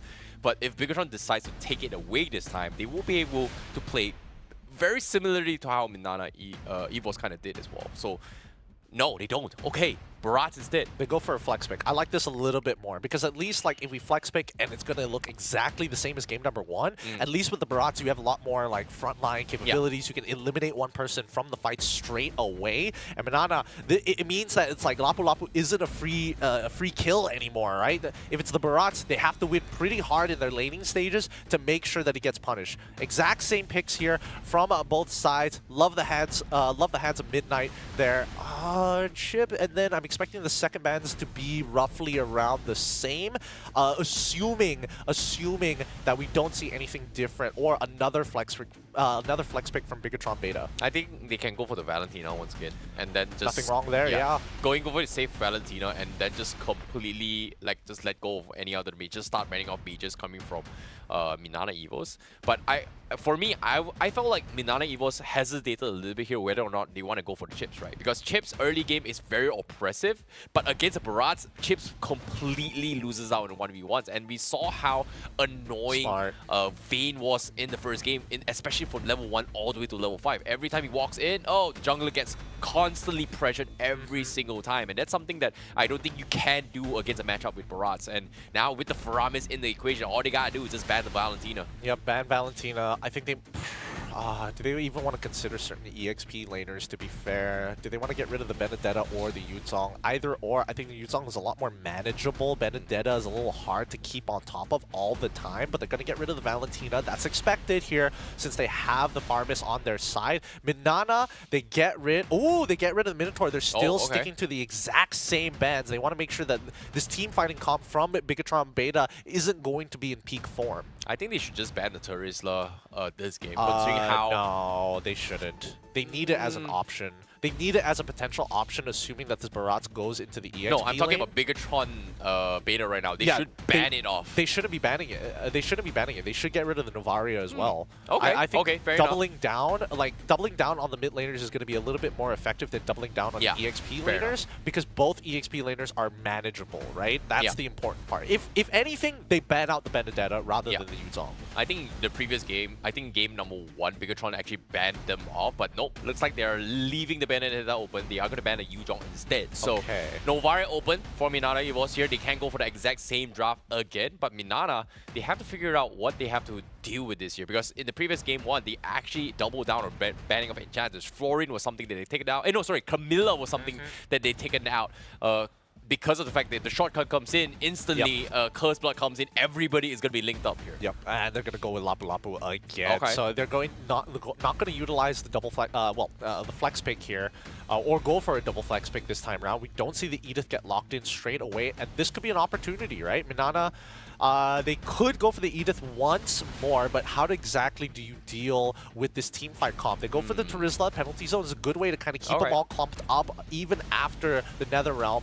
Real question is... Identical draft? Yes, yeah, they are going for the safe draft. Yeah, it's totally fine. It's totally fine because this, I mean, MNNA, they played really well at that continuous push and pull and the extra information coming in from Yelly Haze to reaffirm their sneaking suspicions is a good way to manage it. Now, for Bigatron Beta, they have to determine how do we slow down this fight, right? How do we kind of create a solid battle line after the initial engagement?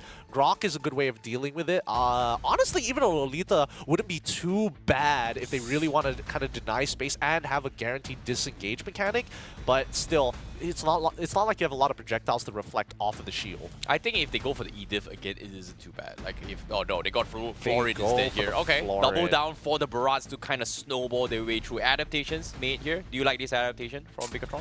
I think that Bigatron is falling back to comfort picks here. If they wanted for some big, high risk, high reward, they would have gone for Grok, go for the Edith once more. I don't think there's anything wrong with either of those two picks, but I definitely think that with this Matilda, they have to play for even later on into the game and kind of, again, give up a lot of their pressure in their sides. So I'm expecting this to look very similar to game number 1's best 3 series here today, where we're seeing a lot of, well, not really neutral objectives, but any camp close to the river is going to get stolen away by MNNA EVOS when they hard push and start to get their jungler ahead. Well, it is going to be a little bit difficult to do so, but with the Faramis Tempo Breaker here, it does buy a little bit more time for the shortcut. But again, adaptations has been made here.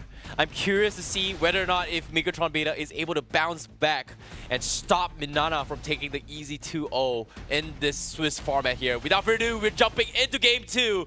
This is MNNA EVOS going up against Bigatron Beta. Now, Bigatron, they have to play around level 4s here. If they have to sacrifice farm, they're just going to have to give it away to MNNA EVOS' side. Losing tempo is not a big deal compared to hitting their level 4 on time. That's the main goal here from both sides. Now, the one unique thing about Bigatron Beta is the fact that they have this Florin in their composition, allowing to give you access to things like Dew, right? The extra item you get from Finn's passive, he can give it over to the gold laner, and his on-hit effect is going to be even stronger. Remember that even with the entropy, right, his basic auto attacks hits 2 times, so that's 2 applications of the on-hit effect from Dew. Okay.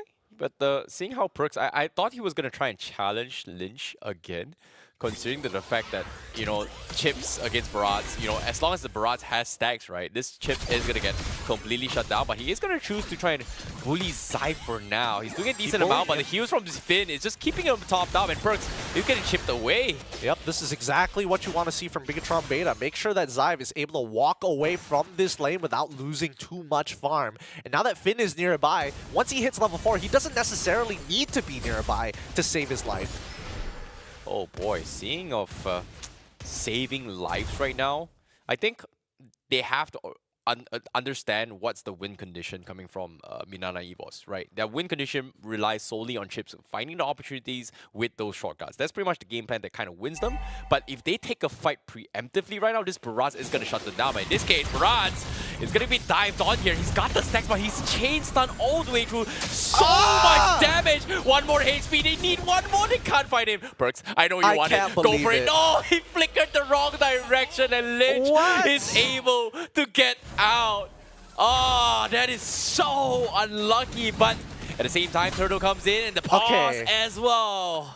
Okay, this is a worthwhile pause. I think Vayne should have flickered forward, and I think this is where the technical issues are going to be coming into place. Because Vayne definitely could have traded 1-for-1 against a jungler, which would have been so good. But it looks like Zipper has just let us know that at the very least, this call was made by BTR Beta.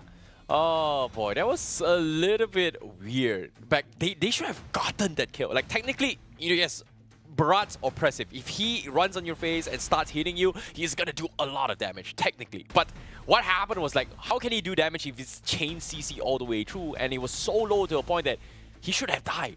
But I would say it's not the end of the world, but it does give MNNA EVOS a little bit of upper hands. Like, this turtle is mine for sure. There's no way Barats makes it out out alive in time. I mean, we say that now, but have you seen the feet of their jungler right now? Well, I'm assuming that's their jungler. I could be entirely wrong about this. Definitely another entry for Wiki feet here. But overall, I think that at the very least, when we look at both compositions, right, the biggest issue that I have is that the fact that if Lynch shows his face first, so many problems occur because he doesn't have an escape mechanic other than the Daytona's Welcome, right? Yep. So that, again, he's got to be very decisive of, do we fight or do we back off? And if anybody is slow, that's when we see MNNA EVOS really take advantage here. And I think that Yelly Hayes, now that he's all real warmed up, he's going to be poking out his targets. He's going to be keeping track of Lynch throughout his jungle clear. Yeah, I'm surprised the fact that the Bloom wasn't actually dropped on towards the Barrage instead here. It was actually given towards Zyve to have a little bit more an upper edge to win his gold lane matchup instead of the Barrage, which normally we kind of expect here. Oh, early pre-4, you kind of get this Bloom towards the jungle and then later on translate it towards the gold lane. But this one was a little bit opening here. Maybe, and just maybe, if Lynch got on the Bloom here, he might have been able to turn the tides in their favor. But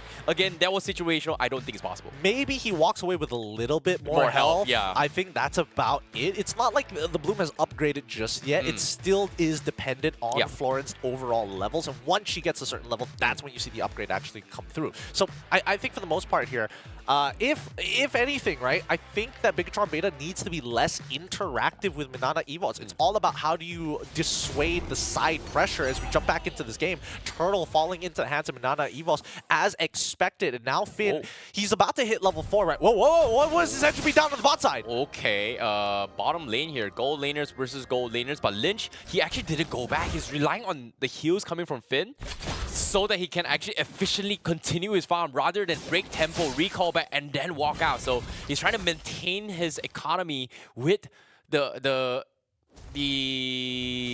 Fredrin for now, which is okay, risky, but I can see where he's going at. Well, I mean, regardless, Coil is still a full level ahead as expected, right, against Lynch. And I think right now, Bigatron Beta, they're just playing towards their win condition in that gold lane, right? A lot of the resources, a lot of the rotations are leaning to his side of the map. Finn using that alt Zyve, even committing to using his entropy in that 1v1 against Sumpak is dangerous because as soon as it times out, Sumpak wants to get back in, but he has to keep in mind the health that he's at. Okay, Perks, they're going for the dive as well. Here comes the Nano Realm. He's going to keep him alive, but Lynch is going to be completely dived on. He also got the Daytona's Welcome. He's got the heals as well. He's not going to fall. They lose 2, and this is why you do not miss with the Barrage and BTR. They're going to get 4 for nothing with that engagement. My God. I'll give it to MNNA EVOS. Good target priority on Lynch, but they barely got through the rest of the team's temp HP. So they are putting a lot of focus. And in the meantime, right, Sumpak actually ends up dying, which is great for Bigatron Beta because this is what their main win condition is supposed to be. Full gold plating for the side of Zyve. He's willing to take damage. Doesn't matter.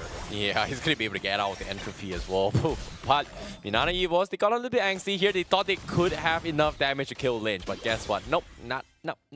You just can't fight against a Barrage this early in the game, man. Oh, look at that. Look at that damage. Oh, he's so far ahead. 3,000 ahead compared to Vayne, who's only at 8,000. Now 9,000, trying to shorten that lead a little bit more. And Narashi, he's got the easiest job. Just clear waves, wait for the time to jump in, wait for the potential portal to jump through. He's having a good time. Ooh, lane swap from both sides. Okay, now Perks. Wait, hold on. He's going to try for this play for now. Oh, rush it. Okay. Rush it. Well, are they? They're gonna rush it. They dropped the entropy. Okay, they're gonna try for this as well. MNNA, they should want to go for this wall. They're going for Daytona's Welcome. Zyve secures the turtle for the team.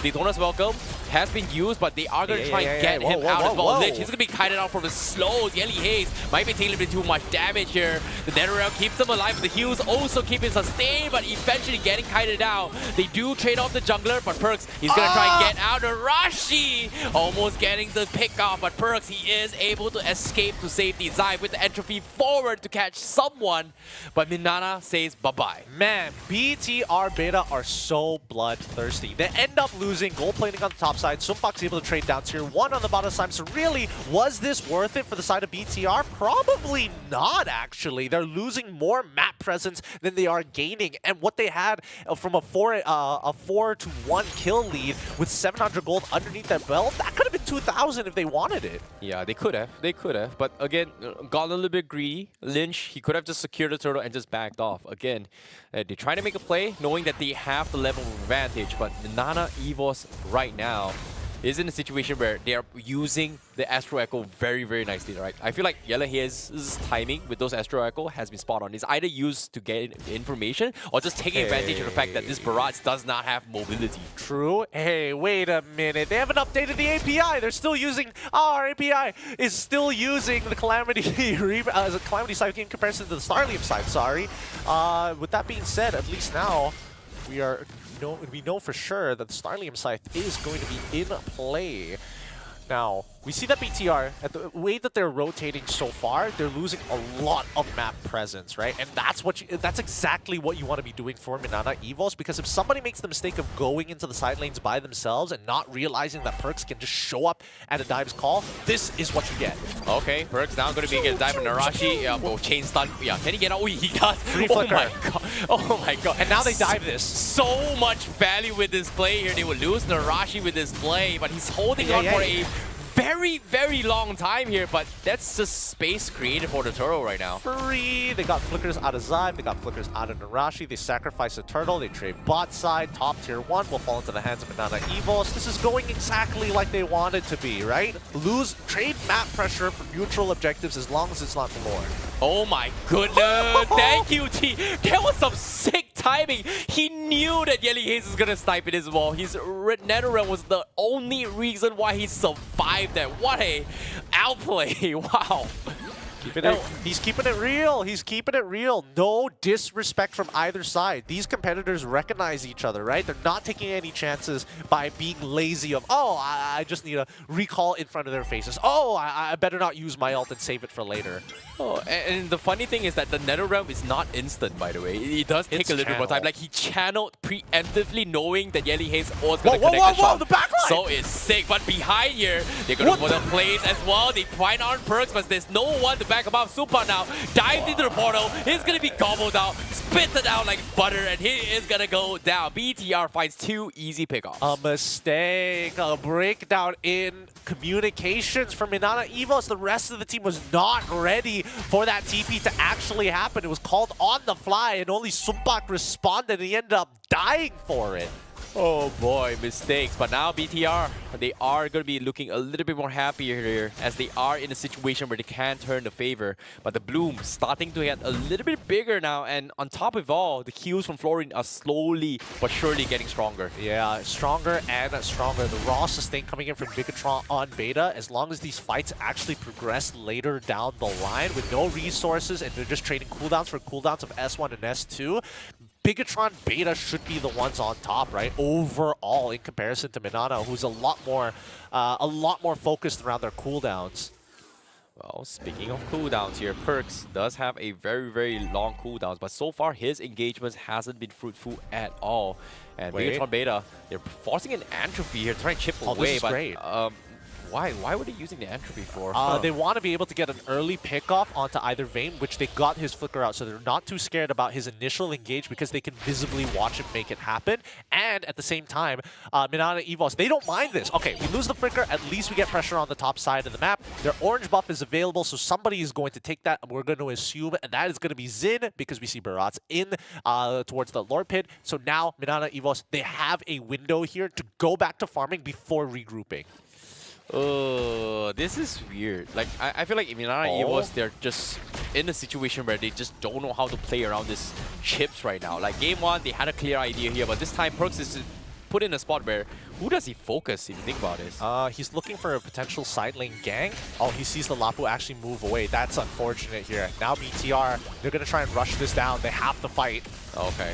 Yelly Haze does They have have the to fight. They have to. They don't have the numbers as well. They need to drop a Vayne, shotgun Vayne. somewhere. And Nanashi going for the play. Zyme steals the Lord for the team here. NetherRealm comes in, keeps everyone from going under beta, and they are needing to get out. They lose only Perks. But MNNA Evos, they have the Astro Echo, reveals on 5. It is going to slow them down. Tier 1 will fall, but at the same time, they are going to try and trade off as well. But no, they cannot. They actually find Wayne, who's left all by himself. Oh, that's a little sad. He tried to escape as well, but got entropy down. Oh, little sad here for MNNA Evos, but Bigotron Beta, they want to turn this into a 1-1 rather than lose 2-0 against their PH counterparts, right? Look at the way that they have map coverage. They're consistently making sure mid lane and as well as the bot side. Entropy once again, Yelly Haze is dead!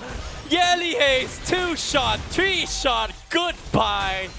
Oh boy, BDR not happy about what happened game 1 this time. Game 2 showing absolute dominance unless this Barats get picked off, because that is a very, very tiny dinosaur with no stacks. But for now, they have bigger priorities, and that is going to be the Lord up top. They are going to try and group up and finish this off here. Entropy still active, coming from Bigotron Beta. They don't want to risk this here, but Vayne, he gets pulled back, forces the flicker out of there, so he's going to be able to reset. They lose a tier 3, but BTR Beta, they back off. Yep, taking an inhibitor so early on is pretty good for Bigotron Beta, especially since they're the ones with the 7k lead. They can wait for the next Lord to intro. Whoa! Whoa! He entropy forward, find Yelly Haze again, shut down the mage. He was the MVP in the previous game. This time, not so much.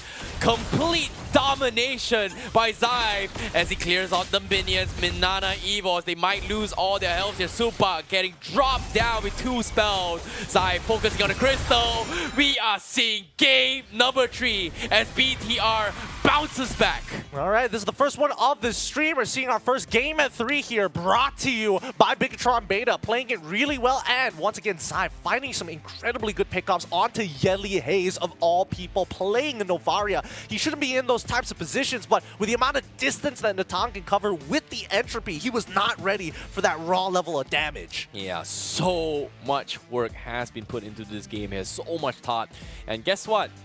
We've seen it once from MNNA Evos, and if you try it on me again, and if I still lose, well, fool me once, shame on me.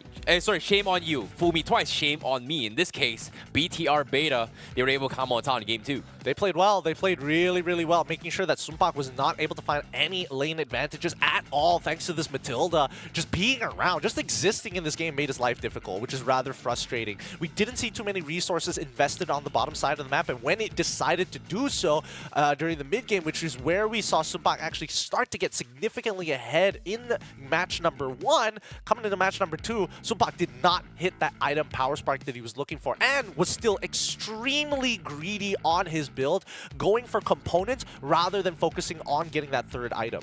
Yeah, and at the same time as well, I think Finn, he does have an additional flask of Oasis as well, which is not shown on screen as well. So he's pretty far ahead. So he was able to get the sustains that he need for a side BTR Beta. And we talked about how strong, like early game, like the thing with having a Florin pickup is that early game is not the strongest. You do lose out a lot in terms of overall power spikes in the early game. But because you have this barrage that kind of compensates that, and if Barats is able to buy time long enough into the later stage here of the game, Florin is just so strong in terms of overall heals. And here, look at this. We've got like a almost near 30,000 healing gap for BTR Beta because of this. Well, to be fair, I do think that MNNA messed up two really cornerstone fights here. One was the first initial invade against Lynch on the bottom side of the map, where they ended up losing Sumpak. Sumpak as well as Coil, forcing Coil to retreat and the rest of MNNA Evos to back off.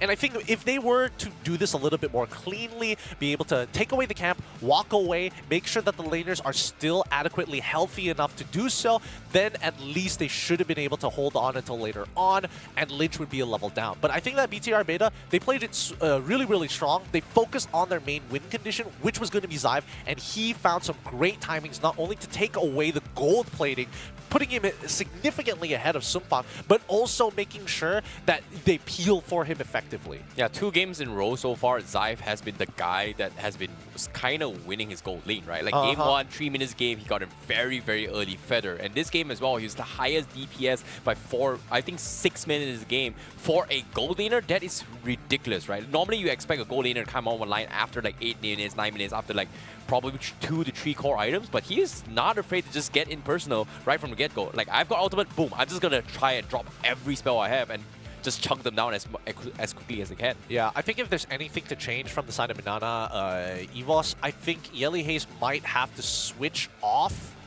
Probably needs to switch off of this Novaria and go on a Lilia, for example. And there is consideration of whether Perks should keep on playing this chip. Because so far, every time they drop down the chip, they still haven't chunked out the temp HP from the Farmist. So maybe it just could be a bad change from the side of MNNA EVOS to really find an advantage if they end up on blue side again. I don't think it'll be too far off, right? Because Zyve was playing a mean gold lane. Get this guy out of the laning phase and he's going to be totally fine. That's not a Calamity Reaper, by the way. That is a Starlium Scythe. I'm just going to throw that out there. Yeah, I like that you actually called out as well. That Calamity Reaper has been kind of reworked into the Starlium Scythe already here, so this item no longer exists here. But of course, now seeing how things are happening here, I really like how Zyve has been playing here. 605, very, very consistent. 2 games thus far.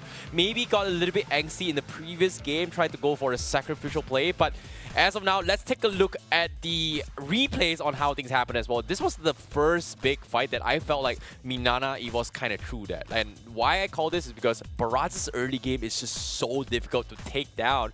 And there's no way a Chips can actually out-DPS a Baraz. If this was any other hero besides Baraz, they would have just won that fight. I can't 100% agree on that. I would say that a lot of it just came down to how MNNA EVOS is going to target prioritize, right? Because they were putting damage onto the correct target. Unfortunately, their big finisher, Sumpak, isn't there. And I think that MNNA EVOS need to recognize that just with Yelihaze, it's not enough, right? They clearly don't have enough damage, and it's very burst-oriented. It's not very, like, consistent overall. And I think that's where Bigatron Beta really took advantage of them on a micro level. But I think that even from MNNA EVOS, right? Let's take away some of the mistakes. It really boils down to, hey, at a certain stage of the draft, we're not making anything happen. And the one time that we do make something happen, we got punished for it really, really heavily. So I think an adjustment in the draft, and especially a priority down to, hey, so far we are seeing that they're getting away with a Florin. That should not be the case. If Florin shows up on the bottom side, we need to be able to create space and start invading on the opposite side of the map. Yeah, I think that's the thing about how they should be prioritizing on what they should be doing, right? Like, I think it all came down to the fact that MNNA EVOS was trying to double down on their comfort draft. Game 1, they won, but was it very convincingly here? Game 2 in the situation here, they tried to play the same style, but it was deciphered for BTR. So I like how they're adapting to each other's playstyles, but now, when it comes to Game 3, it is going to be the decider on who has the bigger brain and who's got the better execution out of all the games. Truly, truly. I think, you know, this Game 3 is probably not going to be...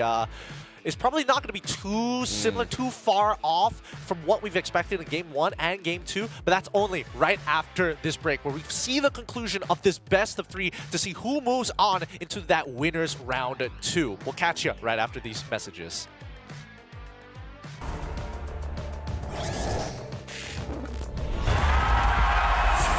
Here we go!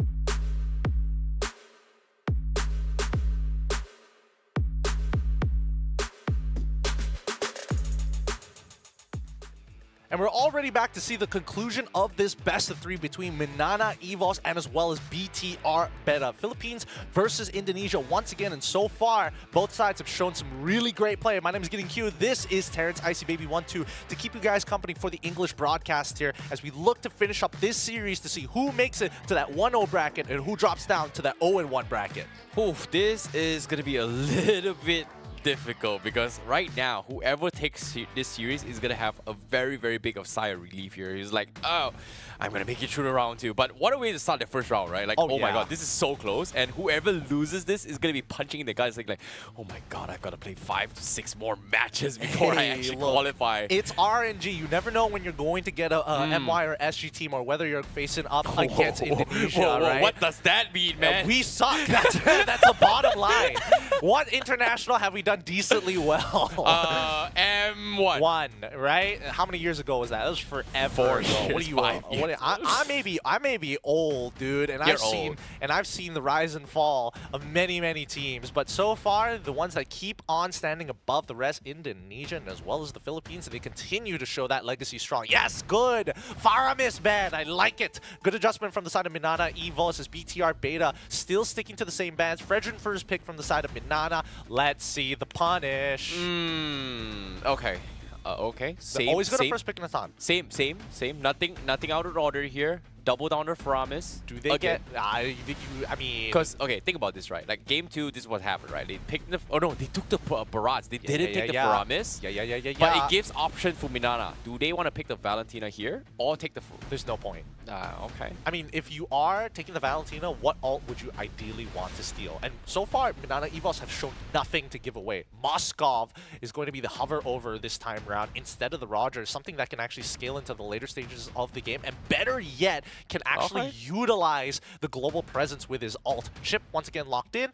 Now, let's see. What's it gonna be? What's it gonna be for BTR Beta? They've gone really fast in the draft, by the way. Yeah, I think the chips and Moskov is something that they're comfortable to from the MNNA Esports. Like they have kind of adapted a little bit here, but from the side of BTR, like game 2 they won convincingly because they had this Faramis pickup. But again, this time they can't play a double mage composition again unless they have a very strong mage that can kind of buy a little bit more time, especially against the chips who just goes in, one-shots you potentially. So having the Faramis was able to buy time. They were able to do it here. They had this Florin who's got a global sustained heals that does really well. And now with Angela already out of the equation here, they can still go for the Florin, but they are going to go for the Florin first and then think on what kind of BTR are going to go for later on. Big Florin here for the side of BTR. Now, here's where it gets really interesting, right? Because usually the responses to the Florin is looking for something that can actually intercept mid-attack, right? Intercept mid-rotation. That's something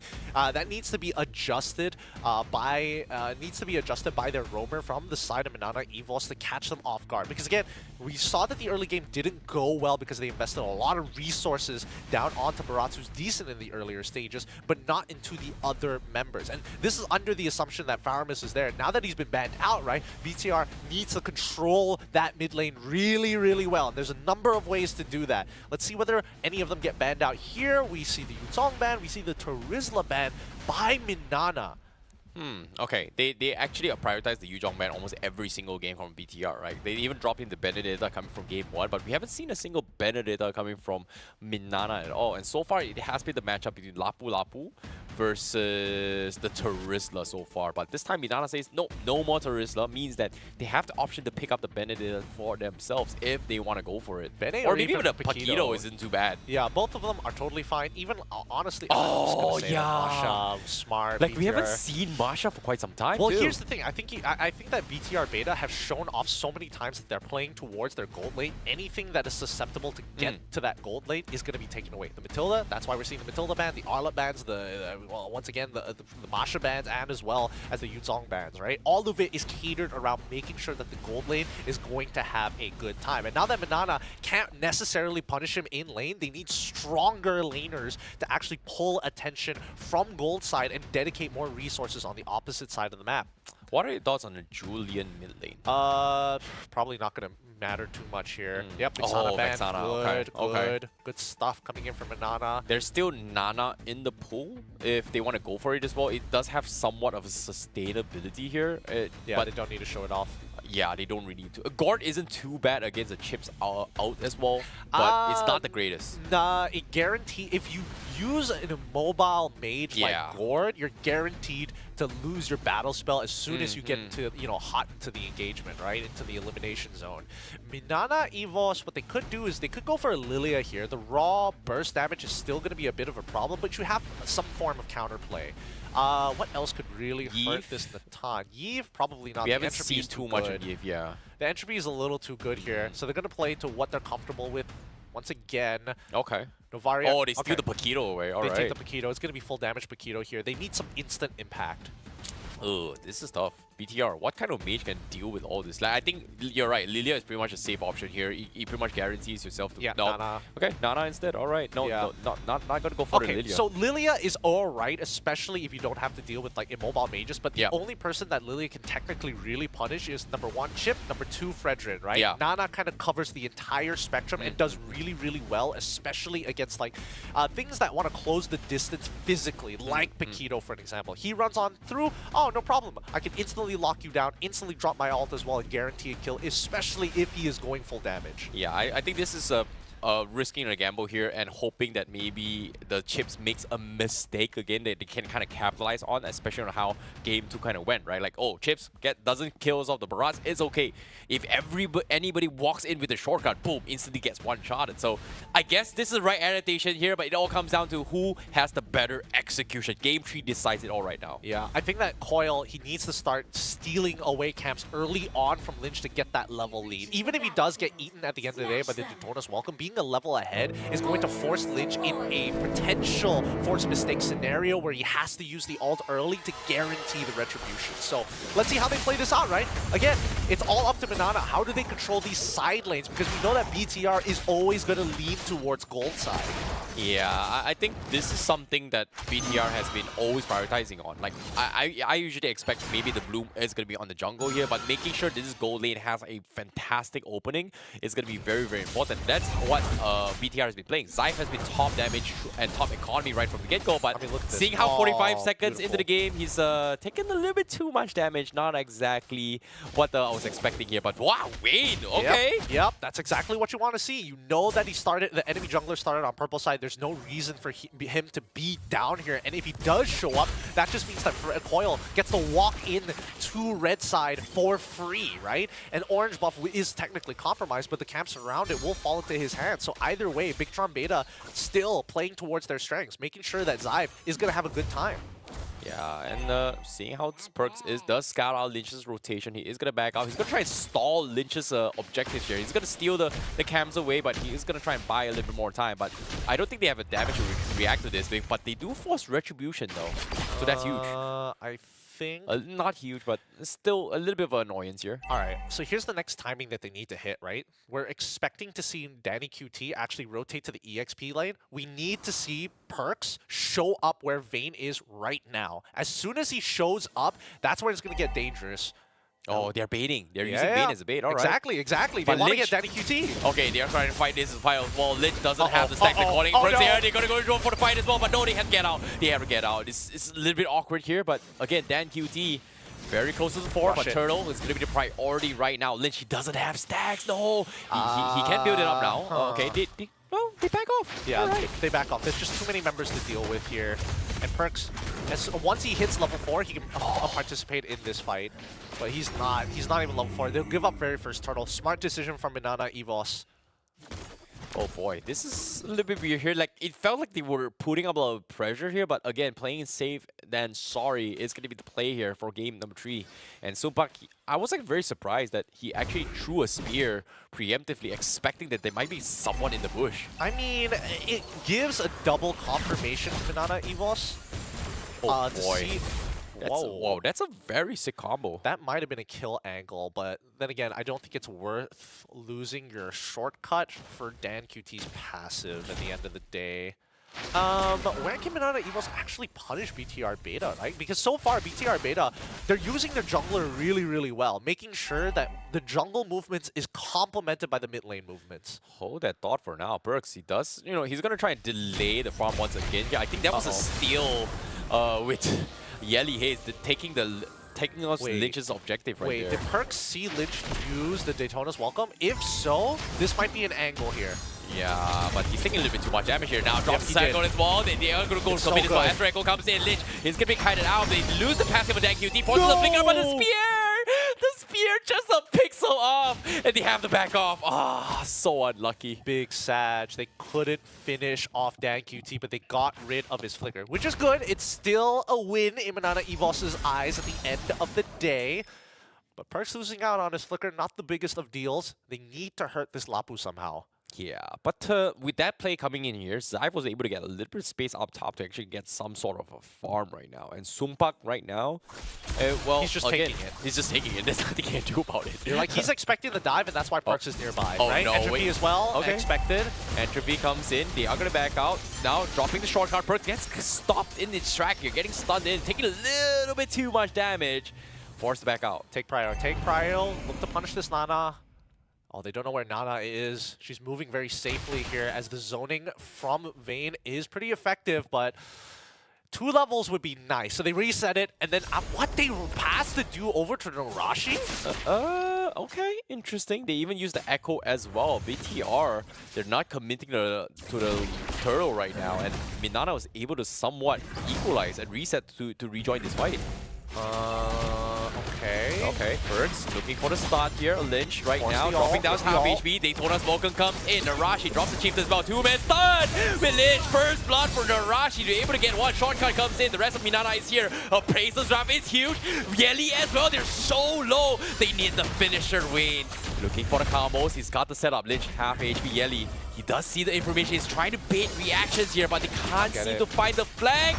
But no, turtle in the hands of BTR Beta. Yeah, they just back off here because unless Sumpak is able to get ahead, there's just no reason to. Vayne's dead. Wait, with the dew? Where's the flicker? No, he's not dead. Wow, great. Oh, Narashi flickered earlier. That's why he was on top of him. That's a little sad. That's a little sad. But despite everything that has happened, right, Sumpak is able to get a tier 1 off top side and start to equalize against Xive, right? Let me just double check. How much money does he have? 4,452 to 4,200. So he's only about 200 to 300 off. Oh, this is a little bit of an awkward situation BTR is right now. Like, this should not be as close as they can. Like, I was expecting BTR to just go a little bit more crazier, but at the same time, MNNA Esports is smart to understand that it's not worth fighting a Barat right now. I mean, their composition has changed a little bit here, right? Because again, their composition is designed to eventually scale around Sumpak this time, rather than looking for like that 50-50, I have to waste your resources, wait for the 50% HP, and then jump back into the fight, that thought for now. They do find them stranded. Xive getting focused his way through. He flickers out of safety with the Astro Echo comes in, but he will eventually survive. Fame drops down a little bit too low. They lose a tier 1 up top, but again, the shortcut, no value at all again for MNNA. Good peel from Coil, just to make sure that they can't take out Vayne. Now, Vayne is playing a really dangerous game here, right? He's taking fighter emblems, he's building some damage, he wants to be able to one-shot Xive if he walks up too far with the entropy. The big issue is that Xive does have counterplay. With his second ability, he can actually make sure that the champion stands jab, or at least if he tries to double jab to close the distance, he creates space for himself so he can entropy away, if not, punish Vayne on his way in with the target. Yep, and Tikura's up on towards Lynch as well, but they are going to force a fight bottom here.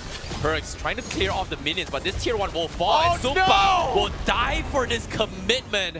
Mistakes were made, but BTR gets a very, very big catch. They're getting out microed here. They're getting out microed. They saw him dash and they were like, oh baby, this is free. DanQT does not have the Molina Blitz for this upcoming turtle fight. And look at Xive.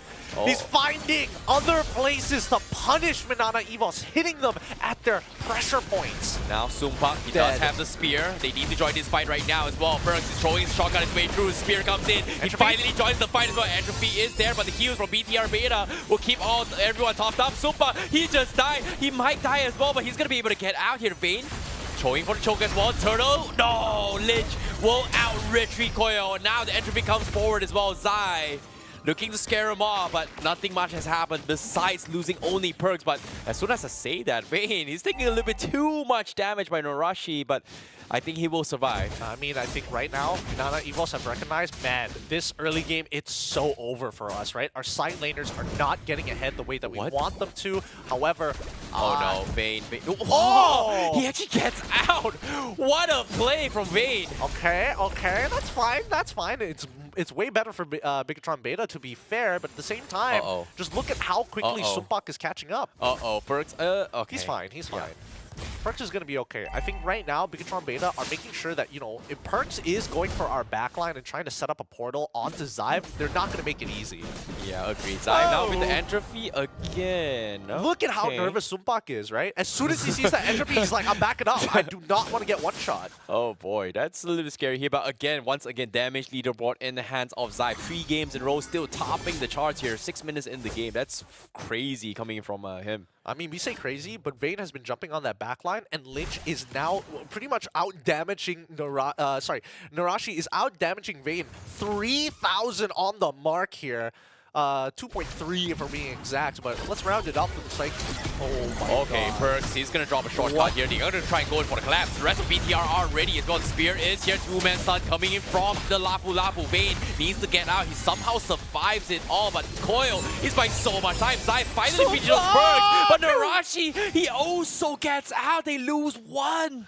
That's so sad. Oh, the Flask of the Oasis is such a good item. Zyve is even using his entropy forward. They're not giving MNNA EVOS any means necessary to breathe. Oh my god. Lord is going to be spawning here, but they will continue their assault here. But the heals, again, a little bit too annoying here for Finn. And MNNA, they can't just find the finish at all. It's crazy. Just gonna get some confirmation. Zipper, is our API working? I feel like the 182 doesn't seem right for MNNA EVOS at this point of time. Like, we're 6 minutes, we may be 6 minutes into, but that timer has been paused for a while. Yeah, I agree. Hold on. But hold on now, Lord comes in at the same time. They are gonna be dropping into this fight as well. Here comes the shortcut coming in. They are gonna be going for the full collapse here. Perks will be the first to fall. Zyve somehow survives it all. Then QT also survives, but look at him. He's going offensive. Coil, he may have secured the Lord, but he won't lose his life. It is going to be a 2-for-nothing exchange. And BTR, they're looking for more. They're trying to capitalize on this orange buff as well. Super trying to clear it as quickly as they can, but he will lose it for the team. And that is going to be MNNA EVOS on defense. Oh man, what a save. What an absolute save coming in from Coil. Had he not taken away this Lord, this might have been a very clean victory for the side of Bigatron Beta, who continues despite the fact that they lost the Lord. They're playing as if they had the Lord to begin with. Look at them taking away tier 2s after tier 2s against MNNA EVOS. Okay, seeing how this is happening as well, considering how BTR is in a situation where they should have won that fight, but again, they can't win those fights, especially when Finn is not left unchecked, right? Every single time he makes a play, it's just in a situation where, oh, everybody gets topped up. I've got this ultimate, boom, instant global healing. Oh, I've got this stun to stop the tempo breaker. And every single time Perks drops in, tries to dive on someone, he drops the shortcut. What else can he do, right? He's just left stranded. There's nothing much his chips can actually do. He really is. I'm so surprised that Zyve is able to live the way that he has. His flicker, his timings, his entropies, he's so patient with it. And I think that's what's making MNNA EVOS struggle a lot right now. They can't seem to get free resources out of Zyve because he doesn't feel threatened just yet. So what is it going to take before he starts exploiting resources? Oh, this is tough. This is going to be tough here, Perks. Looking for the isolated fight here. And this is the thing that MNNA EVOS was able to capitalize on game number 1, right? Like, they find isolated targets and they get them for the kill. And because of this, Bigatron Beta, they're playing a little more safe here, taking very, very safe routes, dodging the chips altogether. And this is actually helping them. But it is tough for now. As you can see, Astro Echo reviews his time. Oh my goodness, he's going in. Can he take Vayne? Yes, he does. The little sneaky rat will finally fall. Super now looking for the catch. Big damage on Lynch, but it's not going to be enough. Keep an eye on Perks. He might be able to turn this around. Oh. He might be able to turn this around if he finds a priority target. The tanks are going to get on him first, but if he can get on top of Finn or maybe even Zyve, he might be able to make a portal play. But without Vayne, it's still really, really hard because Vayne's the only person who really threatens him other than Sumpak with this Inspire. He's running. He's just running around merry-go-round right now. Echo comes in, slows down the tempo a little bit more. They still somewhat hold on. Perks trying to go for the shotgun plate, but the inhibitor will fall immediately. Zyve Entropy's out of there. Doesn't need to play this risky here, so they will disengage and play objectively. Good set play. Very, very good set play for the side of BTR Alpha. 13 minutes into this game, looking so good with a 5k gold lead ahead of their opponents in MNNA EVOS. The next Lord is going to show up, and that's when we're expecting BTR Beta to slowly close out this game, looking for checkmate against their opponents. Yeah, 7-0. Here comes the spear. He is going to go for the back lines as well. They need to make a play right now. Lord, who's going to get it here? Zyve will secure it. Narashi getting linked up here. He's going to try to secure Koya, but MNNA, they have to get out, and they will get out safely. Right, nicely done, nicely done. I like the plays coming in from Bigatron Beta because the way that they're managing this portal is that they eat perks and then they wait. Oh no, Koya, he's getting pulled back! He's no! dead. The Entropy pulled him back alongside with the catch from Lynch. Instantly, instant shutdown. No Koya, no front line for 30 seconds, man. Yep, BTR Beta looking like their previous squad. How they're playing so far, very calculated. And more so, very frustrating for MNNA EVOS because it feels like nobody can really deal with Zyve at this point. Oh boy, Zyve with this Natan, No entropy. absolute domination. Gonna go for more as well. Expose Make the play. Crystals completely This could be the walked play. in here. The Lord comes in. They have to do something. Koya, 4 seconds left. BTR making it slow, clearing the minions. They gotta make a jump here. Perks going for the back lines. Conceal comes in. The Lord now is in. Whoa! But Dan QT shuts them down. They lose Sumpak. They lose Vayne. Zyve gets a double. Crystal down. BTR takes a reverse 2-0 sweep, taking the series 2-1 against MNNA. Zyve is nasty with it. The man is nasty with it. Give it up for our winners. 2-1. BTR Beta comes up on top against MNNA EVOS. What a match that we saw from both of these. It really just boiled down to the draft and having some super players from the side of BTR Beta. Zyve, he came up so huge this game. If nobody's going to set it up, I'll do it myself, brother man. Oh boy, what a game coming from both MNNA EVOS as well as BTR. Like, first 2 games was very, very close, but BTR this time, they just won blood. Absolutely not a single death in game number 3, completely showcasing they are just the overall better team. Yeah, I mean, so far, a lot of... once they kind of fixed what was going wrong during the early mid stages of the game, they closed it out very cleanly against MNNA, who weren't able to find these weak points, right? We were expecting that BTR Beta was going to get punished in mid-rotation, but they took a lot of safe paths, and they always made sure that Lynch was going to be the focal point as he always moves towards the gold lane side. As long as Lynch opens up the maps first, he's going to have Nana as well as a potential Florent to keep him topped up and healthy and disengage him from some really awkward fights. Yeah, this is just so annoying to work with here because every single time MNNA was like so close to getting a kill, boom, you got this global healing here, you've got some tempo breaker, you've got so much sustain, you've even got Dan QT who's in a situation where, hey, you know what, MNNA likes diving front lines and grouping up together, guess what, just one out, boom, everybody gets deleted. Yeah, everybody gets deleted a little too quickly. I think that MNNA definitely should have been playing towards their laners who are able to find them pressure, but BTR had a really good response, right? They made sure they started on opposite sides of MNNA, knowing that they are going to be playing towards EXP, so they're telling Narashi, hey, all you gotta do is make sure that you don't die in lane. Once we hit level 4, things are gonna start rolling in our favor. We just need MNNA to make that first mistake, and when we saw it happen, when the turtle fell into the hands of BTR Beta, that's when they knew that they were confident in these fights, and that Zyve, he doesn't need the bloom anymore until it gets its final form. Yeah, at the same time as well, in terms of overall damage output here, obviously MNNA technically could have done a little bit more damage here. I feel like Yelly Haze, especially the Novaria pickup, right? Like, most of the time Novaria does a lot of decent overall damage here, but every single time he drops a spell, it's not the type of spell where it's very threatening, where you can go for kills like a Nana, even though out DPS wise, overall AoE, Nana, if you miss a skill, that's it, there's no more damage. And for Novaria, it's easy to stack it up, collectively, but it's not the type where, oh, I'm guaranteeing a kill for the team. See, the crazy part is that the early game really predetermined everything, right? When Perks didn't show up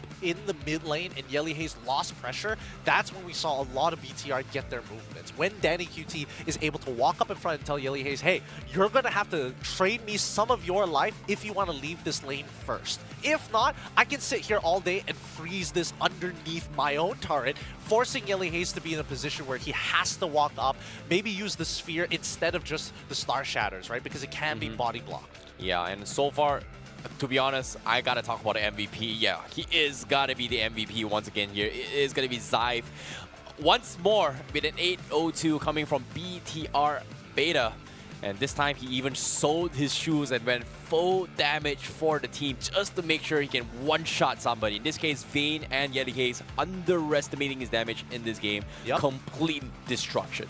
Yep, I mean, once we get into the highlights, we'll see that eventually XE, man, Xive, he's so strong. He's so strong, especially since he's confident enough to take the weakness finder as soon as he entropies, right? You're basically trapped. He bursts you down in such a short period of time that if you don't have a radiant armor, or if you don't even have any form of MR, you start melting away a lot quicker than you would like to imagine. Now look at this backline, right? You can see the idea that MNNA EVOS had, right? Get Vayne into that backline, start zoning out people like Xive. If he's able to one-shot him, that'd be even better, but Vayne just did not have the setup for it, right? He's not going for lethal ignition. He is opting to go for the Hunter Strike into Malefic Roar, but that's just not enough against this team with so much sustain, especially with Finn on this Florid. Yeah, I think one thing to actually note is that I like how he's very aware of the opponent's skills, right? Like usually Vayne as a Paquito is somebody you like, oh, when you see a Paquito, the first reaction is to run, right? But for him, once he knew this Paquito has used his combo, he's not afraid to stand in front of him and just challenge him. And that's because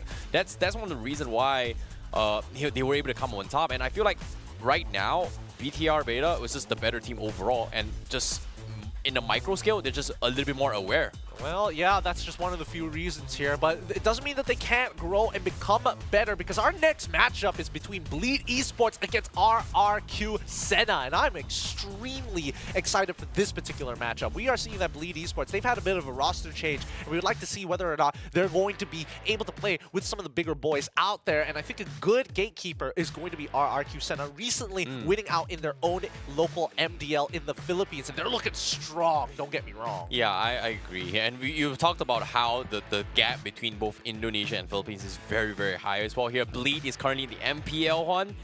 I don't know if it's going to be on par, because there has been a lot of argumentative comparison in the comments before. But now it's time to settle it here. I don't know. Like, I'm extremely excited here. Like, is this a battle of pride, or is it just... No, it's not. It's a Swiss round, right? And Swiss rounds, generally, it's about being consistent and winning out against your opponents as many times as you can. Use momentum, use what you need to, cheese out your opponents if you have to. Preparation is going to be a little bit tough because it's only a best of 3, but generally we're expecting a good game from both of our competitors for our very final best of 3 to end off round 1 of this Swiss format. With that being said, we're going to go on a short break, and, well, before long, we'll have more SBS for your viewing pleasure. We'll catch you right after these messages.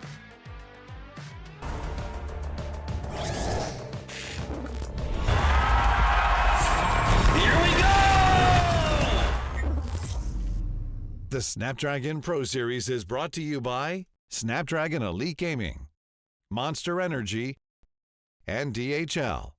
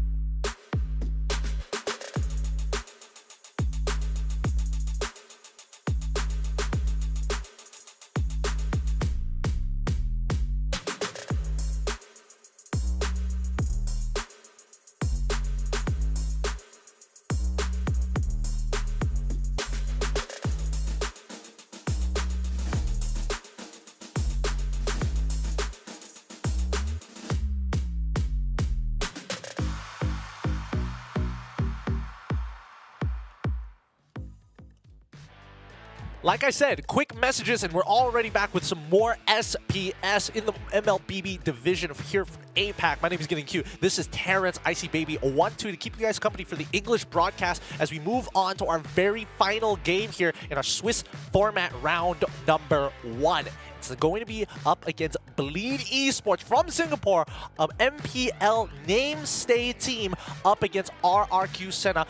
Once again, making a name for themselves in the MDL circuit of the Philippines. Now, this is going to be a fight here. You know, you say that MPL, we kind of suck here. We have not made any international appearance here. Now, this is a little bit of a soft test of between how an MPL team is going to be facing up against the MDL team here. It's not often we get to see a matchup like this. You know, in scrims, they have happened multiple times, but on an official tournament right now, is this the main roster or is this a sub? I don't know yet. What do you think? Well, I think for RRQ, it's RRQ Senna, it's very much their B team here, right? I don't think that Bleed has any reserve players to create a B team. Not that I can remember. And they've based got off Jocks. of they've got Jocks as a sub. That's fine. He's a super sub. It's totally fine here. I think that Bleed is going to be interesting because overall, because of the roster changes, there's a lot of like shifted faith, right?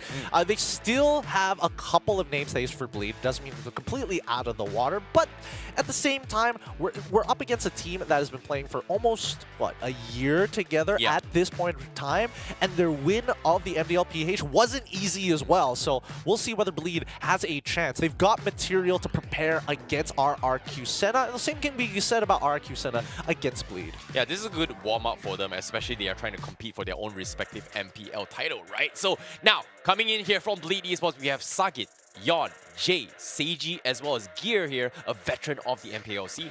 Yep, both Yon, Jay, and as well as Gear all have experience, whether on international tournaments or at the very least in their locals. And of course, Sagit knew, like, there's no need for introduction for this man. A legacy player in the Philippines, imported to Singapore to help bring up the standards. And for Bleed, let's see whether or not they can jive really well together, because there's been a lot of questions with this squadron, whether or not it is the squad that's going to lead Singapore out of groups. You know, it's interesting to see how MPL MY as well as MPL SG has reached a stage where we're starting to have imports coming into the table here. And so far, it has kind of elevated the MY scene. But now for Bleed Esports, they are in top 2 in their current ranking here for MPL. So that means it does help them a little bit more. But of course, is it going to be enough to face off the international standards? This is going to be something of a first step for Bleed Esports to actually overcome their boundaries of being just limited to just Singapore. Well, to be fair, I think that Singapore is a very difficult environment to be an MLBB pro, and that's why, I mean, let's compare it straight away from like their MPLs, right? They have a lot shorter times for their professional league compared to most. In comparison to their opponents here, RRQ Senna, who has had plenty of time in the MDL and scrimming against some of the best in the Philippines while they're at it. Give it up for Dyren, Ians, Octa, Toy, and as well as Idol. Yeah, on top of it all as well, they also introduced a brand new coach to RRQ Senna's roster. We have Coach Rave, which is transferred on March 23rd. So he's relatively new to RRQ Foundation, but he is going to try and bring his value into the table as a coach for the team.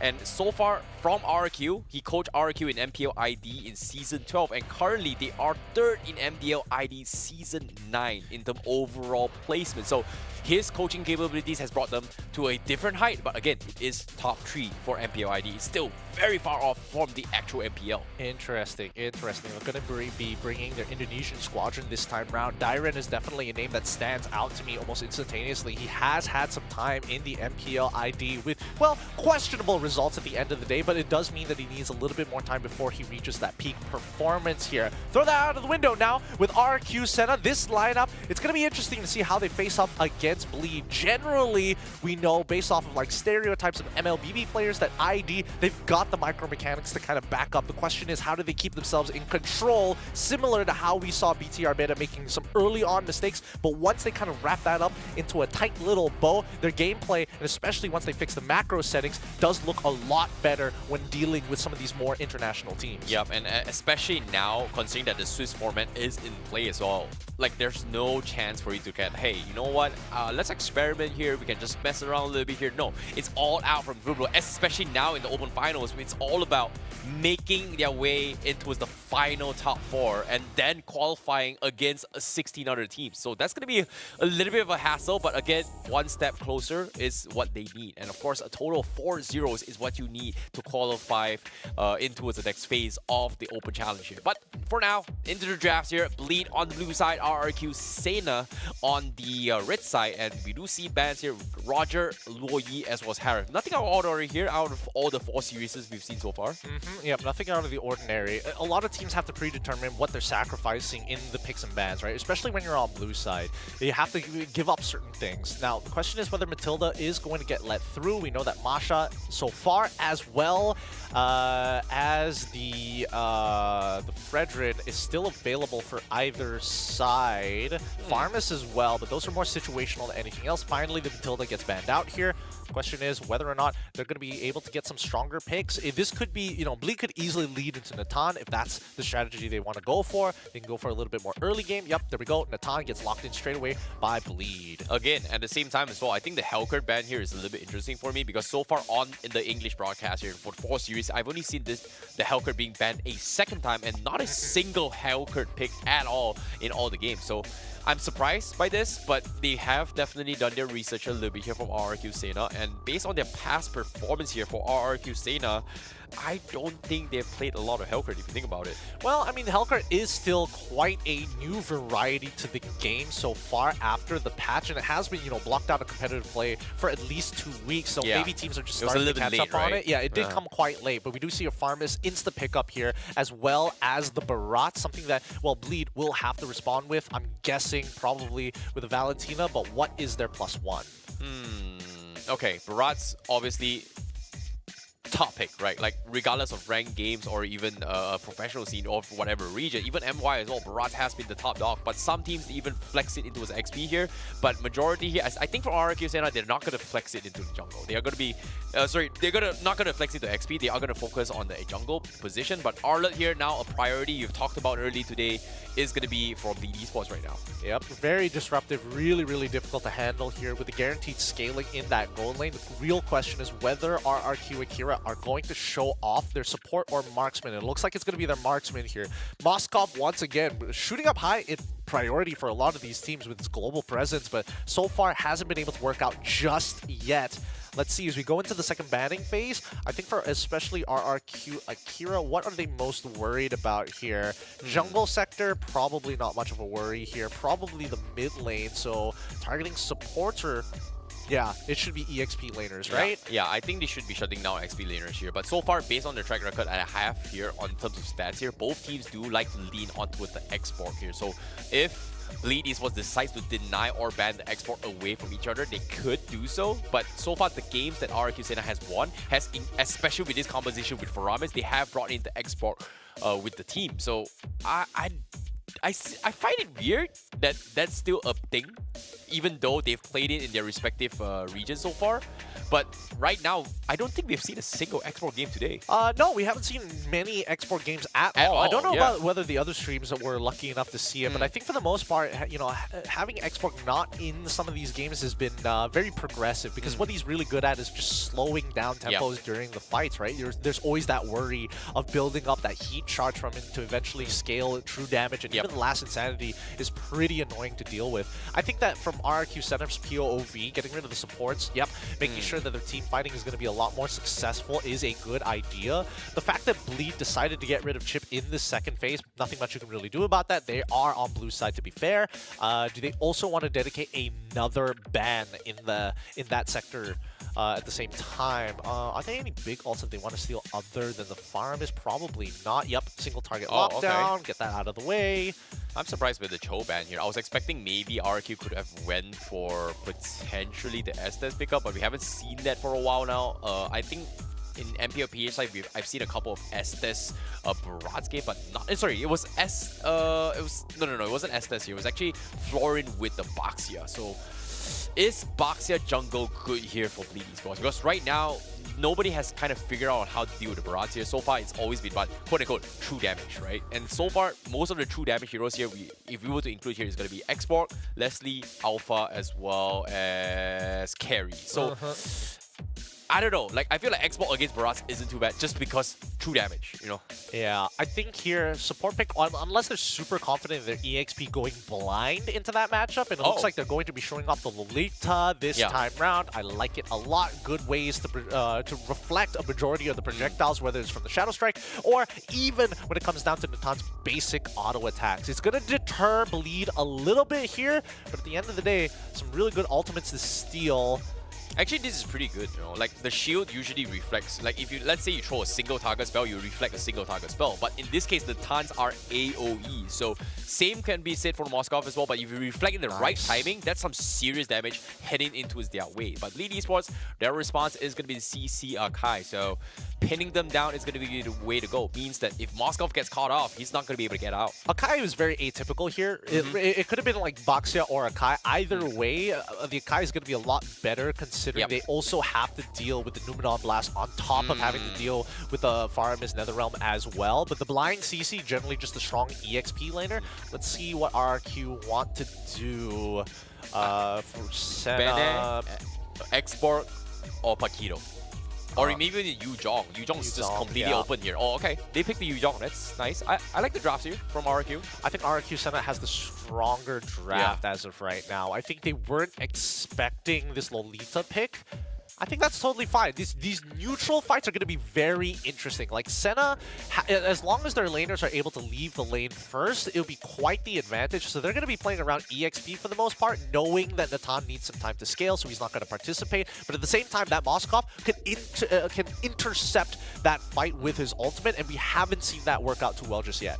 Yeah, I feel like Bleed Esports has a very, very good chance of winning if they play around Lolita's timings. But if RRQ Senna is able to buy this time long enough for this Moskov to come online, as well as that's the Yuzhong, Bleed Esports is going to lose the late game potential, and I'm worried about this. Well, let's see whether or not it's going to be enough here between Bleed Esports up on the blue side, up against RRQ Senna on the red side as we start loading into this game.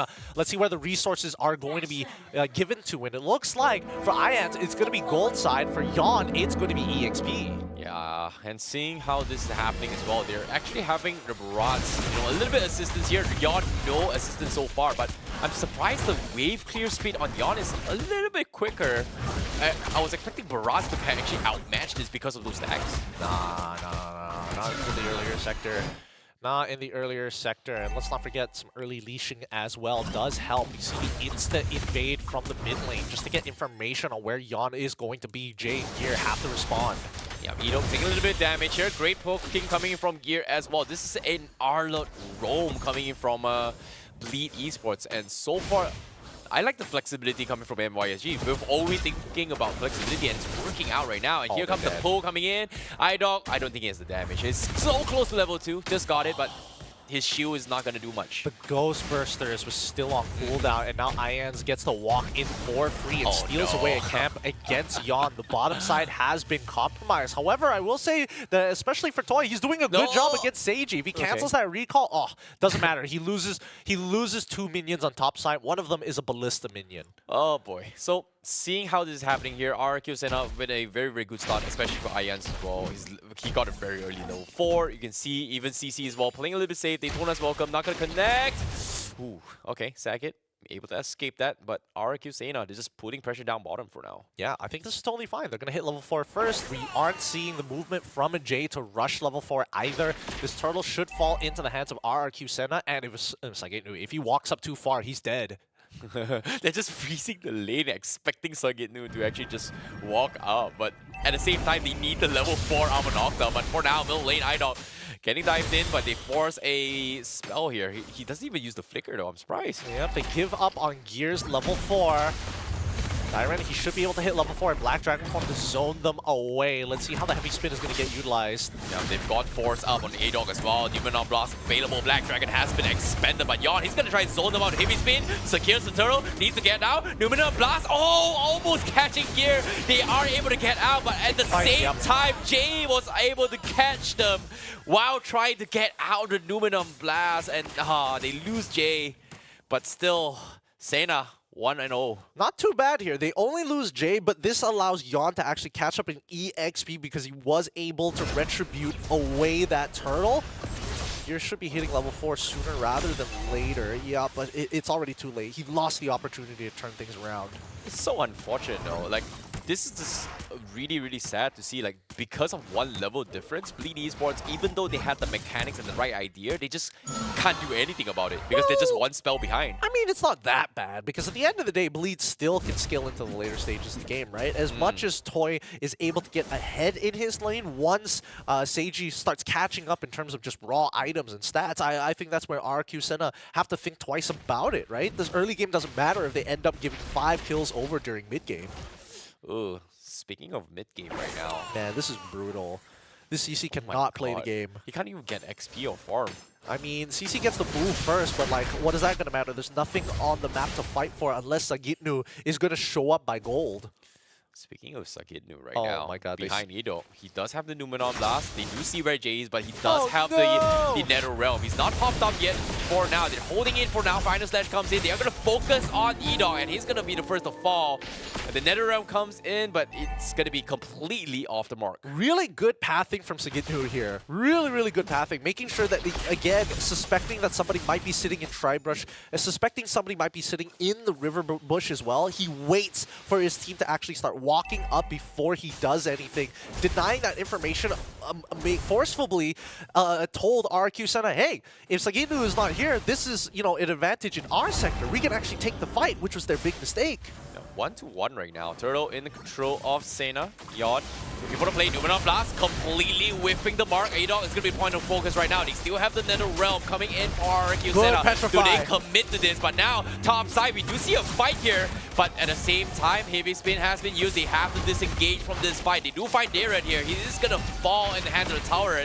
But Jay, once again, getting picked off from the side. But here, he's looking to try and finish off E-Dog as well. He's dropping down low. Sugget is there to poke them, but they lose Jay as well as Seiji up top. A solo kill by Toy. Yeah, this is why it's really, really dangerous. Before Seiji gets his first items, he has to be worried about the Inspire, which is a big game changer for Toy in these types of 1v1s. Octa gonna try and check out the lane brush just to ensure that Toy can take this for free. And now Bleed Esports on the back foot. Ugh, this is weird. Like, I feel like Bleed Esports is in a situation where they shouldn't be losing this much, and now here, getting picked off, he's gonna try and lose him as well. XP for a roam. I think Bleed finally, you know, is sick of it. Sagit, I'm bored of this. Like, enough is enough. Yep, Sagitnu now should be able to crack open the tier 1 down bot side unless Farmis makes it there in time, which I think he should just about make it. Sagitnu can still take this away. Yep, we don't see the Shadow Stampede. We don't see the Ghost Burst as well, so he's willing to give that up. Heavy Spin also being used as well to actually try and zone them out, trying to secure the farm. But for now, it seems like Bleed Esports, they have a very clear idea on how they should be playing right now. Just try and bait off Edo. And right now, Toy gets a nice pin here. Gear, he's in a little bit of trouble here. He's trying to sweep them up. 4-man feed, but where's the follow-up? No follow-up coming through from Bleed Esports. They lose him. Yon forces out Retribution on Ian still. But is it going to matter here? One level advantage. Sagit now. Going for a couple pokes, but RQ says enough. I think that RQ currently control the tempo, right? Bleed don't get to predetermine where these fights are unless RQ Senna makes an overextension. And I don't see that happening right now. With a 1.7k lead and Toy doing well in the lane against Natan, he's already got a full level up and 2 kills, which already tells us that in terms of game plan, they're accelerated. Well, Black Dragon also uses Zone him off, and Seiji, you know, still tanking the turret here. He's trying to force RQ under turret, but at the same time, they secure the objectives, and now Edo, he's got the shields. Do they want to dive this? No. Nope, they can't. They can't do it right now. 100 more seconds, 106 more seconds until the next turtle actually spawns, and unfortunately for Natan, he is not going to be able to touch this wave. RRQ are going to choke him out for the rest of this game. Oh boy, this is starting to get a little bit annoying for BT Esports, but no, they fight Sagit as well. They're diving in as well, but the Vengeance comes in. I think he might actually die this here. Sagit is going to go in for the 1v1. Toy is going to run for it as well. He uses his ultimate, but no, his ultimate timed down, but he survives with 1 HP. He's got the sustains. Now the Heavy Spin comes in to try and keep him alive. He's baiting RQ into position, but Yon, he uses Heavy Spin. He's taking too much bleed. They need to get out. Can they get out as well? The wind comes in. No, he's going to be dragged back. into the jungles, and RRQ picks them out. Oh my god. Really unfortunate for Sagitnu. Definitely had a couple of moments where he could secure the kill against Toy, but that Inspire really makes all the difference here in the decisions being made by Sagitnu. As long as he has that Inspire, he can turn that fight around, especially if his dash is off of cooldown and give him the extra attack speed. Really looking like he turns from 0 back to 100 in no time. 40 seconds until the next objective, and so far, RRQ Senna, they're setting up for checkmate super early on in this game with a 2.7k lead. They control the underhand of Bleed Esports before they slowly wrap their hands around their necks. 8 minutes in the game, and Toy is already stealing the orange buff away from the So Barrage. strong, But dude. he's attacking so fast right now. Jens waiting for the fight, but no retaliation. Bleed, they're just tickling him. I mean, they did get the Daytona's welcome out of him. That's something that Bleed Esports needs to keep in mind. They are falling behind. Like, Ians is currently 2 levels ahead of Yon, which is unideal, but it doesn't mean that this game is over just yet. How is Edok not found yet? Like, he's in a very awkward position in the hands of Bleed Esports, but no one saw him at all. I mean, he's sneaking through the cracks of vision, right? Fog of War is a big problem for Bleed Esports. They don't have a lot of map space to work with, considering that their turrets have been taken down so early, pre-10 minutes. So, the Lord Dance comes in. Edok will find Jay. Does have the shield still. He's saving up for the right moment. Finally drops it. Final Surge comes in. They are going to try and burst him down. Half HP here. Toy goes in for the spear. Doesn't connect with the stun, but they will reset for this fight.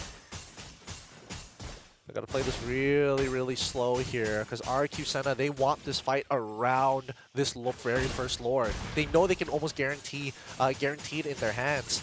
Oh. It's like, you know, he's just tickling the front lines, right? He doesn't deal enough damage. Oh, that was a very, very weird angle here. Edok had the shield up, but Sagit's shield not reflected back. I mean, it's not considered a projectile, unfortunately. Well, actually, it does reflect it back. But at the same time, top side, Toy now getting pinned to the wall. That's going to be the kill that Bleed Esports needs. Now, middle lane as well. They are going to be forcefully fighting in fight as well. NetherRail comes in, keeps them all alive. The Numenon Blast does connect, but Sagit was barely able to connect as well. So now RQ, they've lost everything. They lose their goal laner, but they're trying to buy time for him to come back online here. But top side, they will lose a tier 2 for Bleed Esports, and this is Bleed Esports' answer to bounce back. Really nice macro from the side of Bleed Esports here, being able to kind of juggle that pressure from RRQ Senna, especially when RRQ Senna has the tempo and wants to control this very first Lord fight. Look at how much the gold has evened out because they took way too long. Oh, speaking of which here, again, RRQ going for the Lord Dance once again. They're sending up Toy on the top side, hoping to get a little bit more value, but Bleed now calling in the Natan from the back lines. Do they fight this though? I think RRQ Senna just leave Moskov on the top side of the map, right? They need to make sure they have some kind of information about... Oh, here. He's going to get stopped out as well. He might be chain stun all the way through. Here he comes. Here. He's a little bit tanky here. Jay trying to poke onto Ian. Lord down to half HP. Moskov with the spear comes in. He finally comes in here. He's going to be pinned his way down. He's going to be the first to fall, but the storm comes in and they secure the Lord from the side of Bleed Esports. They've lost one so far. They even baited out the NetherRealm. RQ was able to trade 1-for-1. Darren for gear. I think Bleed Esports just had the better trade right now. That was really nice from the side of Bleed Esports. Really, really nice indeed. Now the tier 1s start to fall. They're willing to sacrifice these tier 1s just to kind of buy an extra 5 minutes into this game, right? Just to allow Seiji to catch back up to Toy, who currently has already completed the Trinity build. At this point, he's looking for situational items, and he's already completed the Rose Gold Meteor, in comparison to Seiji, who now has finished 3 items, looking for a 4th. Yeah, Sagi now dropping a little bit low here, gets pulled back, but does pop the Vengeance here. RQ not gonna be taking unnecessary risks, but they can though. Final Slash comes in, the spear completely whiffing the mark. And RQ says, okay, there's a Lord marching down the top side. Let's just take a chill pill. I don't know if they can take a chill pill here. They just want to deny farm from the side of Bleed. Every single time they walk up, they respawn. Man-to-man defense so far for RQ Senna. And it looks like they're willing to give up the mid-tier 1 for this. I don't think they want to give up the mid-tier 2, though. Topside is building up a lot. Same goes for bottom. If Bleed plays this correct, they might have 2 simultaneous waves coming down onto RRQ Senna. Well, they technically can right now. Lord coming in. Eons. The Daytona's got cancelled?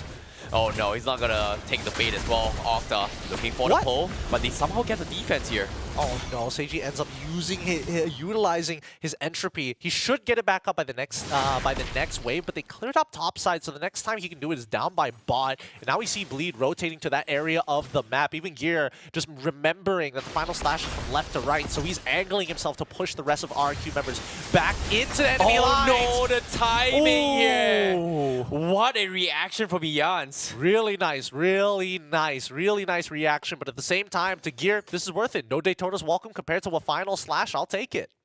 My goodness, like, how did he just take, like, I know Daytona's welcome is instant, but he popped it as soon as he knew Gear was gonna go for the final slash. Just to get the CC immune animation and just instantly cancelled it. Hey man, that's crazy. That's why make Arlet great again. Hashtag give it back his 0-time reaction final slash. No way you can react to that move sometimes, man. But now with a little bit of a delay, people are really on the ball. Yeah, but now speaking of those fights right now, as you can see, middle lane, Bleed Esports finally gets a little bit more control. Like, this Lolita is starting to hurt RRQ Senna a little bit more now. But the final slash comes in, Darren getting dived in a little bit half HP. They get the 2-man link coming from Bleed Esports, but they still have Octa on that NetherRealm. So they're trying to make a little bit more play, but again, Toy is going to be the priority right now, but he is going to be able to get out, and Bleed will be forced to disengage. Lord is already going to spawn on the top side, and as you can see, Jens is already in position to Bleed. What are they going to do? Are they still going to commit to this? I think so far Bleed has been making like the correct choices every single time. The question is, how much do they get away with it, right? How much of a, well, I wouldn't say a discount, but how much is RRQ Senna going to tax them when they make those moves? They were able to trade 1-for-1, which is unideal for RRQ Senna because they're the ones ahead, right? So that's when we see Bleed utilizing their experience in strong macro.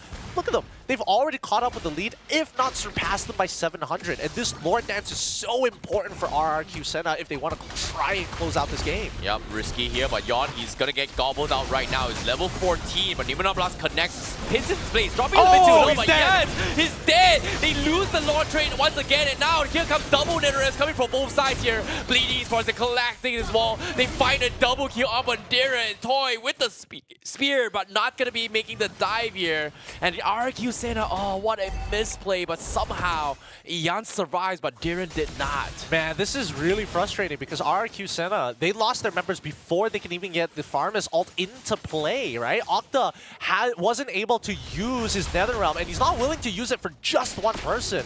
I'm surprised that Dyron melted just like that, but that's where Bleed Esports really shines. Great target priority, great setup specifically from Gear. Yeah, Seiji's just got so much damage here, and you know, for Edoc not being able to reflect the Natan is just so unfortunate. But for now, Ian, does have the Daytona's welcome here. Yon trying to go for a little bit of poke damage here, but they will lose a tier 3 for now. Bleed Esports continuing with their slow assault. Final slash pulls Ian's back. He's gonna be bursted out here, but he forced the NetherRealm. Yon forced going to hit his spin here, but he will be caught off, and he's gonna be picked off here. And here comes the spear. Do they go for it here? They are. Yes, they will. Gear will be the next one to fall. Complete shutdown. They lose 2 in one small play, and now Darren is not letting them off the hook, but the stolen Black Dragon gives him out to safety for Jay.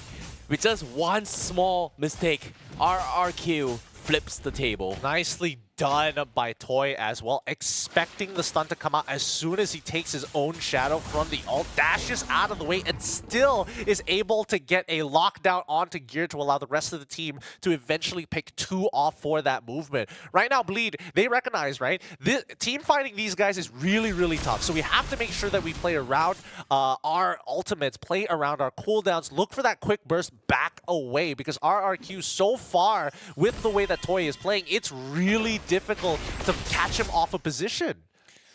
Speaking of position here, we don't see a Divine Glaive up on Seiji though, so is he gonna swap his shoe for the Divine Glaive for more damage? To be fair, he doesn't really need it, right? His main targets is Toy, Octa, and Dyren. Everybody else is kind of like, I can eventually whittle you down. True, but now with the Daytona's welcome to start things off, he does catch on Circuit, but now with the Vengeance popping as well, but the heavy spin isolates and pushes the NetherRealm out, but somehow still manages the proc from RQ Senna. Lumina Blast connects on 4, and Bleed Esports on the defense. They need to run, and Seiji will survive, but they've lost 2. What a setup from RRQ Senna. Really nicely done by RRQ Senna, playing to their win cons, finding the choke point. Bleed could not escape, and now they're going to be losing another tier 2 in the mid lane to RRQ Senna. Another one of those fights could be an endgame scenario for them, so Bleed, they've got to be careful. They minimize the damage, only losing 2 of their members, and Yon, he's back up, but can he do this? Okay. Can he make the steal of a lifetime? No, he showed himself here. No, they don't see him. They don't see him. Oh no. Okay, he Posture. Okay, sure. Let him posture. Let him posture. Okay. He's threatening in here. Eons does have it as well. He goes for the heavy spin. He's trying to chip him down here, but taking so much damage as well. He got stopped, but he misses the Reggie, and he's gonna fall. He's got immortality. He got the Winter Trunk. He's not gonna even bother here. He's just gonna be dead. Yeah, a little unfortunate. I definitely think that Eon probably should have held a little bit longer to his ult, but that could have been an end game scenario, right? Nobody in position to actually activate, capitalize on this back door, as RRQ Sun are going to be walking with the Lord on that top side, or they can play towards the bottom side to finish off that last tier 2. Yeah, but now Orange buff up on Moskov once again. Bleed Esports, they have to be a little bit more careful here. A very risky play from Yon. Somehow, still will be back in action in about 20 seconds. So that's a good thing for him. Oof, boy, tough. Now we're just waiting for them to collide, right? Syncing up the waves. They want to make sure that they have some kind of, well, doesn't look like they have synced up waves for the first push. They're waiting for the second one for the minions to start clumping up together, and they're posturing to maybe intersect Bleed if they walk out from past their inhibitors. Well, middle turret gonna be the focus here from RRQ. They pop the Black Dragon for now to zone them out. Looking for a little bit more cash gear. Going for the final slash, but no, he made a mistake. He's gonna be gobbled in as well. Now he needs to get out. Immediately flickers to disengage. Nether Realm has been used as well. RRQ keep things a little bit more as well. Moskov doing a fantastic job, but Bleed is gonna lose all points of defense, and RRQ Senna shuts down the comeback for Bleed as they take game 1 against the Singaporeans. Good endgame scenario by RRQ Senna. Bleed just did not have enough time to think of a direct way to crack open the spearhead. That's going to be 1-0 for RRQ Senna. They need one more to move on to the winners 1-0 bracket with the rest of the lobby. But Bleed, can they bounce back from this? It's not an easy game because we've seen time and time again, every single time they try to make a play, they're very tunnel visioned on achieving their goal at any means necessary. That was most definitely a very, very tough game from RRQ's side. Like, they could have dropped the ball right there. And even though they've won game 1, you can see the faces of RRQ Senna. I was like, that wasn't a good game that we won. Like, yes, we won, sigh of relief, but it's not over yet. I mean, Bleed made them really work for it, Yeah. right? These neutral objective takes and the way that they're playing around Yon specifically is making it so tough for RRQ to guarantee it, right? Even when Yon was by himself, if he had a team when he was trying to make that snipe actually happen on that very last Lord push, it could have been a different story. But I think that Bleed this time, they need to recognize that unfortunately their big problem is Toy, right? At 69 kill participation, he's winning out this lane very hard against Seiji, where he has no business of it doing. Just a little bit of help for Seiji could go a long way for the upcoming match. I'm surprised by the overall damage output coming from both RRQ Senna and Bleed was this big of a gap, because it felt like the game was a little bit closer than expected, but the overall damage is like, what, a whopping almost 90k difference from RRQ Senna to Bleed Esports. Yeah, I mean, it just goes to show that RRQ had so much control over the earlier stages of the game, and that Bleed, they have to either sacrifice members or get chunked out and forcibly recall due to not being able to make it happen. So, again, well done to RRQ Senna once more. I do think that they need to clean up on a couple of their motions, but a bit of warm-up did nobody any wrong. I think that Bleed, as of right now, go back to the draft, right? They've set things up for Seiji, but if he's unable to capitalize on it, they need a new plan. Yeah, they definitely need a completely new plan to actually figure out how they are gonna come over on top, because as of yet, it's too close to be called comfort here, because it could have gone either ways here. I feel like Edok, if he did not catch that big Numenon blast to actually shut down Bleed down bottom, it could have been a little bit different here. But of course, let's talk about the MVP for that match here. It's gotta be Eons with his retribution timings for sure.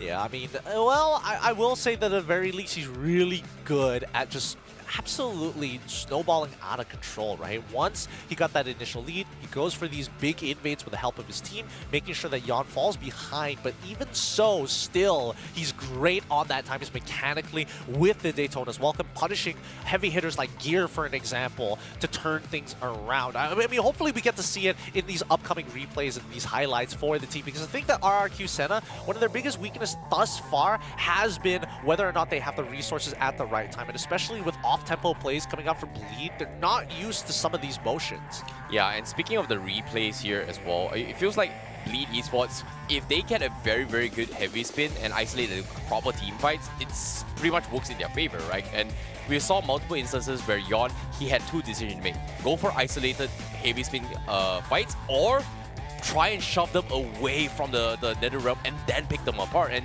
so far, every single time the intent was there, RRQ Senna quickly responds in a way where, oh, it's not gonna happen. Like, oh, if you're gonna figure out this, great. You know, Nether Realm, always a little bit of apart, great.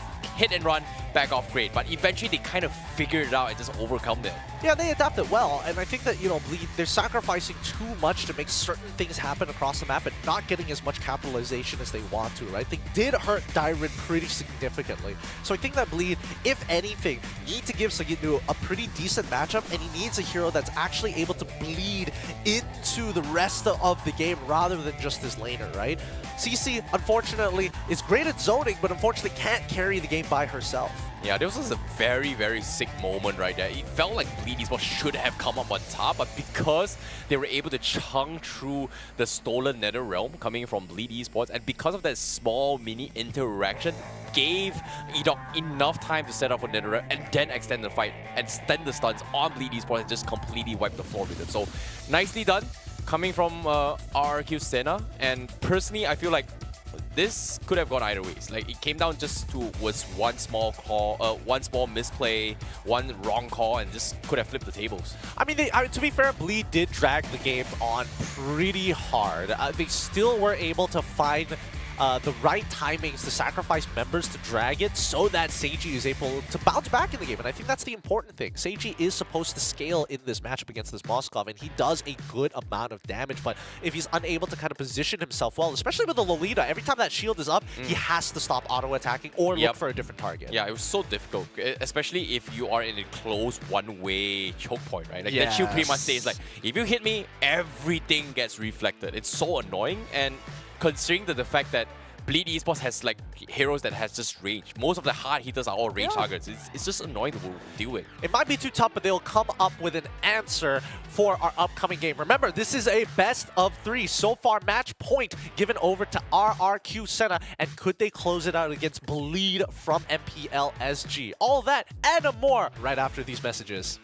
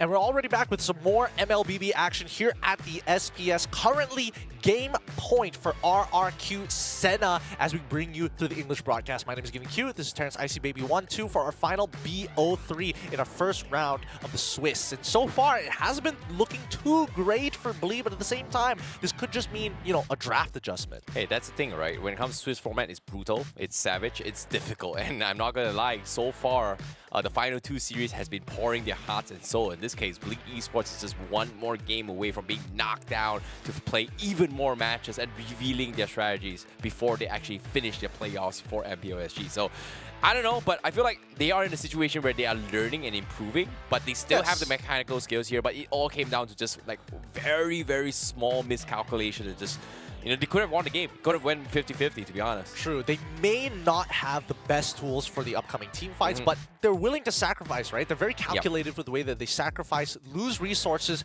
to gain and stop win conditions from their opponents. With the draft coming up soon, I'm hoping that Bleed stays on that blue side and maybe gives something a little bit more. But instead, they're going to go on red side this time round. And it looks like, again, I'm a little concerned because that means that RRQ, they're going to be playing for Toy because his gold lane, so far, the weakest part about Bleed is their laning phase.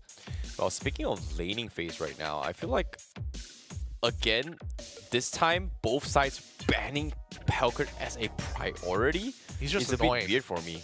He's just super annoying to deal with. Like Bleed was banning for Pelkert in first phase, and RRQ was banning it in their space. They could have just picked it up for themselves. I mean, think of it this way, right? If they first pick Hellcurt, that means the red side is going to have all the opportunity to find the counterplay against it, right? So we see the farm is banned, we see the Hellcurt ban. I respect that from RRQ Senna. Bleed decide to get rid of two Enchanter-style mages, the Angelin as well as Matilda. That's totally fine, but I don't see enough gold lane bans here. I guess RRQ Senna is really confident, even if it's like Roger versus Harith, yeah. It should be a free matchup if the laning is going to be like that. Like right now, banning off Marksman isn't going to help them as well. Like there's Roger, there's Harith, as well as the triple threat, right? There's no point banning. I think that RRQ, there's no reason for them to ban it, right? I think it's kind of the onus on Bleed. What does Seiji actually want to have a decent matchup? Because he lost the lane Moskov versus Natan, and he had to recall 2 times before eventually getting solo killed on that third turtle. Okay, Loi was as a priority instead. I was expecting them to maybe ban the Barats instead, considering the fact that they let Loi through, they first pick themselves, and then ban off the Barat. Because both these teams, they do prioritize on Barats a lot. So no need. Because if they get rid of the Loi, that means Jay, who's known to play Loi before the initial buffs on Loi actually comes, he gets a comfort hero for free, right? So they're limiting the options. They're willing to give away the Barats, but they're willing to take a really strong gold laner. And I think considering Toy's performance in game number 1, if he knows how to play Roger, he's absolutely just going to stomp a Bleed into the ground unless they send members to actually help out Seiji, right? This is based off of first interaction. For all I know, it just could be a bad matchup that Seiji is just not used to. But to be fair, Moskov has been on a rise. Yeah, I'm a little bit surprised by this Baxia ban coming from Bleed here. Maybe they're anticipating like, hey, no Baxia, just forcefully pick the Harith and then pick a Phobius to deal with this Harith. No, they just wanted to play Fredrin for free. They just wanted to play Fredrin. This means that Barats falls into the hands of RQ Senna as well. Okay. Bleed, they lock in the Valentina. Again, very safe start for the side of Bleed. They want to see what RRQ Senna is up to first before they commit to anything. I don't know. I feel like right now, in terms of matchup here, like they have a lot of solutions to just shut down the Harith, right? Like, even if you don't play a marksman, you put a gold lane Phobius against a Harith here. As long as Harith drops Zaman Force, that Phobius is just gonna kill the Harith completely. But that means that you give up on the gold lane, right? Entirely true. for the earlier stages. And I don't think Bleed wants to do that just yet. I think they want to set up a really good matchup specifically for the EXP laner. And that's when we see the responses. Really smart, really like it. Okay. We do get the Barats. We also get the Vexana to ensure, hey, even if you're Valentina, you better get a strong support right now. If not, I will generally be able to clear out these waves faster. And there we have it. We We have the Edith coming in from the side of Bleed to kind of peel backwards against RRQ Senna. Now they're even banning even more enchanters here coming for Bleed Esports. They don't really want to deal with it, and I think we had this small interaction. If they go for a Rafaela, it actually helps both the Barats and Vexana in a way where the heals gives them additional movement speed to push forward, and also it tops up additional health for the Eternal Guardian for RRQ Senna if they decide to go for it. But I'm really surprised Bleed just double down pure enchanters. Yeah, I think at this point RRQ... No. It's up to Bleed to ban it out, right? Yeah. Do they want... I mean, RRQ needs to make Arlott look a little more tantalizing. There's still a good number of picks that haven't been selected just yet. Chip, for an example, hasn't been touched within this very first phase. That could be something that RRQ Senna could be playing around. Freya? What? Huh. Hey man, I don't know what Gear's been playing in scrims, but it definitely RRQ Senna are like, hell nah. Freya? What? Are you kidding me? I don't want to deal with that. Huh? Hey man, this could be the Sagit News special. Who knows? Like, okay, I know Bleed Esports has played a game where they brought in an alpha jungle, but Freya? What? Huh? Hey man, Freya's dangerous in the earlier stages of Like- the game. Nobody really wins these trades against Freya. Maybe Thamos, but even then, that's on the assumption that Freya whiffs something. Yep, Rafaela as well, man. Force him to play the traditional setters. No more enchanters. Like, play Estes, man. Like, I don't think RRQ Senna even minds if they have a healer or not. Like, I don't think that's the intended draft that they're looking for. But Yujong is in the table, so maybe Bleed Esports could pick up for themselves to kind of disrupt the momentum of their backlines. But if they do so, again, they need somebody to shut down this Harif. And I don't know, man. Like, just making sure all these healers rock. Okay. Smart from RRQ Senna. This should be they should be considering Arlott here. Yeah, I don't think going for an Esme against Harif is not enough damage. Not yet, because Yeah. I think they want a double flex pick first. It's either they double flex pick or they reveal straight away what their EXP laner is going to be, which I don't think Bleed wants to do. They probably want to hold it up for a little bit later. So they can lock in their gold laner against Harith because that really doesn't reveal much for their comp. They can either go for the Natan and still look to scale. It's going to be tough against the Harith. Roger's not too bad at the same time, but keep in mind that they are dealing with a Vexana as well as a Barats, both of which do really well against the Roger. Yeah, it's tough. Like, against the Roger, it's very, very difficult. I think Natan has a safer choice here in the sense where he's going to be able to have a little bit of mobility here, but they get the Minotaur instead. Oh, okay. So they want to be the ones that have the only healing in the team, but it is a very, very teamfight oriented composition though. Yeah, A lot teamfight of oriented, CCs. decent CC. I think that Bleed have taken the high road on this one, saying, hey, I'm sorry, Sagitnu, we could have set you up for something better, but now you just have to play the Edith. Wait. Okay, fair enough. Yeah, Edith XP here. I was expecting here. Wait, who's gonna jungle? Okay, Fredrin. I've forgotten about that. But Export is gonna be the way to go for RRQ Senna.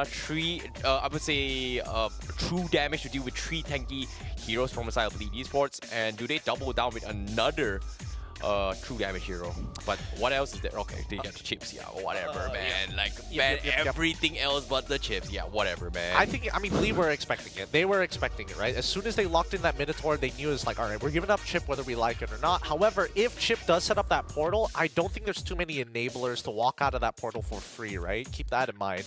Because Xborg is the only person who can walk around, who can walk through the portal and take the damage. Same goes for Barats as well. Vexana, a little scary, right? You got to be very careful with your timings here. Yeah, but at least Vexana goes in. You know, if you drop your ult, that's it. You know, your job's pretty much done. It's good enough to be an additional meat shield to actually deal with here. Because think about this, they've got so many tanky units as well as wave clears. In terms of wave clear, Bleed Esports not exactly the best wave clear, but they bring in the Mencintar gold lane to deal with the Harif. Or is it the XP? I think it's gold lane, right? It should be gold lane, right? It should be Seiji playing it, so yeah, it makes sense. They've got a really strong teamfight composition, but their scaling is up for debate. is up for debate. I think Toy, if he's not taking Purify, he's trolling right now. He's got to take Purify. He's got to take Purify. He has to. He the has only to way walk he out. loses is if he's stuck in that King's Calling. I would also make an argument that even, like, arguably even the Vengeance doesn't sound too bad for him. We'll see Yeah. what his battle spells are later in the game, but let's jump right into it because RRQ Senna have to deal with a really tough team fight composition against Bleed Esports. The only thing that RRQ has a decent advantage over is forcibly taking fights, right? 3v4s, 5v4s, even 2v1s is a possibility. Honestly, a 1v5 even is a possibility for RRQ Senna if the chip is in the right place at the right time. Now, without further ado, we're going to be going into his game number 2 for the final series here in SBS. And it is going to be RRQ Senna going up against Bleed Esports to fight to advance. And this is going to be game 2. Ian starting things off on the purple buff. And for Bleed, it is going to be the orange buff.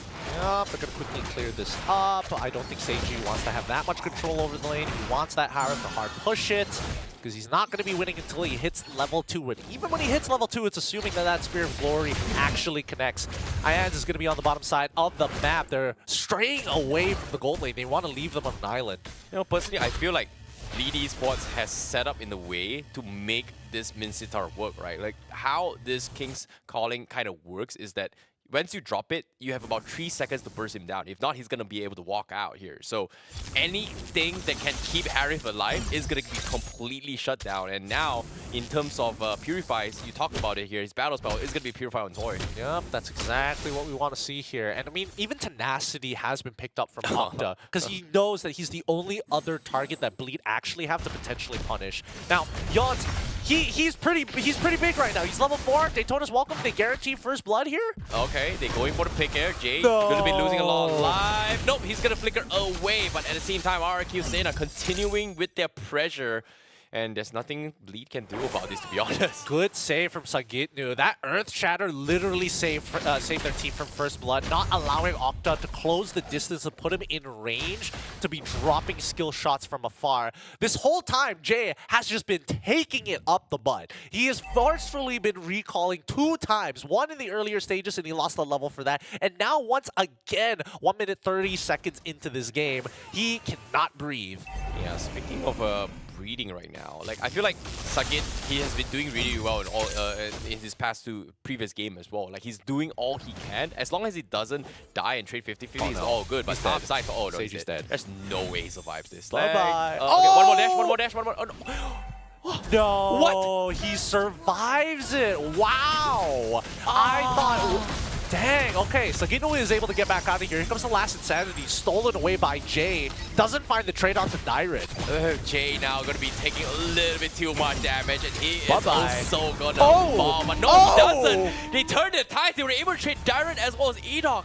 What a clutch, just stolen last Insanity from Jay, just keeping him alive. It's crazy. So sad on both sides. Single digits left. Seiji ends up living with a sliver of his health. He should have died there, but unfortunately, RRQ Sonic was not able to interweave the auto attack. But the rest of the team also taking a good amount of punishment down on the bottom side. Like Octa, he's dependent on his skills, and right now, Dyrant and top of the damage leaderboards, right under him is Idok and finally Ayan. So a majority of RRQ Senna leading in terms of damage. Oh boy, now before the first turtle clash here, seems like they are setting up for a little bit of play. But again, now Daytona's welcome. Gonna completely whiff the mark here. Nothing super big in here, but now they are gonna try and force a fire Darren here. They are gonna chip away at his Miraga armor, but he's gonna try his best to get out, getting taunted his way through, getting kited as well. Darren does have the flicker. He's gonna be A-okay unless the Valentina jumps into play, but nope, not gonna be here. Zagit, yeah, he's dead.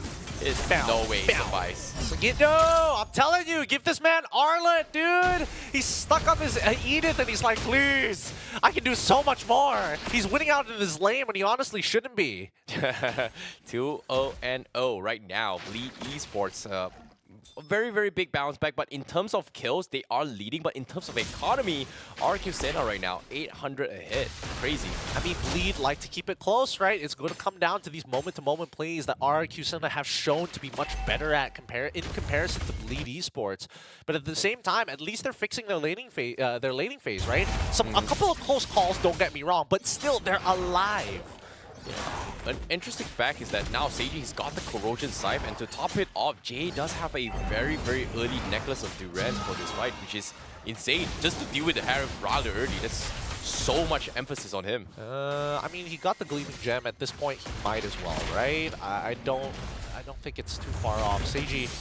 Oh, here comes the hook coming in. They told us welcome, we'll get out, but here comes the drop as well. They've got the shotgun. He's on 3 man. So much damage. Seiji first of all. They've got the Minarich, but the Turtle has been secured by Bleed Esports, and they need to get out. Yon now is gonna fall to the insanity. Double kill for RRQ Sena.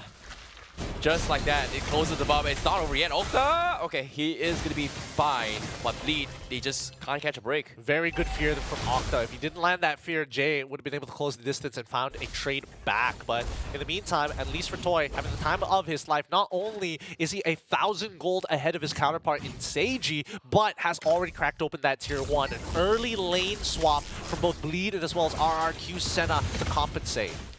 Very, very difficult run here, but items here, very early Durance, not doing a lot of damage here, but ooh, Seiji does have shoes. Oh wait, he does have shoes. And Corrosion Scythe, okay. Man, Seiji is so far behind in comparison to Toy. This is really know, right? sad. A full 1,000 gold here. And Seiji, unfortunately, hasn't been able to really play the game. Even in that past fight, he wasn't able to get his ult down or even flicker down at the right time. He's getting targeted by RRQ Senna, knowing that he has one of the more valuable ults in the team. Oh no, Chips, he actually got the portal on the wrong side. He found Gear, he's all by himself. He needs to get out. Do they catch him? No, he's just too fast, too furry. Oh boy. I mean, good coverage coming in from Ians, right? Ians even steals the objectives away. Yon, 1 level behind here. Now they need this crab, and Ians is just not giving it to him here on the sides. Again, they are going to try and poke onto his run here. Furka armor being poked away. Nope, he still has it. Still has it. But no, they force a fight on the east side. Do they? No, okay, they can't fight at all. Wait a minute. What is this scuffle here? Seiji? Seiji? No! God. He dropped the Clicks calling. Ah, that should not happen. Bleed, what are you guys doing here? Suck into. He is going to be pulled back. Nope, he's not. He's going to be able to get out. They're just dancing with spells, but no one is dying.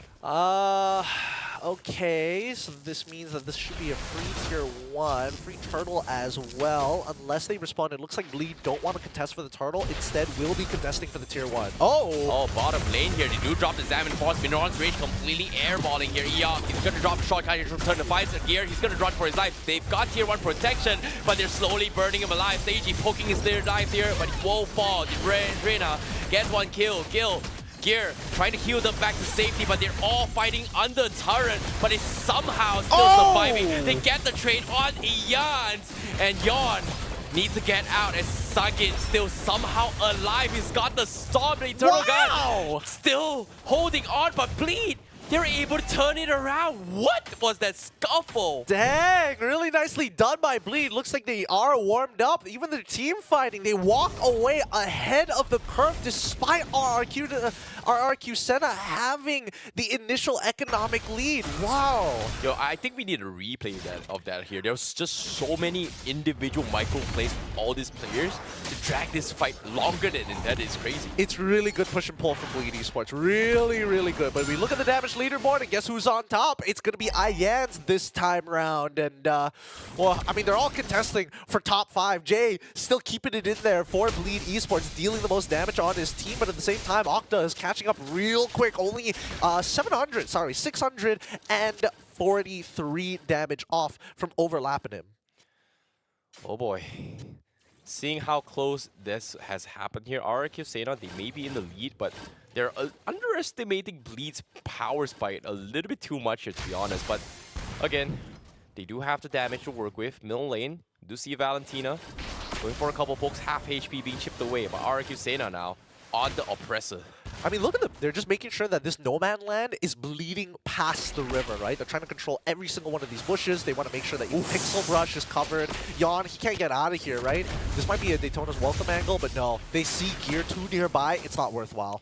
Yeah, he actually used it as well. But again, right now, Bleed, they're just, you know, trading evenly here. They don't really want to give up too much control. And with this Lord coming in as well, RQ has no choice but to force the fight. But as of yet, Bleed, they're holding out somehow. They're holding out because that's what they do. They know exactly what they need to sacrifice, and if they're able to force a 50-50 onto Bleed, trading equally, that's the most ideal situation. But now, it's about how do they get ahead. Sagit, they going for the combo. Ian's very, very tanky here, but they do not focus the damage. A shortcut has been used. They focus on Sagit. He's flicking backwards as well. He's gonna fall. That's gonna be the first one down for Bleed Esports. RRQ continuing with their push as they try to look for more. Yon tries to go for the stun. He doesn't connect, but he's getting chipped away and mowed down for now. Lead is a 4v5. They have to sync up their waves gear, taking a little bit too much damage. Xamen Force comes in. Toy gets free reign with the Xamen Force. Seiji doesn't even drop the King's Glory. The Lord reset it for now, but the Tona's Welcome will gobble down on Yon. Hey, yo! And the fight comes in, and he loses Yon. And as of yet, Jay, he gets a trade, but he's gonna fall as Toy runs rampant all by himself. Dude, is Seiji holding his alt flicker until next year? What's going on? What's going on? Why is he taking his sweet time to do this? You're not gonna find the perfect scenario. Help out your dang team!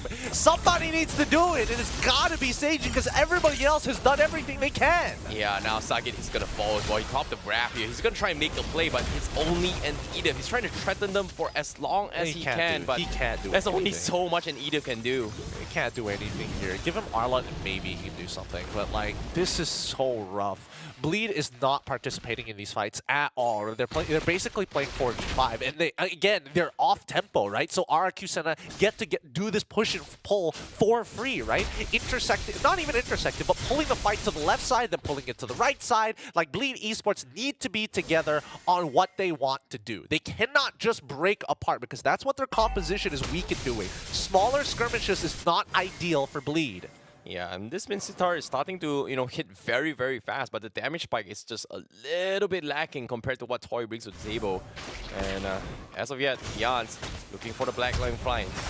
Just wait for Seiji. Disengage. This tier 1, no point defending this, man. They can't do it. I mean, they can hold on to this tier 1, but until that next wave, I don't think they can handle it anymore. With the synced wave down on both sides and Chip just to bring the entire team, if anyone decides to be a little bit too bold, they're going to force Bleed back into their inhibitor turrets. Oh, great engagements coming from RRQ Senna as Bleed Esports now. What can they do, man? Like, this is so scuffed to look at. I mean, they can consider putting Sagito into the role position. That's another thing. Because right now, I'm just waiting for Seiji to find the big King's Calling, right? That's what they need. Yeah, they did This is an definitely angle. need to drop This is an something as angle. well. No, they Oh going my for the pull. God. They gobble gear up. He's going to be the first to fall. Sagit still waiting for the right moment. Seiji nowhere to be found. Does not go for the pull. And now Here we goes go. in for the 3-man King's Glory. Finally wipes the floor. They get the Vex. They get Octa. They get Toy. The biggest catch. Patience finally pays off for Bleed Esports. But at what expense? Yes, finally, finally! Seiji gets to play the game! He's playing the game, boys! He's playing the game! He's back in it! He's back in it! Now we look at the gold leaderboard. So far, Toy is still on top, of course, but this is starting to get a little frustrating. Oh, man, Yon does not win this. Okay. Jay gets involved as well, but I don't... Oh, Okay, wait, he loses... Okay, he's got Loses Flicker. Flicker. Tier 1 still stands. He's gonna fall. He's got Immortality. He's got Immortality. I don't think they can kill him. No, they can't kill him. 100% they can't kill him. No way. 100% they cannot kill this man. But Now, on top outside, side, Sagit. Oh, okay. He's not an export. I mean, he's definitely not the expert. I'm telling you, dude. Poor Sagitnu, man. The poor guy just wants to play the video game. We need to wait for these bigger moments, right? Because right now, Bleed Esports are too nervous to do anything. They need to recognize that the gold lead isn't too far away. It's only 2.7. A single team fight could turn it into their favor. And I think Bleed, knowing them, they're probably going to wait till 42k before they actually start participating in fights. Okay, it was a 300 damage spike. Now it's 700 now. So Seiji again needs the big King's Glories there. And also uncontested poke so far. He needs to jump in, King's Glory, flicker into the middle of all 5 of them, and then after that, go with the spear. Go in with the spear and communicate with Gear who he's targeting, so that Gear can flicker onto the target. Half HP on the Lord Bleed Esports. Can they make the play? Yon is forced to disengage here, getting zoned out by this export, but he eventually needs to get out. Ian's just bullying them for now. Toy drops his Xamen Force forward as well. He's gonna get stunned, but where's Huh? Gear and What? as well as Seiji is on the top side of the map. They did not want to participate. Oh, okay. All right. You know, free Lord for RRQ Sena. Bleed Esports not looking to actually contest this, and I don't know, man. Like, where's Seiji at? Top side with Gear. They're again, I told you they're waiting for 42K. If they're not in position to guarantee this turtle take, they're not willing to coin flip. And I think that RRQ Senna, that's what's really making the difference here. Their willingness to coin flip, the confidence that they can walk into a fight and say, hey, we can trade as long as we get 1 kill worth of difference against them, it is worth our time. Well, seeing how this is going as well, RRQ currently in prime position to close out this game. Tier 3s, pretty much all lanes shoved in. Lord. This is where it's tough. Yeah. If they overextend here, even if they get all the inhibitors, one really bad fight could put Bleed back into driver's seat.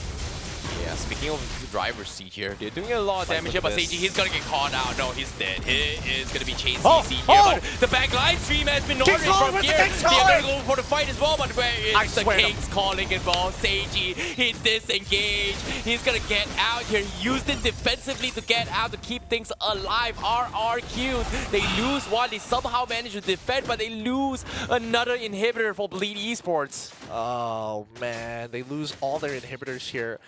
Bleed Esports, they are willing to sacrifice everything and anything to keep themselves up in the game. They know it just takes one fight, one good fight against RRQ Senna to put them back in the driver's seat. And right now, I'm looking at you, Seiji. That King's Calling needs to be followed up. Somebody, I mean, everybody's setting up for him, but the man needs to jump in. Yeah, he's currently having the lowest amount of damage output here, 17,000 up on Seiji. He's looking for the right hooks every single time, and I don't know, man. Toy's top damage as a gold laner. Right now, Gear has the right idea. He is looking at that backline. He is holding on to his ultimate to make sure that backline doesn't get ahead. Because they play front to front. The traditional frontliners for RRQ Senna eventually will fall down. People like Dyred losing that Faraga armor is a big deal. For Ians, if he loses, if he ends up being put down to 50% of his health, he can't frontline anymore. Octa, he's trying to maintain distance. He knows that he can get flickered on, right? So Bleed Esports need to capitalize on that backline when Gear finds an opportunity like that. But inevitably, RRQ did lose out on EXP, and this allows Bleed Esports to catch back up, and the Gold League just does not matter now. Yeah, and seeing how this is actually happening as well, it feels like RRQ, even though this Baratz's timing has kind of fallen off level 15, they kind of equalized with Yon so far, but it feels like the counter engagement for Bleed is just not good enough. But now with the middle figure on Seiji, do you think he's going to be able to contribute more? I mean, Seiji, his ult is more than enough, right? He can build full tank and just pop the ult, and he's still more useful than what he's doing right now. So far, he's looking for the, he wants to find 5. He's not going to find 5, but neither can he find Toy specifically. He's the only person he could really affect. Oh no, Yon, he taunt up forward. They forced the Salmon Force. That's huge for Bleed Esports. No, don't walk up! Don't walk up! He needs to call the whole team! Don't walk up, please. Wait, huh? He's not going in? No. He shouldn't be going in because he doesn't know where the members of Bleed Esports. They want to hold them hostage underneath this Lord. Yeah, they're going to try and shove the lane here, but now with the Lord coming in, RRQ, they're going to try and focus on Lord here. Meanwhile, Bleed Esports, they have to disengage for now. Now, Edo finally shows himself. He's going to try and drop the shortcut, but it doesn't matter. They're picking up the back line. King's calling. Seiji looking for the hook. He's trying. He's got it. Find out now. 4-man King's calling to turn the tide. And Bleed Esports flips the table. Enoch is down, so is Ian. Now, Toy, with no King's Calling, full Salmon Force, gets a double. He trades off 2 for 2. And now with the Lord coming in, Bleed Esports, they've lost all damage. Crystal will be focused down as RRQ Sena takes the 2-0 against Bleed. Oh, that was stressful for RRQ Senna. You can see the sigh of relief of whoa, guys, we nearly whiffed that. We nearly gave him a chance to come back after a Lord secure here. They overextended and Toy outplays the situation regardless. What a man to rely on. Oh, all hope was lost for Bleed Esports. They needed the perfect catch by Seiji. It looked good, but it was Toy that waited patiently for the Salmon Force, and then once the King's Glory King's Calling drops down, they take the W, they just wipe the floor with every single one from the side of Bleed Esports. It's just too hard to watch, I'm not gonna lie. I mean, it's tough. It's really, really tough. And RRQ Senna, they take an early bow out off their Bali major chairs here just to remember the accolades for the organization that they work under.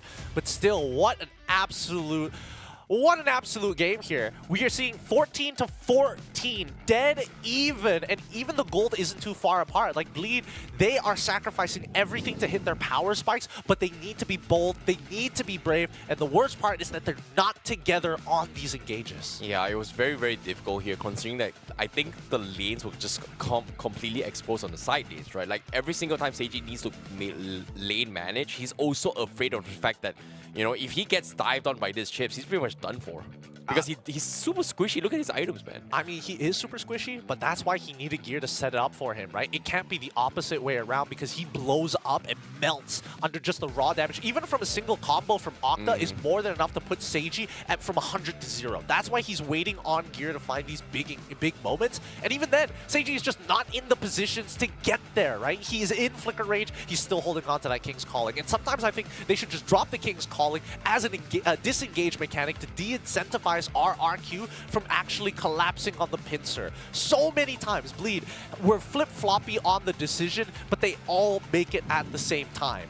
Oh boy, now speaking of the overall damage taken here, it seems like Bleed Esports, they will be the ones that take the most damage, but the amount of damage dealt so far, a big disparity compared to RRQ in this case. I don't know, man. Seiji's got 26,000 as compared to Toy, 93,000, who's quote-unquote supposed to be hard countered by Seiji. I mean, that's the thing, right? That's the thing. I think Bleed have a lot to work on here to kind of fix this roster up. A lot of it just comes down to communication. I don't think their drafts are too bad, and generally they have the right idea to play the game. It's just that the execution is really suffering when it comes down to the laning phase. That, except for Sagindu, I think he played his laning phase absolutely perfect. He should never be able to get that far ahead, especially when you're up against like especially when you're up against an X-Borg, if anything, right?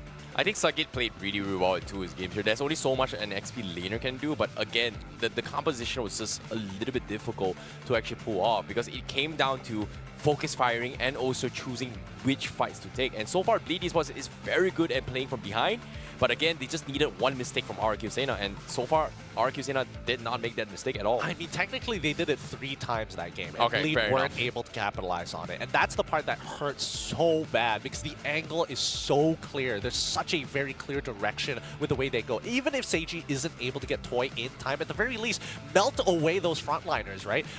Deny RRQ people who can, like, anchor down after they claim the space. Because again, RRQ, they started to get really disrespectful with the way that they were walking up against Bleed. And again, once they recognized the second time they got punished, they're like, okay, hold up. We got to be real careful here. Seiji, he's a little scared to jump into these fights, but when he does, we've lost every single time. Yeah, like, I think there was a 4-man King's Calling right under the noses of Bleed Esports, and technically they should have won from Bleed Esports, but RRQ Senna was like, great, 4 of us got caught. Who didn't get caught? And that guy was the one that needs to actually save the day. In this case, there was, I think it was Toy in the last final fight here. But let's take a look at the highlights here of what went down here. Yeah, I think this was a really beautiful fight from both sides, right? Yeah. And this shows that even RRQ are still a little human at the end of the day. They ended up overextending. Nobody wanted to attack the turret, so they had to take the long way around. But look at this push and pull from Bleed's side, right? Trading consistently against each other, looking for any opportunity for punishment. Yeah, I'm really surprised that Bleed was, like, RRQ Senna was able to get away with it here, considering the amount of overextension that they've done, right? Like, Bleed Esports, they're under turret. Why would you commit to this fight? And somehow they were able to trade evenly in that situation. So RRQ Senna just played a better overall micro game in that engagement. I think that Bleed, unfortunately, don't make their decisions fast enough. Yeah. I think that's the saddest part, right?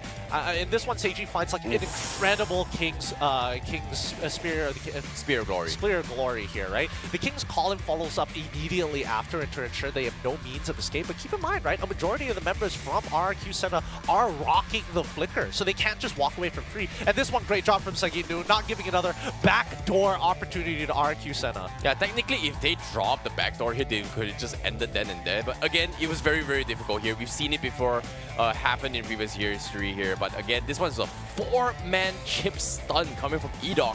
who gave him the necessary shield and stopped the tempo of Bleed Esports, which kind of turned the tables. But again, Bleed Esports, they had the situation under control, right? Like, it looked good, but eventually the biggest threat is still got to be Toy. Like, that was the intention of bringing the Mincetar to the table, which is to shut down and Harif. And in this case, if the Harif doesn't get shut down, GG, well played. I mean, to be fair, RQ Senna, they realized like they're worried about our very first cycle of abilities, but Zaman Force is really short, considerably short, and after you have the extra CDR, after you're level 15 as well, it's like, what, 20 seconds before it comes back up? So if you drag the fight long enough, then you're going to get the Zaman Force again. So it's like, I don't know at what point was the ideal situation for Bleed. We can see the picture of what it's supposed to look like, but at the same time, we didn't see them expand upon it. Yeah, it was very, very difficult to pull off as well. I think I've seen a couple of teams trying to have this same idea to shut down the Harif, but it was just very, very good, difficult to translate, right? Like,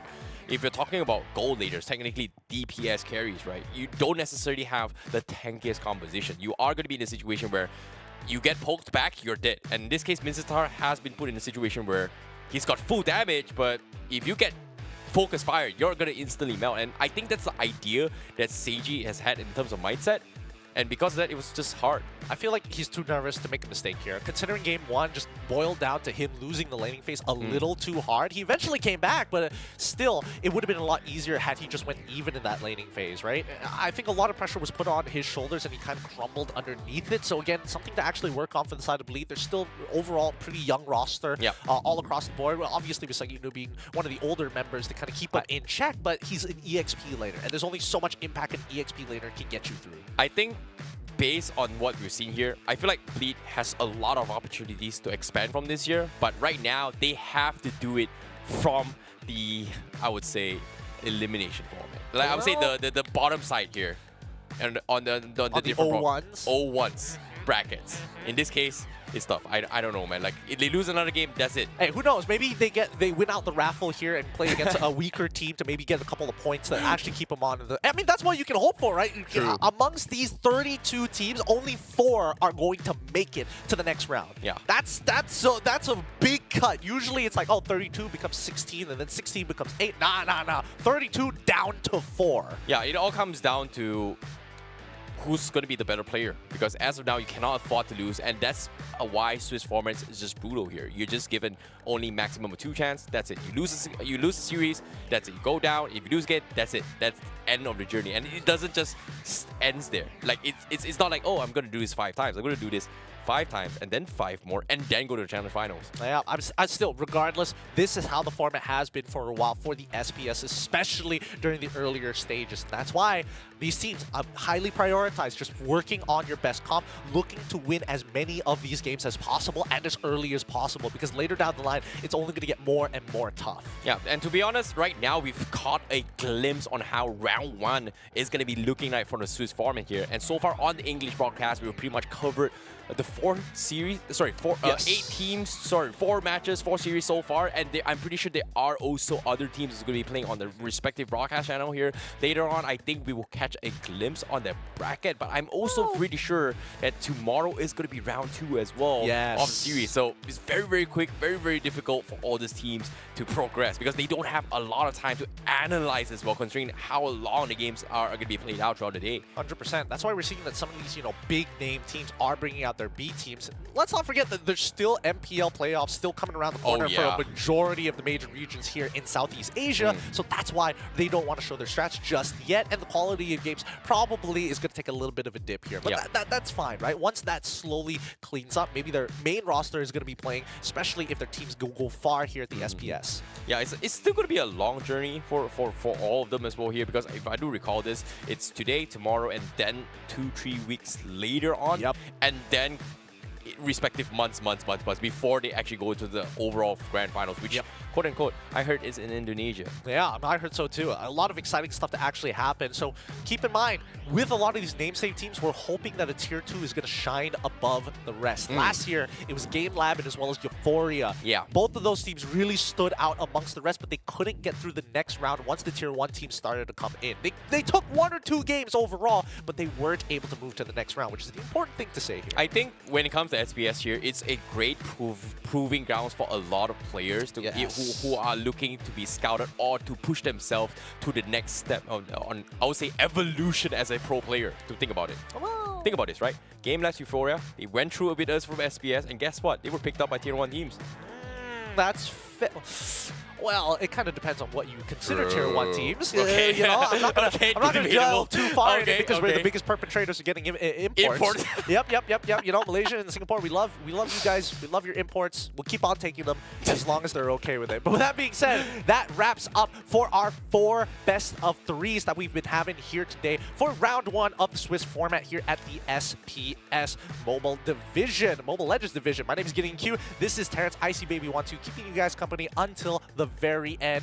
This is going to be the end of the day, so hopefully you guys have enjoyed, and stay tuned for tomorrow where we will have more Mobile Legends action, and hopefully we see one rise to the top. We'll see you tomorrow.